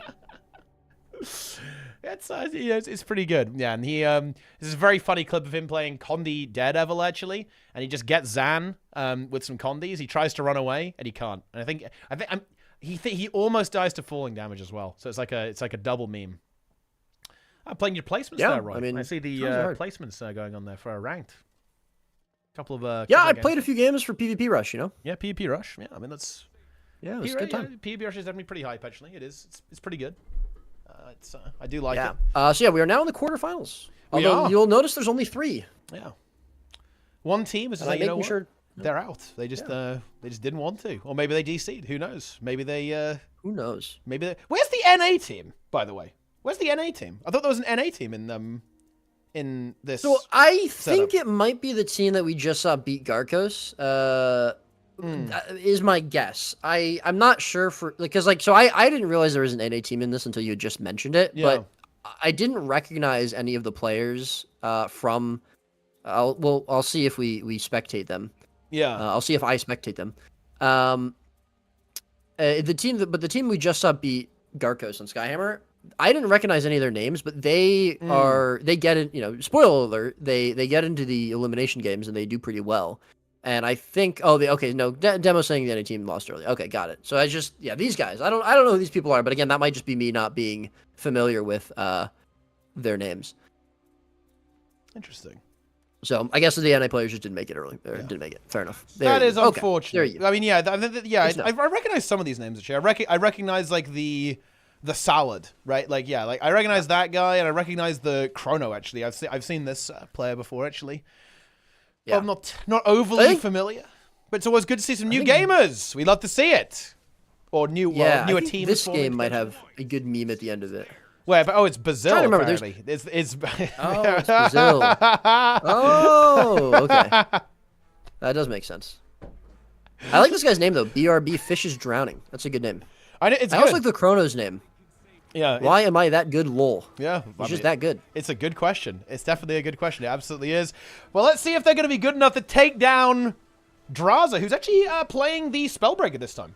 They've the Untamed, Draza swapped I believe. with one of the Untamed. Untamed. So they're going Spellbreaker instead of double Untamed, which is interesting. Yeah. Obviously, Draza able to multi-class to a lot of things very effectively. Interestingly enough, we're seeing the Reaper, which is it's a pretty strong spec, right? A lot of people have been talking about Reaper a lot. We haven't really seen it though so far in this AT. I mean, we haven't been watching this team, but we haven't really seen a lot of other teams playing it very much or putting a lot into it. We are seeing it here, making it to the quarterfinals, and so far the Reaper doing a really good job of kiting, doing a good job of just applying that AoE Condi pressure, but getting a lot of pressure themselves, doing a ton again, just running around this loop on this kite spot, getting some support from the rest of their team, but they're not really able to find any pressure. However, Pain elsewhere on the map is going to go into downstate. We do see the Thief, Bazil, on Daredevil getting that kill and rotating into Mansion, picking up the Mansion. But blue team are going to double cap. However, they lose a player in this team fight. Frey going in for the res. Looks like they should. No, not going to get it. Yeah, it's going to get cleaved out and stomped. And there's a lot of pressure, again, from that Reaper put now on a Draza, who's very, very low, and split from Frey, his support. Yeah, and this is a really fantastic map, I think, to play that Necromancer. And we actually see the build there. They're running with Well of Corruption as well, and the Scepter trait with Scepter. Of course, Scepter recently got buffed in PvP, going up to 2 boons converted into conditions rather instead. So actually going with the Scepter trait for even more AoE pressure. So you have the Well of Corruption, and of course you've got Nothing Can Save You, and then you've got the Scepter 2 as well. It's a huge amount of AoE damage, and a fantastic map for it, right? I think this is definitely a map where Necro can really thrive. Loads of terrain where you can kite around that middle node and take these big fights and really provide a huge amount of pressure there. But of course, Guild Wars 2 PvP is not just about winning the big fights, and despite the fact that the blue team, the red team did really well in that fight, they didn't really have the map. They kind of zerged quite a lot there on middle, so it's not a huge surprise they did really well in that fight and were able to win it. They weren't able to control the map though, and that is unfortunate for them. Yeah, it looked like they were trying really hard to commit to chasing down Frey after that fight and get a kill. And I understand the idea there, just being that if you get the kill onto that support, you can set up pretty easily in a double cap, or get the kill onto Draza and then maybe snowball into Frey, or but at least getting another kill off of the back of that, killing that Vindicator. But they just didn't. They weren't able to find it. They split their targets a little bit too much, I think. And then they chased very far, which meant they never got the cap on a mid. They lose their Vindicator as well here, which is unfortunate. Finally, they're going to cap mid, but they also get double decaps on the sides just now. So they've flipped the map state pretty effectively. We'll just have to see if they can hold it. Blue team going to be a little bit spread out. Red team not going to try and put any pressure into Mansion, though. They're just going to decap that and then leave, which I actually kind of like, because, blue team is pretty split across the map here, with Respawn coming in and trying to go for that cap onto Mansion. And so if they can get some kills here on to Windmill, and then get that cap, then they should be able to hold on to a double cap pretty effectively with this comp. Yeah, that's certainly the case, and blue team now trying to go for a bit of a repack here. They've regrouped up there, getting back onto them, but they are still a little bit spread there. Red Thief over on the Mansion getting that, and actually the Red Chronomancer in a lot of trouble. Teleports away, but gets pulled back in by the Warrior, actually. Has absolutely nothing left here as well, and just gets eliminated immediately. The Reaper tried to go for a big stun to deny that, but that's not going to be enough. And yeah, red team overstaying their welcome a little bit there, I think. You can't stay there forever, I think, especially when you've got... it's difficult to disengage, right? It's hard to disengage with the Necromancer. That's for sure, a little bit slower than some of the other things. Funny enough, the Necro did manage to slip away, actually, towards the middle node. Spellbreaker is also in a lot of trouble here, actually, as well. Can't really kite effectively currently, actually. Or maybe Bulls rushes to freedom. Of course, that staff, a lot of mobility on the staff right now. You play this, you have staff and dagger and Bulls rush. You're pretty fast on Warrior. Is it going to be enough, though? I don't think it is. Looks like this is going to be a kill. Did take a little bit of time. The Vindicator had to come back instead of capping a little bit there, but they do get the job done in the end. The Chronomancer going for the revive as well? Surely not. There's no way that's even remotely possible, right? I don't think so. No. No, it shouldn't be. And I mean, this is just, I think, red team... They're not really able to pick up a lot of kills, and they also just, I think the Thief is doing a really good job of keeping Mansion decapped, which is great. We don't really see it being held for very long, but in general, blue team are holding on to at least one node for quite a while, and they are consistently getting kills here and there, and it's just keeping their lead a little bit ahead, keeping their lead a little extended. Payne is pretty consistently going back and going for that cap on a Mansion, although he is again, he's getting matched there a lot by Basil on the Daredevil. We are going to see the support for red team, though, taken out in this fight, potentially before the fight even really kicks off. And I mean, that's just, again, red team, there's not really too much they can do there except trying to survive for a little bit. Again, we see the Warrior just getting chased down by Draza. Draza's going to have some backup if he needs it, but for now he definitely doesn't. They've got the double cap on the map, so he doesn't really care that much about it. Payne, though, does get taken out there. It looks like Bazil probably getting a kill on him again. Vindicator from red team coming in to help get that, as Frey was going to try to go for the res. So that's going to be a kill picked up. Maybe gives them a little bit of freedom around the map, but again, the Warrior dies off of the back of that Chrono dying in mid, and it's just there's very little. We haven't really seen this red team get very much value from their comp and do very much with it and swing the map at all, which is what they're probably looking to be doing here with this Reaper. We just haven't seen it. We haven't seen it kick off very much yet. Yeah. Really interesting setup there, actually, as well. I saw this at the start of the game, and I thought, wait, is that Condi Thief? But now we actually had a look at what Basil is running, and yes, it is actually a conditioned damage Thief build, actually, with the Pistol Dagger setup there, actually, which is definitely an interesting pickup there. Like, of course, that connects. I think that's why Payne is maybe having some difficulty into it, because if it does connect, that's a lot of damage that I think the Deadeye is going to have a really tough time dealing with, actually, in that sense. So that's kind of interesting little pickup there, a bit of a switch up from the norm in that regard. But yeah, I think you're right. Absolutely. You're absolutely right. Even though this is definitely a nice map for Necro, it just seemed that red team is just kind of having circles run around them, to be honest, by the blue team. Like, even though the blue team, they're not having the best of time in the fights, really. Like, they're definitely not doing super hot into the Necromancer when it's there, but there's 3 nodes, right? They just say, well, you know what? We'll concede here, maybe even like bleed off a kill, but it doesn't matter as long as we have that map control. And yeah, red team maybe trying to play around 2 a bit more now, actually, and kind of force the issue on a 2-node situation. But I think when it's this late into the game, stabilizing now means you're really on a razor's edge. Like, if red team is able to hold this double cap, they can win the game by doing this, but it will take a very long time to actually get that point parity back right now. And I think that's really scary for the team that's trying to play around 2.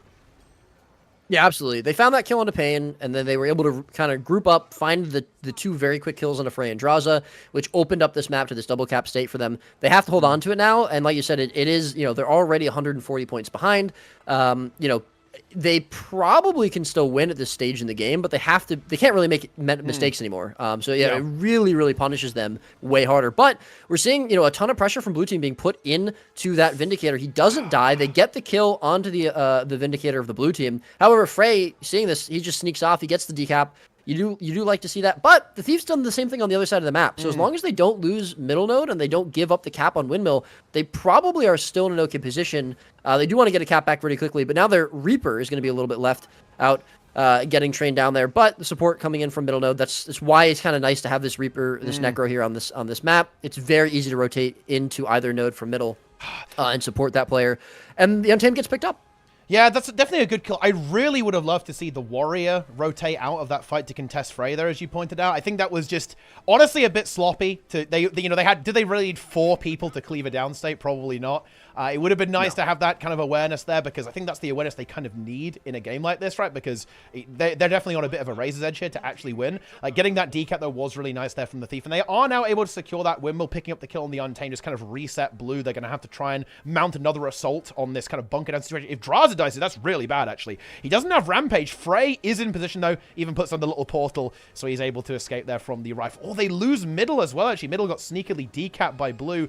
They should be able to get it back pretty quickly, though, I want to say, because they do have the Necromancer still around there, but the Vindicator is trying to intercept. And now we have another big fight kind of starting to brew here. Windmill almost neutralized as well. Red team really can't afford that to happen as well. Their Warrior under a little bit of pressure. Does have Rampage and the heal skill, though, so should be pretty okay, I think. But they are, of course, outnumbered. They are 4v3 here right now, as the Thief and the Necromancer are not present in this fight.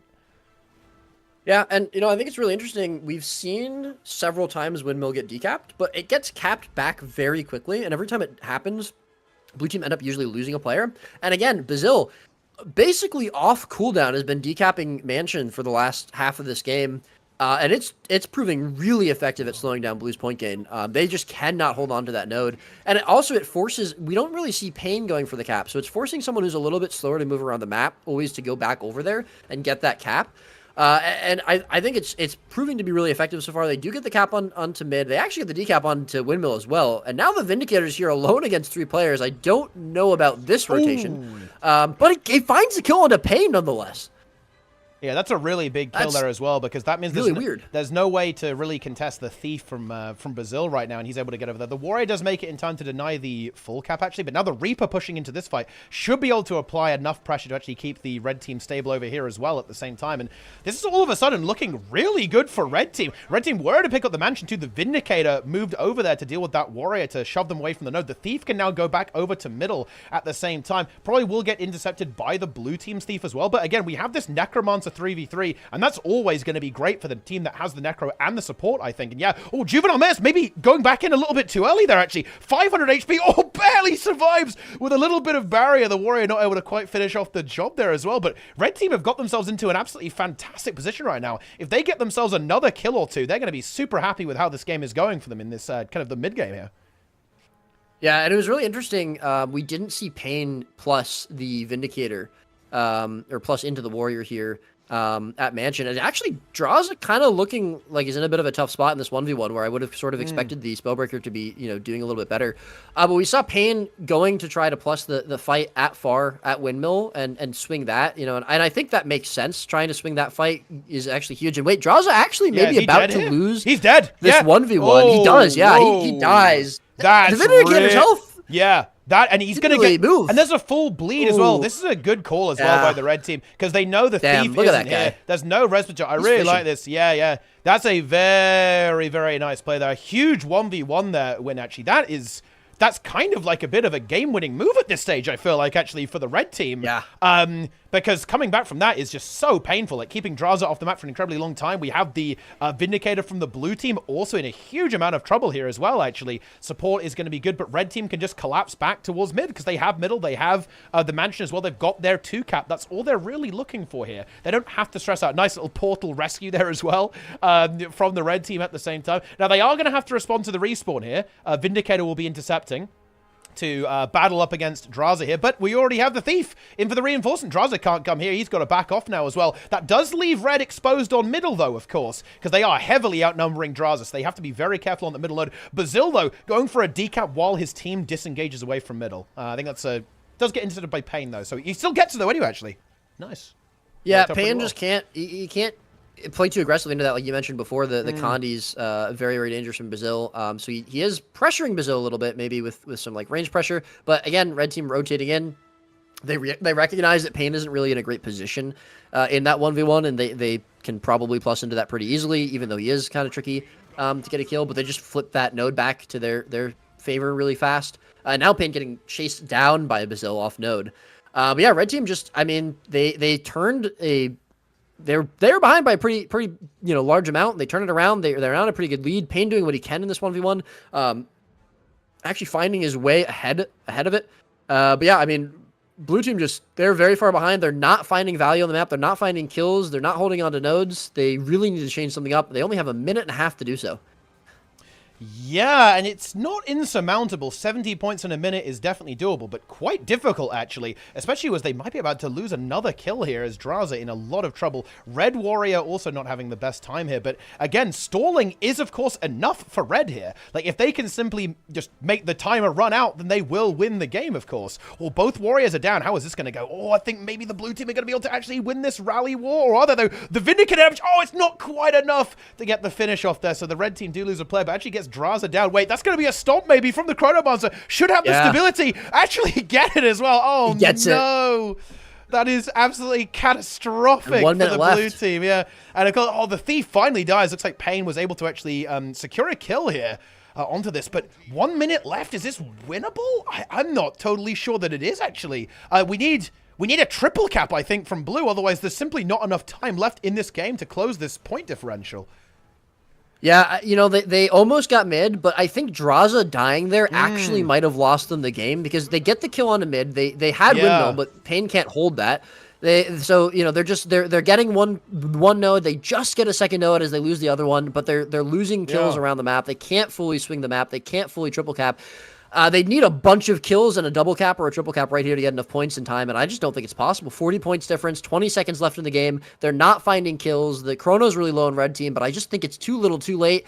Blue team finally finding some life in this game, but they're not able to do it in time. They're out. Draza getting shut down by this Vindicator. They are eliminated. And I think, yes, we're going to see essentially rank 55 getting eliminated here in the quarterfinals by Brazil and the boys. Yeah, and here's the meme, I think. Yeah, that is... Nice, yeah. Oh, wait, what the fuck is that?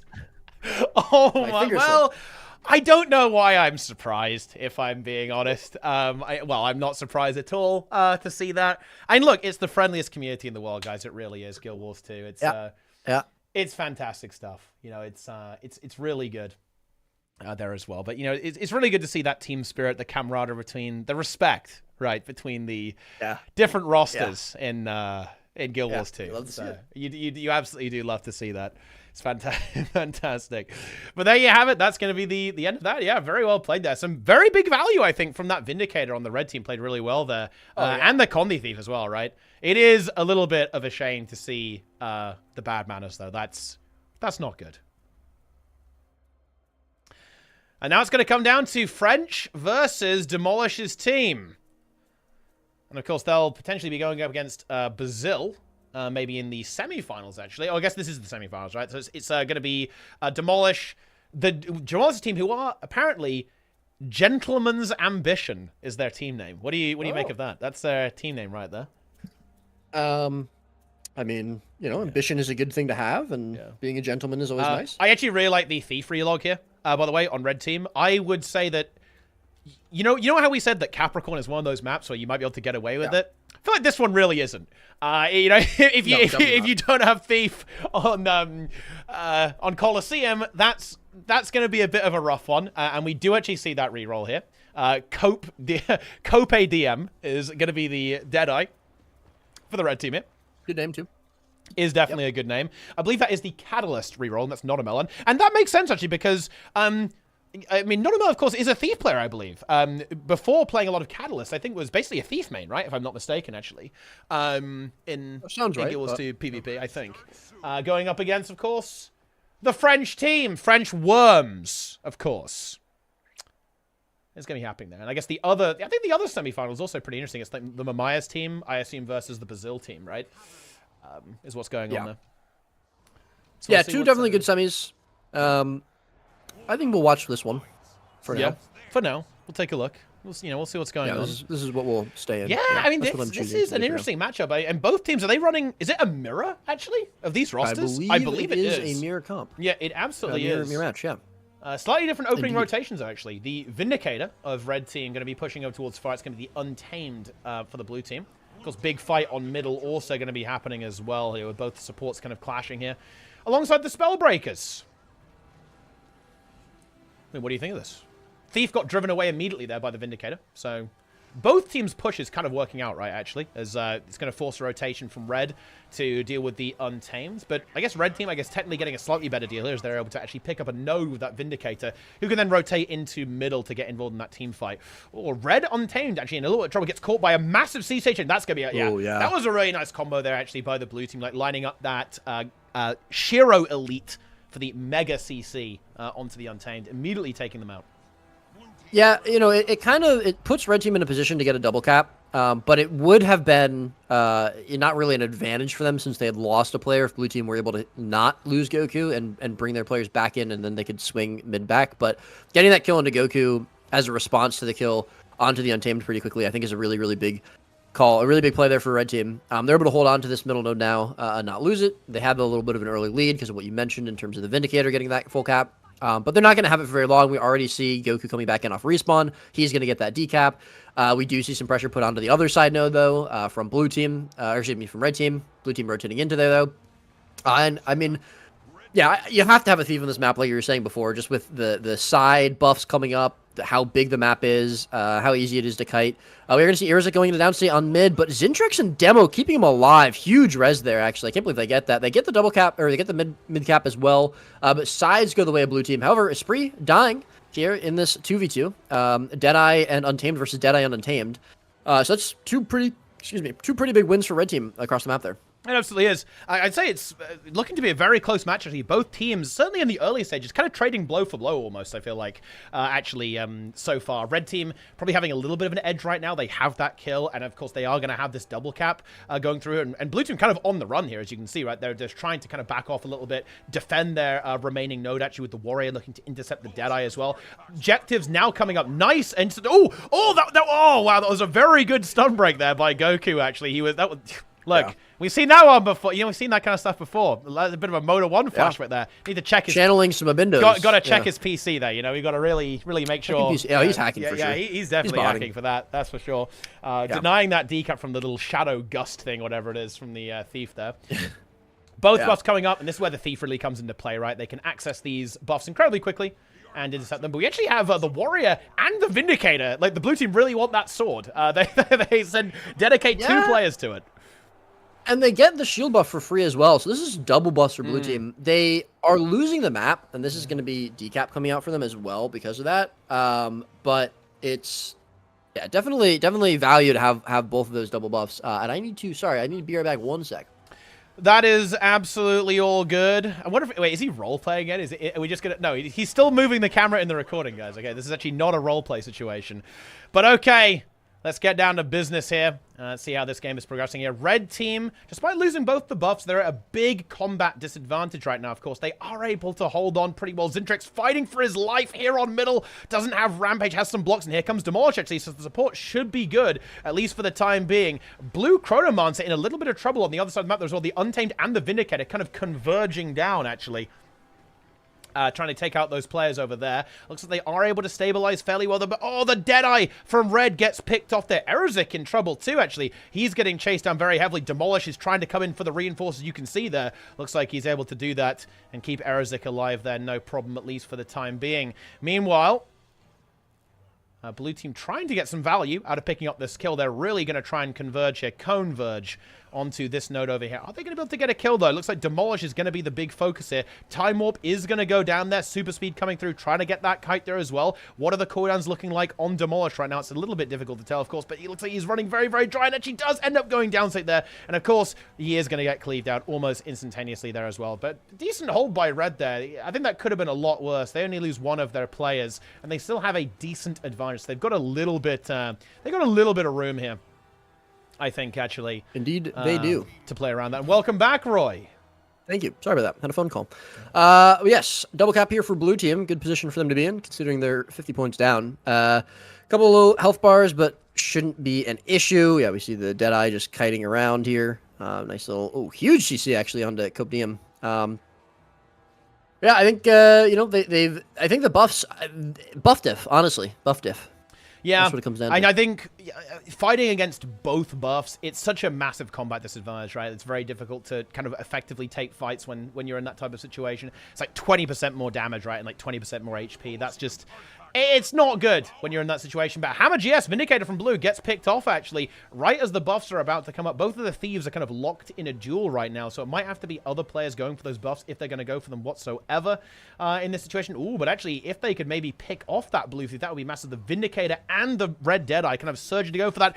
Kope DM, though, actually gets kind of blown up by the Warrior and goes down. Goku makes a bit of magic happen, actually. But I think Erazik can maybe get this res all the time. What goes down? This is a massive play there from Goku. Picking off that Thief and also denying the revive. Erazik, though, goes for the kill. Manages to find it there. This is pretty insane, actually. Who's going to be able to get the rally here? Oh, no, it is going to be, of course, the blue team. As the red team Thief, they died. Yeah, I think really well played by Erazik there. Yeah. Go ahead. I was going to say it was a big play there from Goku, but yeah, Erazik trying to recover it, but not quite enough, unfortunately. Yeah, I mean, obviously Goku getting the kill is huge to begin with. Just, I think Erazik doing pretty much everything he could have done there. Just, unfortunately, the rest of the blue team coming in and making that kill a lot easier to cleave out. You hate to see it, but yeah, on the other side, too, we see in Trig I Trust, the Untamed from red team getting taken out. So that's going to be 2 kills picked up there across the map by blue. But I am happy to see that we get a buff here for red team. I definitely, I was going to mention, I really hope they do play into those buffs a little bit more this second time around. They don't just give them up for free, because I think that was a pretty big buff there for, literally a buff for blue team to swing the map back in their favor. So it's not going to be 2 buffs. They'll have the, buff a piece, which is great. You'd love to see that. But blue team's still in the lead here and still with the map state advantage. Yeah, it's a very, very close game so far. Just 20 points in it at this particular moment. Red Team Thief able to find that neutralization. Vindicator moving to go for that. Buffs go 1 apiece this time. As we say that. Ooh, Kope DM gets sniped, actually, by the Vindicator moving in. Maybe he didn't see it, potentially, and kind of got caught off guard a little bit by the Shiro phase shift.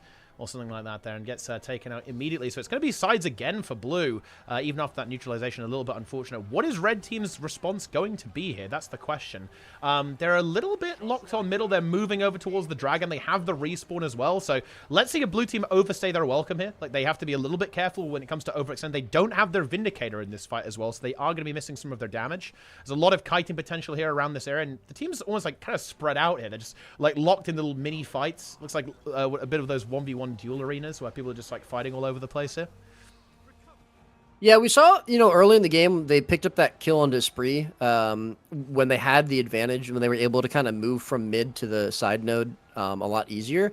But because, blue team are basically just completely ignoring mid when red team have a player there, which is great. They don't need to worry about it. They've been able to lock down these side nodes really effectively by just putting their players in the side nodes. They're really not moving into mid at all. There's a red team player constantly always going over there and checking to make sure that no one's trying to decap it, no one's going for a contest on it, and that's just kind of giving them a disadvantage on the side nodes. We do see red team, though, I think, they've left the Thief there to try to slow it down or contest a little bit. We do see them get decapped, but it means that they have an advantage in this team fight. And Spree feeling that pressure now. He's going to go into downstate. Erazik going to be a little bit low, but it shouldn't matter. It's just Goku and the Chrono here. There's no way they should get that kill. We'll have to see if it pays off for them. They get a kill finally, and that should turn into a node, but blue team will change. They will flip mid over to their side. If they can get a second kill onto Goku here, though, and then turn that back into a double cap with mid, I think it's pretty worth, and it's a better map position for them to be in as well, because holding onto that double cap is going to be a lot easier than holding on to the side nodes there. Buffs, though, coming up there. Blue team once again going to get the sword buff. However, again, red team looks like they're going to pick up the shield, so it looks like prioritization for buffs is going to be red for sword and shield for blue. But again, 1 apiece, not going to be the double for either. Yeah, I don't like this position for red team, unfortunately, because even with that kill, they're bleeding out Goku really well. I do think they need to actually play this third node. We always see the Thief trying to go over there and get something done there as well is going to be intercepted by the Vindicator as well in that 1v1. Like, red team, they really need to make something happen now, right? And they're going to have to play all 3 nodes for the rest. Oh, if this Thief dies, I think the game ends. So Kobe really needs to live here. Now, red team, They are going to go for a bit of a surge. They're getting that middle cap there as well. Blue team are all in position to kind of receive the attack here a little bit. Oh, if the Chrono dies, though, getting caught out a little bit of position here, actually. Might be able to escape just barely. Gets him to the kite spot there as well. Is doing okay. Yeah, but he's got his free appeal for him. Red still needs this decap, though, I think. They still need it. Yeah. They definitely do need the decap, and we actually Commentating, he was in a position to potentially reset the fight and be okay there, but Shadow Chevalier is running across the map chasing him, and we saw this earlier on. It's actually crazy. He's literally going across the entire map. But the turnaround from Commentating, he does have his heal, so he is still going to be able to get that, and he's held onto it for a really long time, but I'm not sure it's going to matter. However, Esprit goes down on this side of the map, but 17 points left. Goku is going to be able to sustain here and just be annoying. The other two players, they're just sitting off the node. They're waiting. Commentating actually turns it around. He gets the kill, but I don't know if it's going to matter because, yeah, they're just holding on. Goku takes so long to die. Hammer GS now is going to go to the node. The Chrono is still available there. It's going to be so close. It's so close. Do they have enough time for the decap? I'm not sure if they have enough time. Esprit's coming in as well. I think he should be able to make it before the decap. Can they somehow CC him off the edge? No, they can't. No. Oh, no. Yeah, what a game. That was so close. And I mean, Commentating with the heroic kill. Insane there, 1v1 the heroic there at turnaround. the end, making it happen. And I think we're going to the finals now as well. So it is going to be, I believe, the... oh, no, this is the other semi, actually. No, this is the other semi going on here. And this is going to be the Cole team with Maya, Con, Ikgl, and then Chronomancer there as well. Wait, this is a... I think this is an absolutely remarkable game. Wait, Roy, what on earth is going on here? The team that... This is... Wait, what is going on here? The team that beat 55 and... Is losing to the team that lost to them on Fire. Yeah, exactly. And they lost to them very hard on Faux Fire as well, right? I think as well. Like, what is happening here?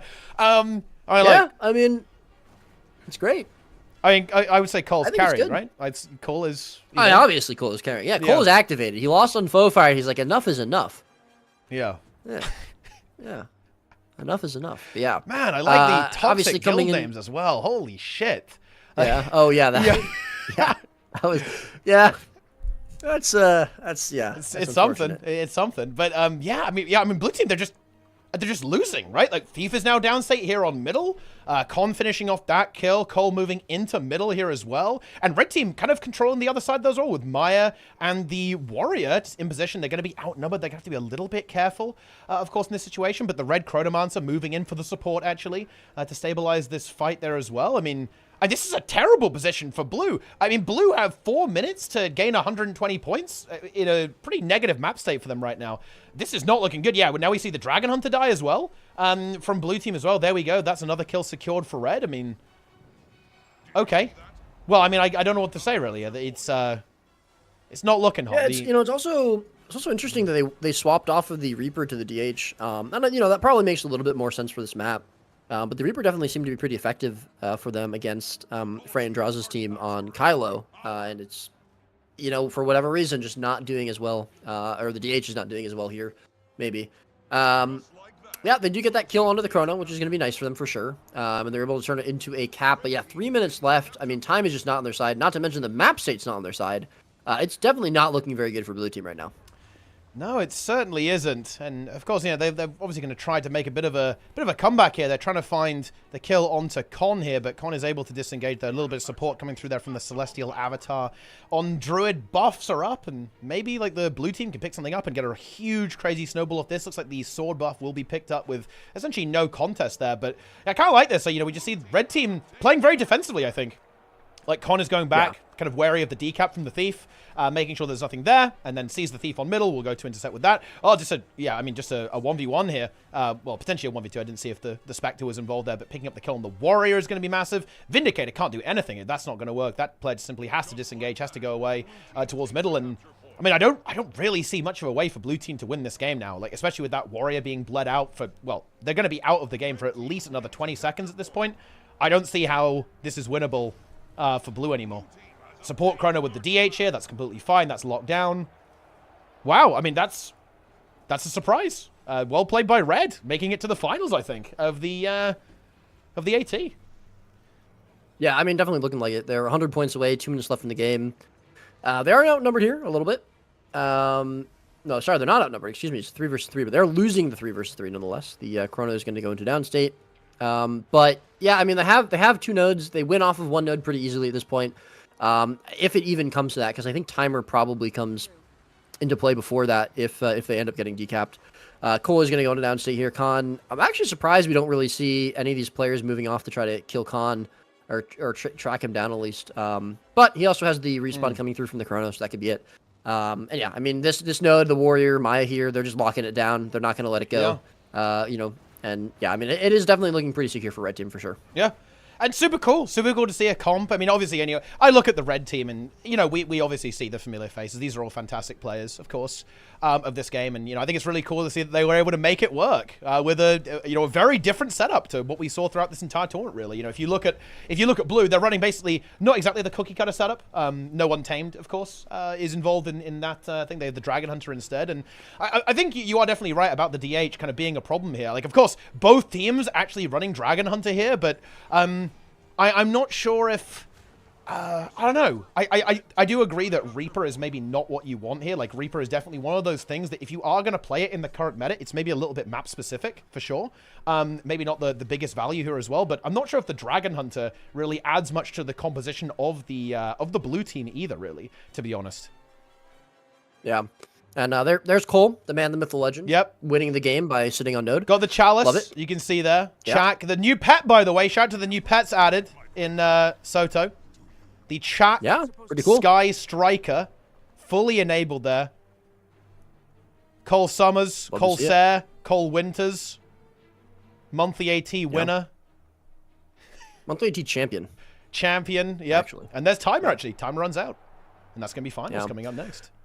So it's going to be... I mean, it's a little hard to say what exactly went wrong with that game, what could have done better with without seeing, you know, the lead up to that. But yeah, you know, either way, we're going to be seeing Cole's team going up against the Frenchies there in the finals. Yes, we absolutely are. Now, hang on. Did these teams play before? I believe they did, right? Did they? I don't Swiss? think we saw them play. Yeah, we saw the Frenchies versus Draws's team and Frey's team on Forest. I think it was them. Yeah, and then we saw that team lose to Frey's team on... Cole's team lose to Frey's team on Legacy. I don't know if we've seen that happen, yeah. Yeah, we may not have done, actually. But, of course, that's going to be the final, starting up pretty soon. There'll be a little bit of downtime here, I guess, in between these games. Look at that. There's we've got the monthly variety event coming up soon as well. Yeah. 3v3, actually. That's pretty cool stuff. And then the 2v2 afters. What's the next unranked season, actually? Is it 3v3 or 2v2?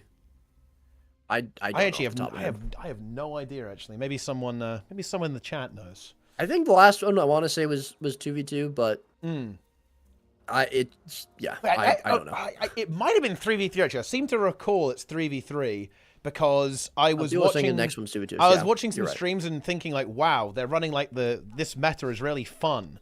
Wait, what's this? We have a meme here. Cole Summers is very cute, although only just Cole Summer, so not the plural version, the singular version, in this particular case.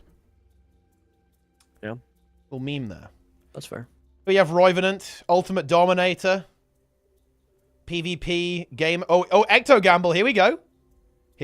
We're gonna do a gamble. If you win, you know it's because of dev commands, right? Like he's probably hacking. All right, here it is. That's true. Oh, no. Well, I mean, it could be worse. Yeah. It could be a lot worse. Could it? I mean, yeah, it could be 2550, right? You got 25,300. That's pretty. That's pretty respectable. That's true. You know, I feel like Ecto gambling is really not that horrible right now, is it? Actually, because of how expensive Ectos are. I think. I mean, unless you lose twice in a row. Yeah. Okay, we did lose twice in a row. That's definitely rough. Let's see. Are we going to go for a third? Surely not. Don't think so. After losing twice, surely not. Hopefully the game is up. Game's not up. We are going to be going for another Ecto Gamble. Okay, here we go. Win though, actually. I don't think that's is that enough to bring it back? No, it's not, because we gained 100 gold there and lost 150. So it's not going to quite bring us back to where we want to be. Yeah. So I'm just going to do some inventory management while I have some downtime. You should take notes. Oh, really? Yeah? I mean, I should do that? Yeah. My inventories are perfect. No, they're hideous and disgusting and abominations. Yeah, that's fair. I'm not gonna even pretend to deny that. I think that would be foolish to even attempt to deny that. Unfortunately, got some blackline keys in the bank there, Roy. Got some items. Oh yeah, a little bit of gamba. Saving them, yeah. Yeah, saving them up for when when they.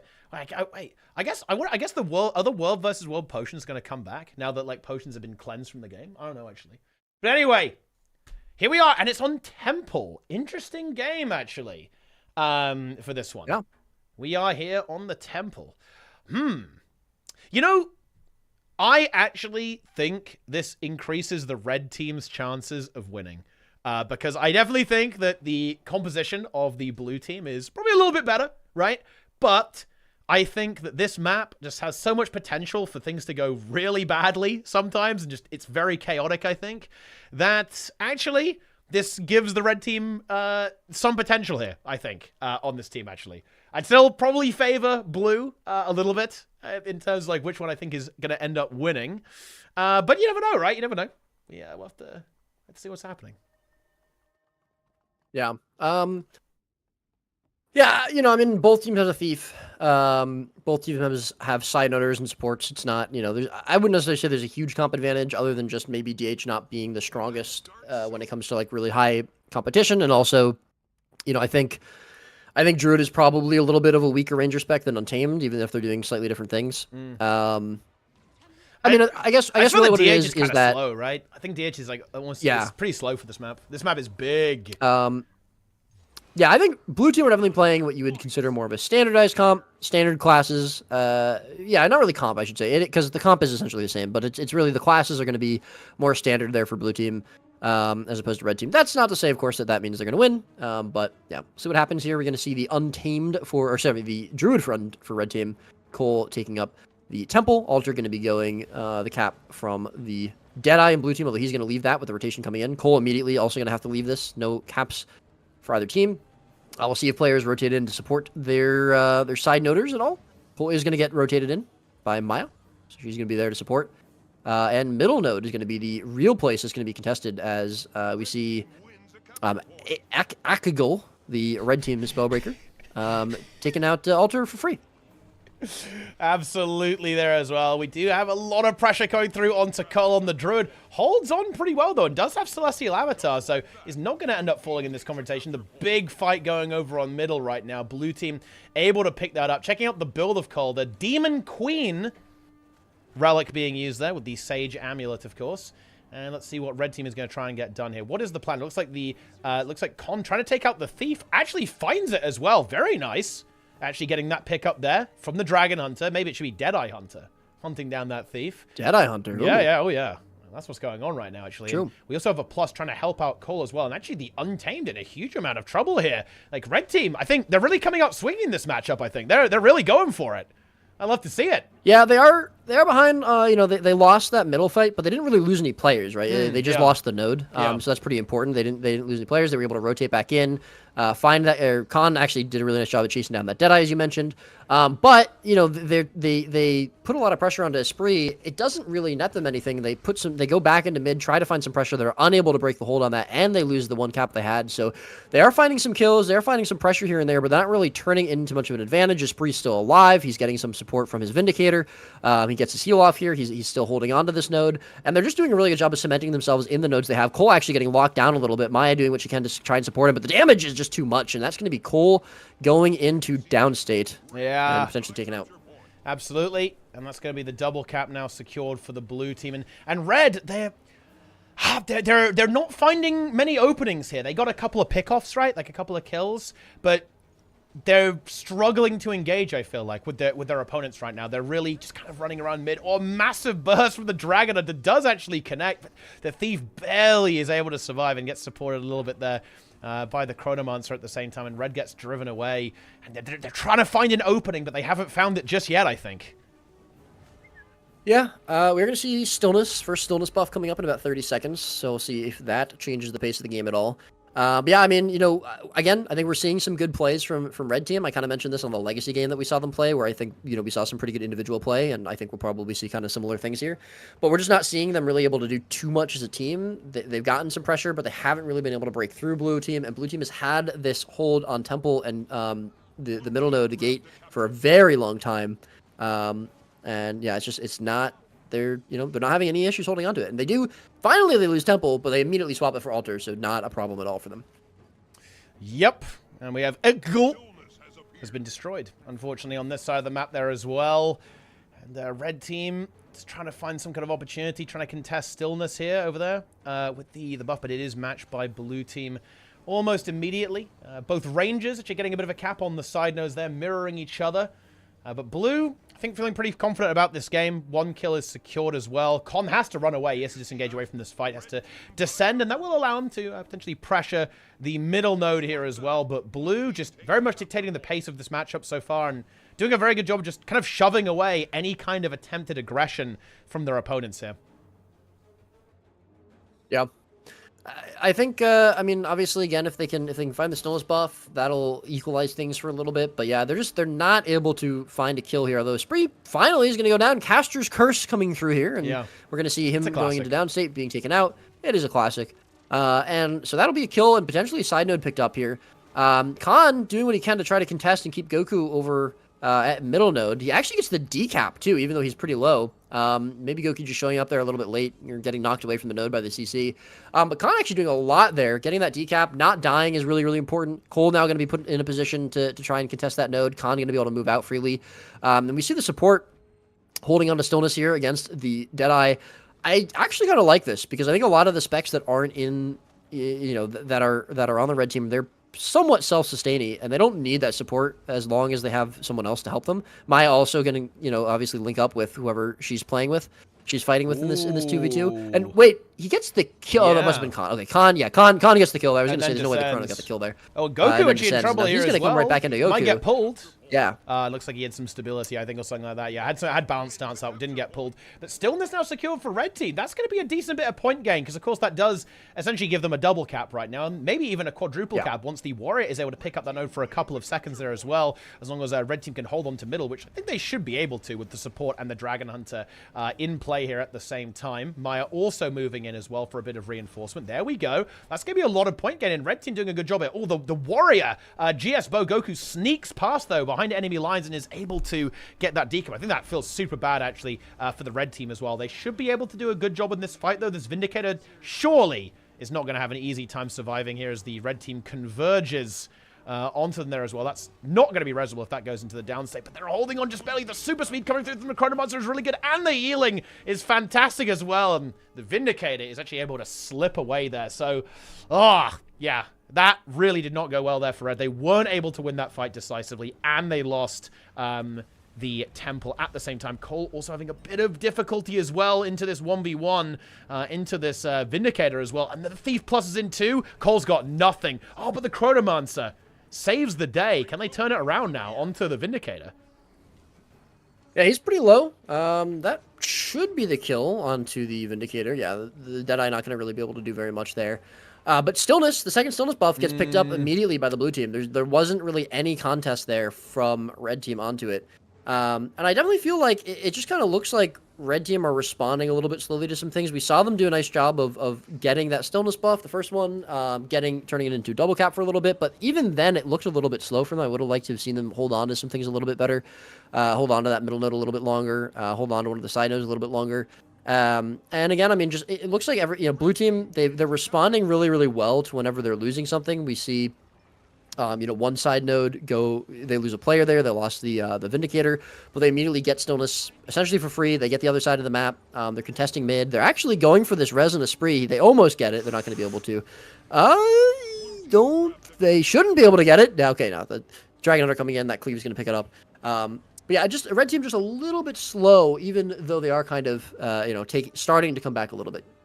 Yeah, and of course I think something that's a bit weird right now is it's going to be that support of course, kind of locked forever in that duel, as you mentioned previously. And yeah, I think it is good for them to be there, right? They don't need it as much as the blue team perhaps does. Still going on the bottom buff. It's not being attacked by any of the players. And blue team being driven back to their spawns almost here at this point. And the ranger from Cole there is going to be grabbing the temple over there as well. And red team almost trying to force the issue on the third node as well. This is a pretty ambitious maneuver to be making, I think. Of course, Chronomancer and Warrior just still, just having a good time, just gaming over here. They're just doing their thing as well in that situation. But red team has got to be a little bit careful. They don't want to lose any of these players because they're starting to really get some stuff done. The Thief even finding that decap as well.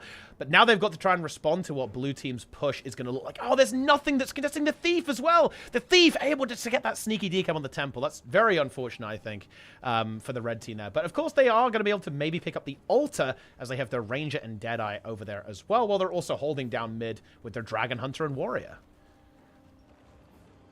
Yeah, I mean, it's definitely looking doable for them. Although I think if Tranquility gets picked up for blue team, that would obviously be pretty a bit of a doom for red team there. But in general, it does look a little bit better for them. I think when they're able to kind of split up the map a little bit more with these buffs coming up, as long as they have someone to contest it, it definitely seems like they have a little bit more potential. When that Thief isn't able to plus as freely, although I say that as he's coming into this fight, although on the heels of Maya, so Maya actually getting in here a little bit earlier, and now the Vindicator probably in some trouble if Maya can follow up on that and maybe get the kill. But the Deadeye also going to be sticking around, making sure that Maya can't, and she's also already kind of low. Yeah, in general, I think red team definitely doing a little bit better when everyone is split up a little bit more across the map. They seem to be able to perform and operate a little bit better. I do think this is almost a little bit worse for red team to have the Chrono going into the Spellbreaker there, just because there's still the opportunity for the Untamed to hold down a node, and then they're not taking the Deadeye out of the map at all, which I think was really good when he was kind of locked into stillness before. But it is still proving effective. They still have this double cap. They can still hold on to it as long as, again, they don't give up stillness. They don't give up tranquility.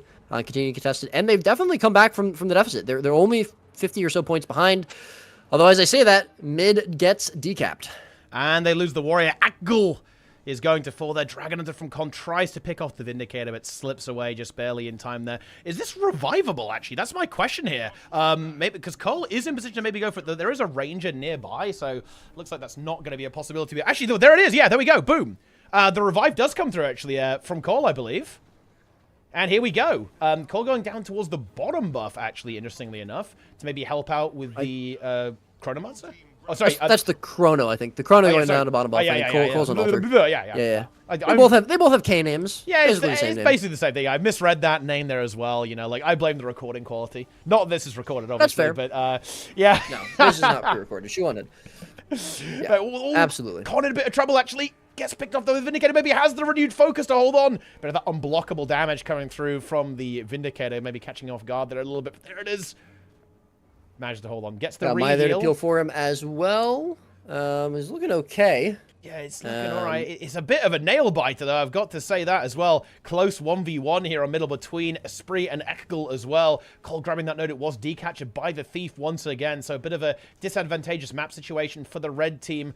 Oh, I think they're just barely behind. They need something to really close this gap. It's 100 points in 3 minutes. They've got to get themselves a double cap here. I think they'd really like to get themselves stillness as well. They've got to track that Thief well here, I think. I think when the game starts to get to its end stage like this, Thief can be so annoying at slowing down all the point gain from your team. They must track it well. Could stillness be acquired? It looks like the Chronomancer is stalling it. Warrior in trouble here, but Dragon Hunter comes in for the peels here as well. But blue team caps middle, and I think they're marching towards their victory here. But I've got to say, red team, they're not dead yet, and they have been playing very well so far in this game. Yeah, it looks like they're going to try to focus on getting that kill onto the Spellbreaker, though. Khan doing quite a bit of damage, but I'm not sure if he's going to be able to do enough damage to stop the Spellbreaker from going into downstate. And now Esprit coming in as well, going to rotate Goku out. Cole, Goku now, huge 1v1. Goku's still on the bottom, but Cole, yeah, wait a minute. He actually finds the kill, but again, the Spellbreaker, he's going to go into downstate. Shadow Chevalier and Esprit, they probably can stop this from being rezzed. So it's going to be a kill apiece on the map. Really nice pickup for Cole there, but unfortunately, they needed to not lose that Spellbreaker on mid so they can continue to fight into it. because they have to get this decap. It doesn't matter if they get the side nodes. They have to get the decap. They can't allow blue team to continue ticking. They have to decap this now. Maya coming in, Khan coming in. They're going to put a ton of pressure onto Esprit, but Maya actually taking out the damage herself for playing that aggressively. The Chrono coming in now as well, recognizing that they win off of this middle node, and that probably is too little too late for red team. That's probably going to be GG, 10 points away. Maya really low. She can't continue to fight in this. Cole not in a position to do so, and I think that is going to be it. First ever EU Weekly AT Finals, honestly, going the way of this blue team. I think a really close game. Like, if this game went on for, like, another minute after this, I feel like red team wins, even. Like, off the position that they're getting themselves into. What a really close match, actually. Very hard fought. And a lot of the, a lot of the matches in the games throughout this are incredibly hard fought games, I think, actually, by all of the teams there. And I think that's really cool, right? I think that's why. And look at that. See, that's some actual good behavior, yes. Very nice there. No BM. Yeah, We've got, I like the middle character there just wearing a Speedo. That's just, I mean, that's a classic right there. With that situation. But yeah, very nice, very wholesome. Absolutely love to see that.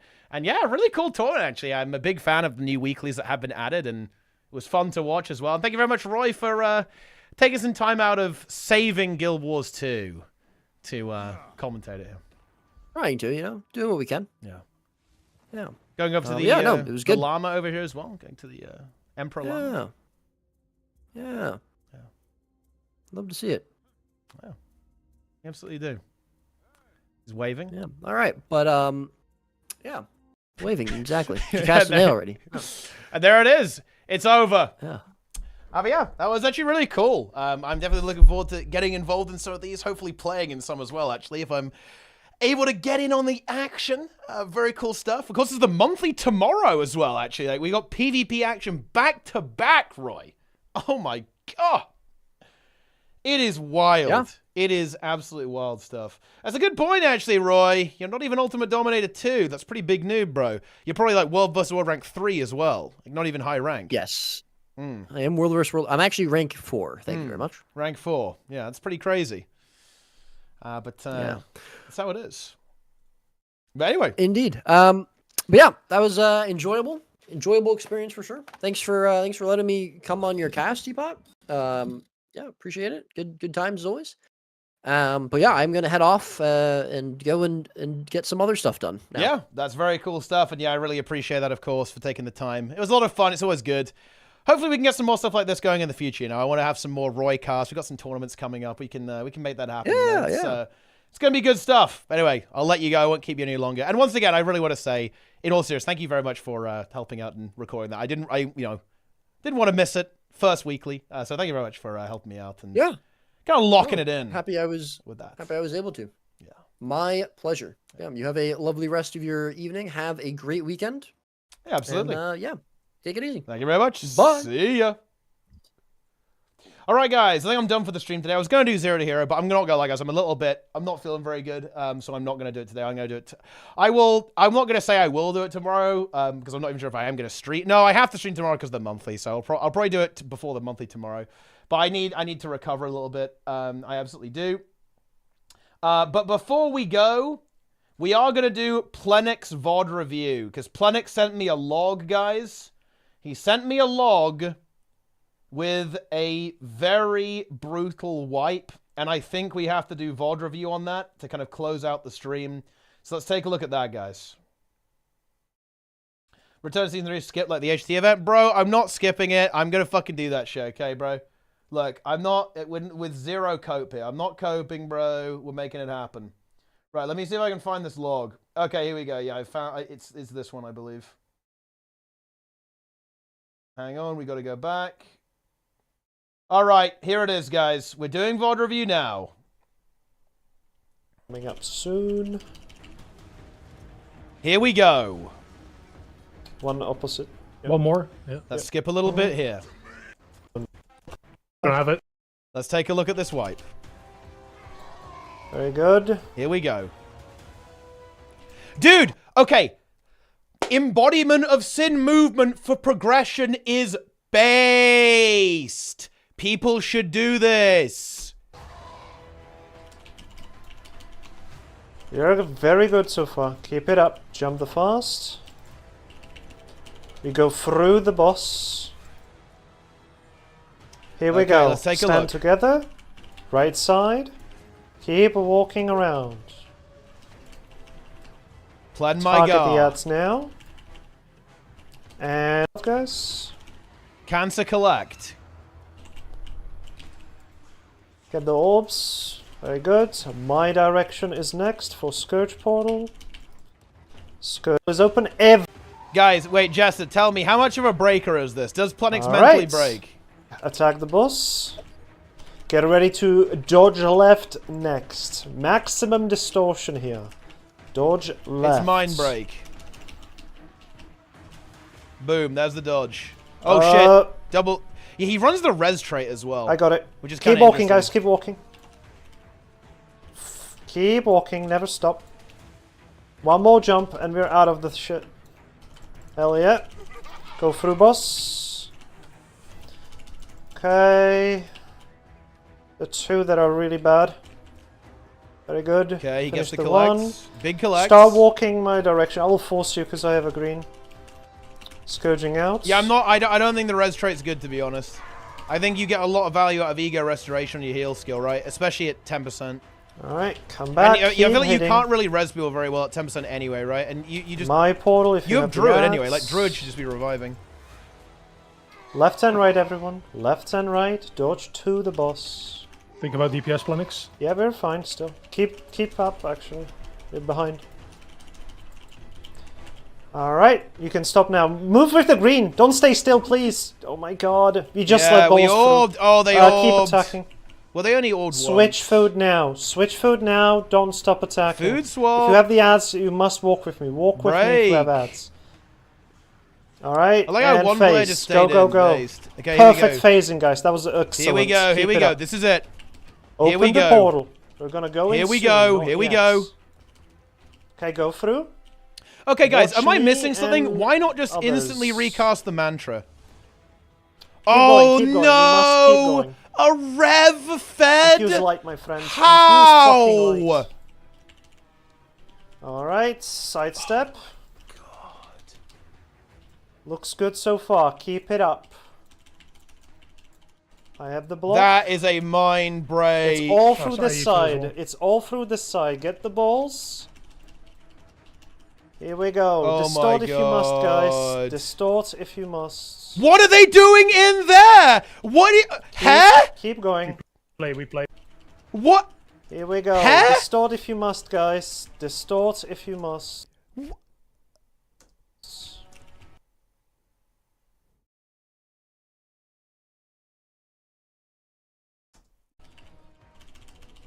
Keep going. We play.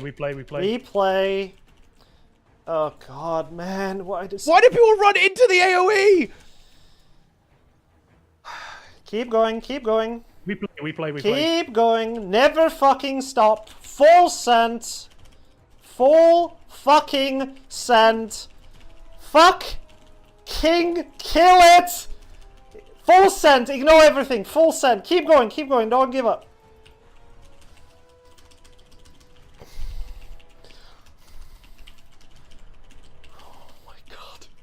Why is this fucking...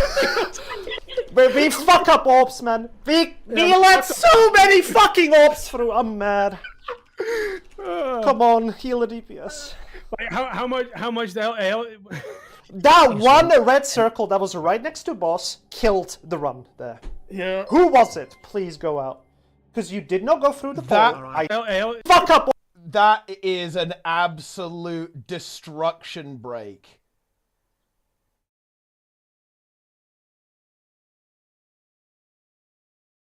That is an insanity break.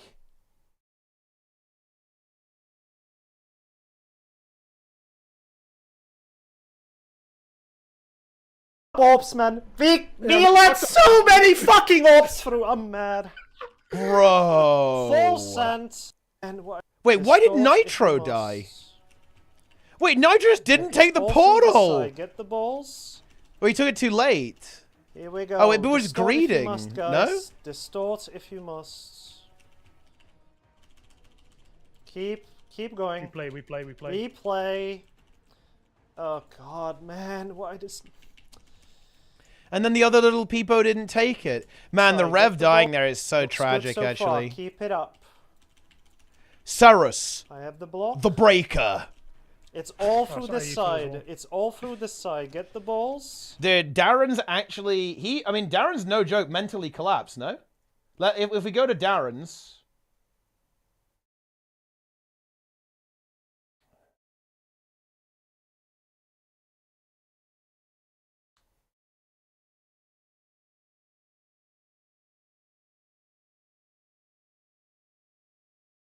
Let's go to his videos.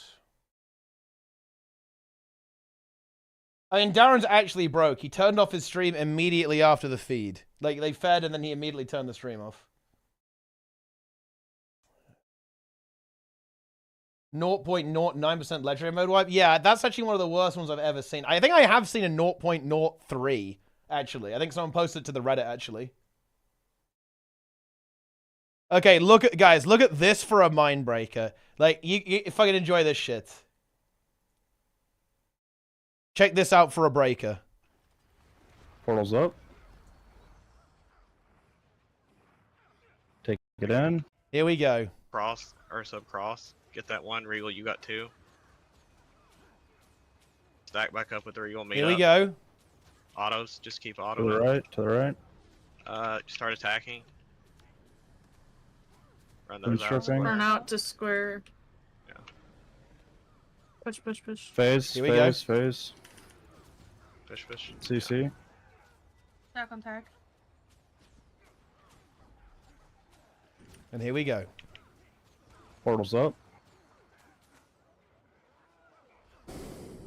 People need to practice their burst rotations. Okay, do you know what went wrong here? Okay, no joke. Stack We back up with do the we Regal, not meet. need like a big burst Yep. rotation from Darren's here? Autos, No. just keep To auto. the right, to the right. Start attacking. I feel like we do, Run those out. Instructing. Burn out to square. and I don't think we got it. Push, push, push. Phase, phase, phase. Yeah, Push, push. like it. CC. Yeah, he did his burst before. Okay, I think this is actually a bit of a misconception. I think people think that you can start DPSing as soon as the bar is up. That's not right, man. Yeah, this was that's not what you want to do though. Like you have to go after, right? You have to go now. That's when the Condies get cleansed, right? But you already sent everything. Portal's up. He's scared to have Malix. Yeah, but he should have been on Malix first, no? And then he goes to Glint afterwards remember to dip. for the heal. I think he lost a lot of damage there. Save elite still. And there was no burst of strength either. Now we have it. Now we're getting the Back out. DPS. But I mean, that's not really the breaker. Let me show you guys Big the heals on breaker. boss. Cross and get those two. Regal, yours is the other side. Orbs. And one Orba! Take portal. I actually think this was very sus. Like, look at this player. One of the verts moves off stack because they're worried about the dodge instead of just using distort. There's distorts. And as a result, they're kind of like out of range of some of the healing and they just die. I mean, that wasn't GG. good. No, don't. Don't She can get green. You know, it's weird. People actually got mad at Collider for this, but I actually think this was the correct call. Although, no, actually, no.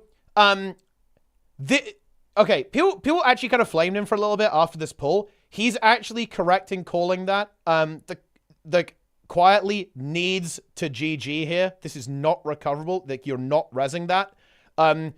And they've done this enough that everyone should know that that doesn't mean actually end the run. So, honestly, Collider got flamed here. I actually think incorrectly. That is the correct thing to say there, and people should know what he meant.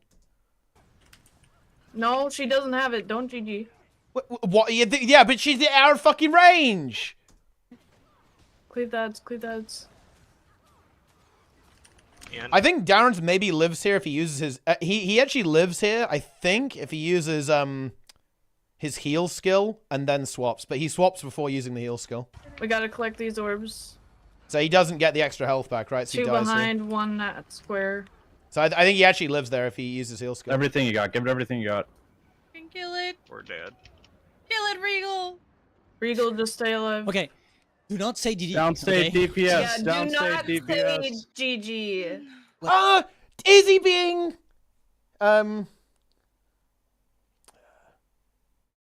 does he mean? I don't know. I'm not sure. I don't think it's that incorrect to say that. To be honest. Yeah, because that was so fucking. I knew what he meant. Okay, I knew what he fucking meant. Okay, in that situation. Regal, just stay alive. Okay, do not say DD. Downstate DPS. Yeah, And she didn't GG, by the way. There was like a 1 in 10 chance they instantly wipe, right? Oh no. say GG. But yeah, this is a 0.4% break wipe. Regal, just stay alive. Okay, do not say DD. Downstate DPS. Yeah, Downstate. Oh man, I was there. I was watching this, and it was a break moment. Feels fucking bad. It does not feel good. Let's see what Snab's doing. The goose is loose. Jack's gonna camp here, but this is not looking so. We have good. dark It's a snub, light snub. 3v4 over here. All right, guys, I'm running the goose. So red needs to all pile. If they want a chance, they have to win a massive team fight and take. Yeah, Snab says he's no longer broken, which is it's based actually.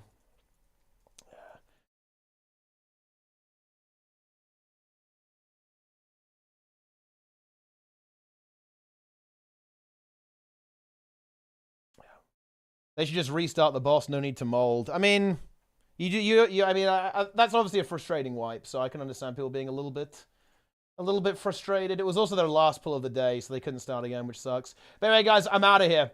Okay, I'm done. Follow my social media. Buy the game using my referral link. Buy the merch. Okay, I'm out. I'll see you guys tomorrow. If I stream, if I don't, then I won't. Boom. There you go. Enjoy. But I will return. If I stream tomorrow, it's 0 to hero. Then it's the monthly AT. Then it's something. All right. Okay. Take it easy, gamers. I'll see you then.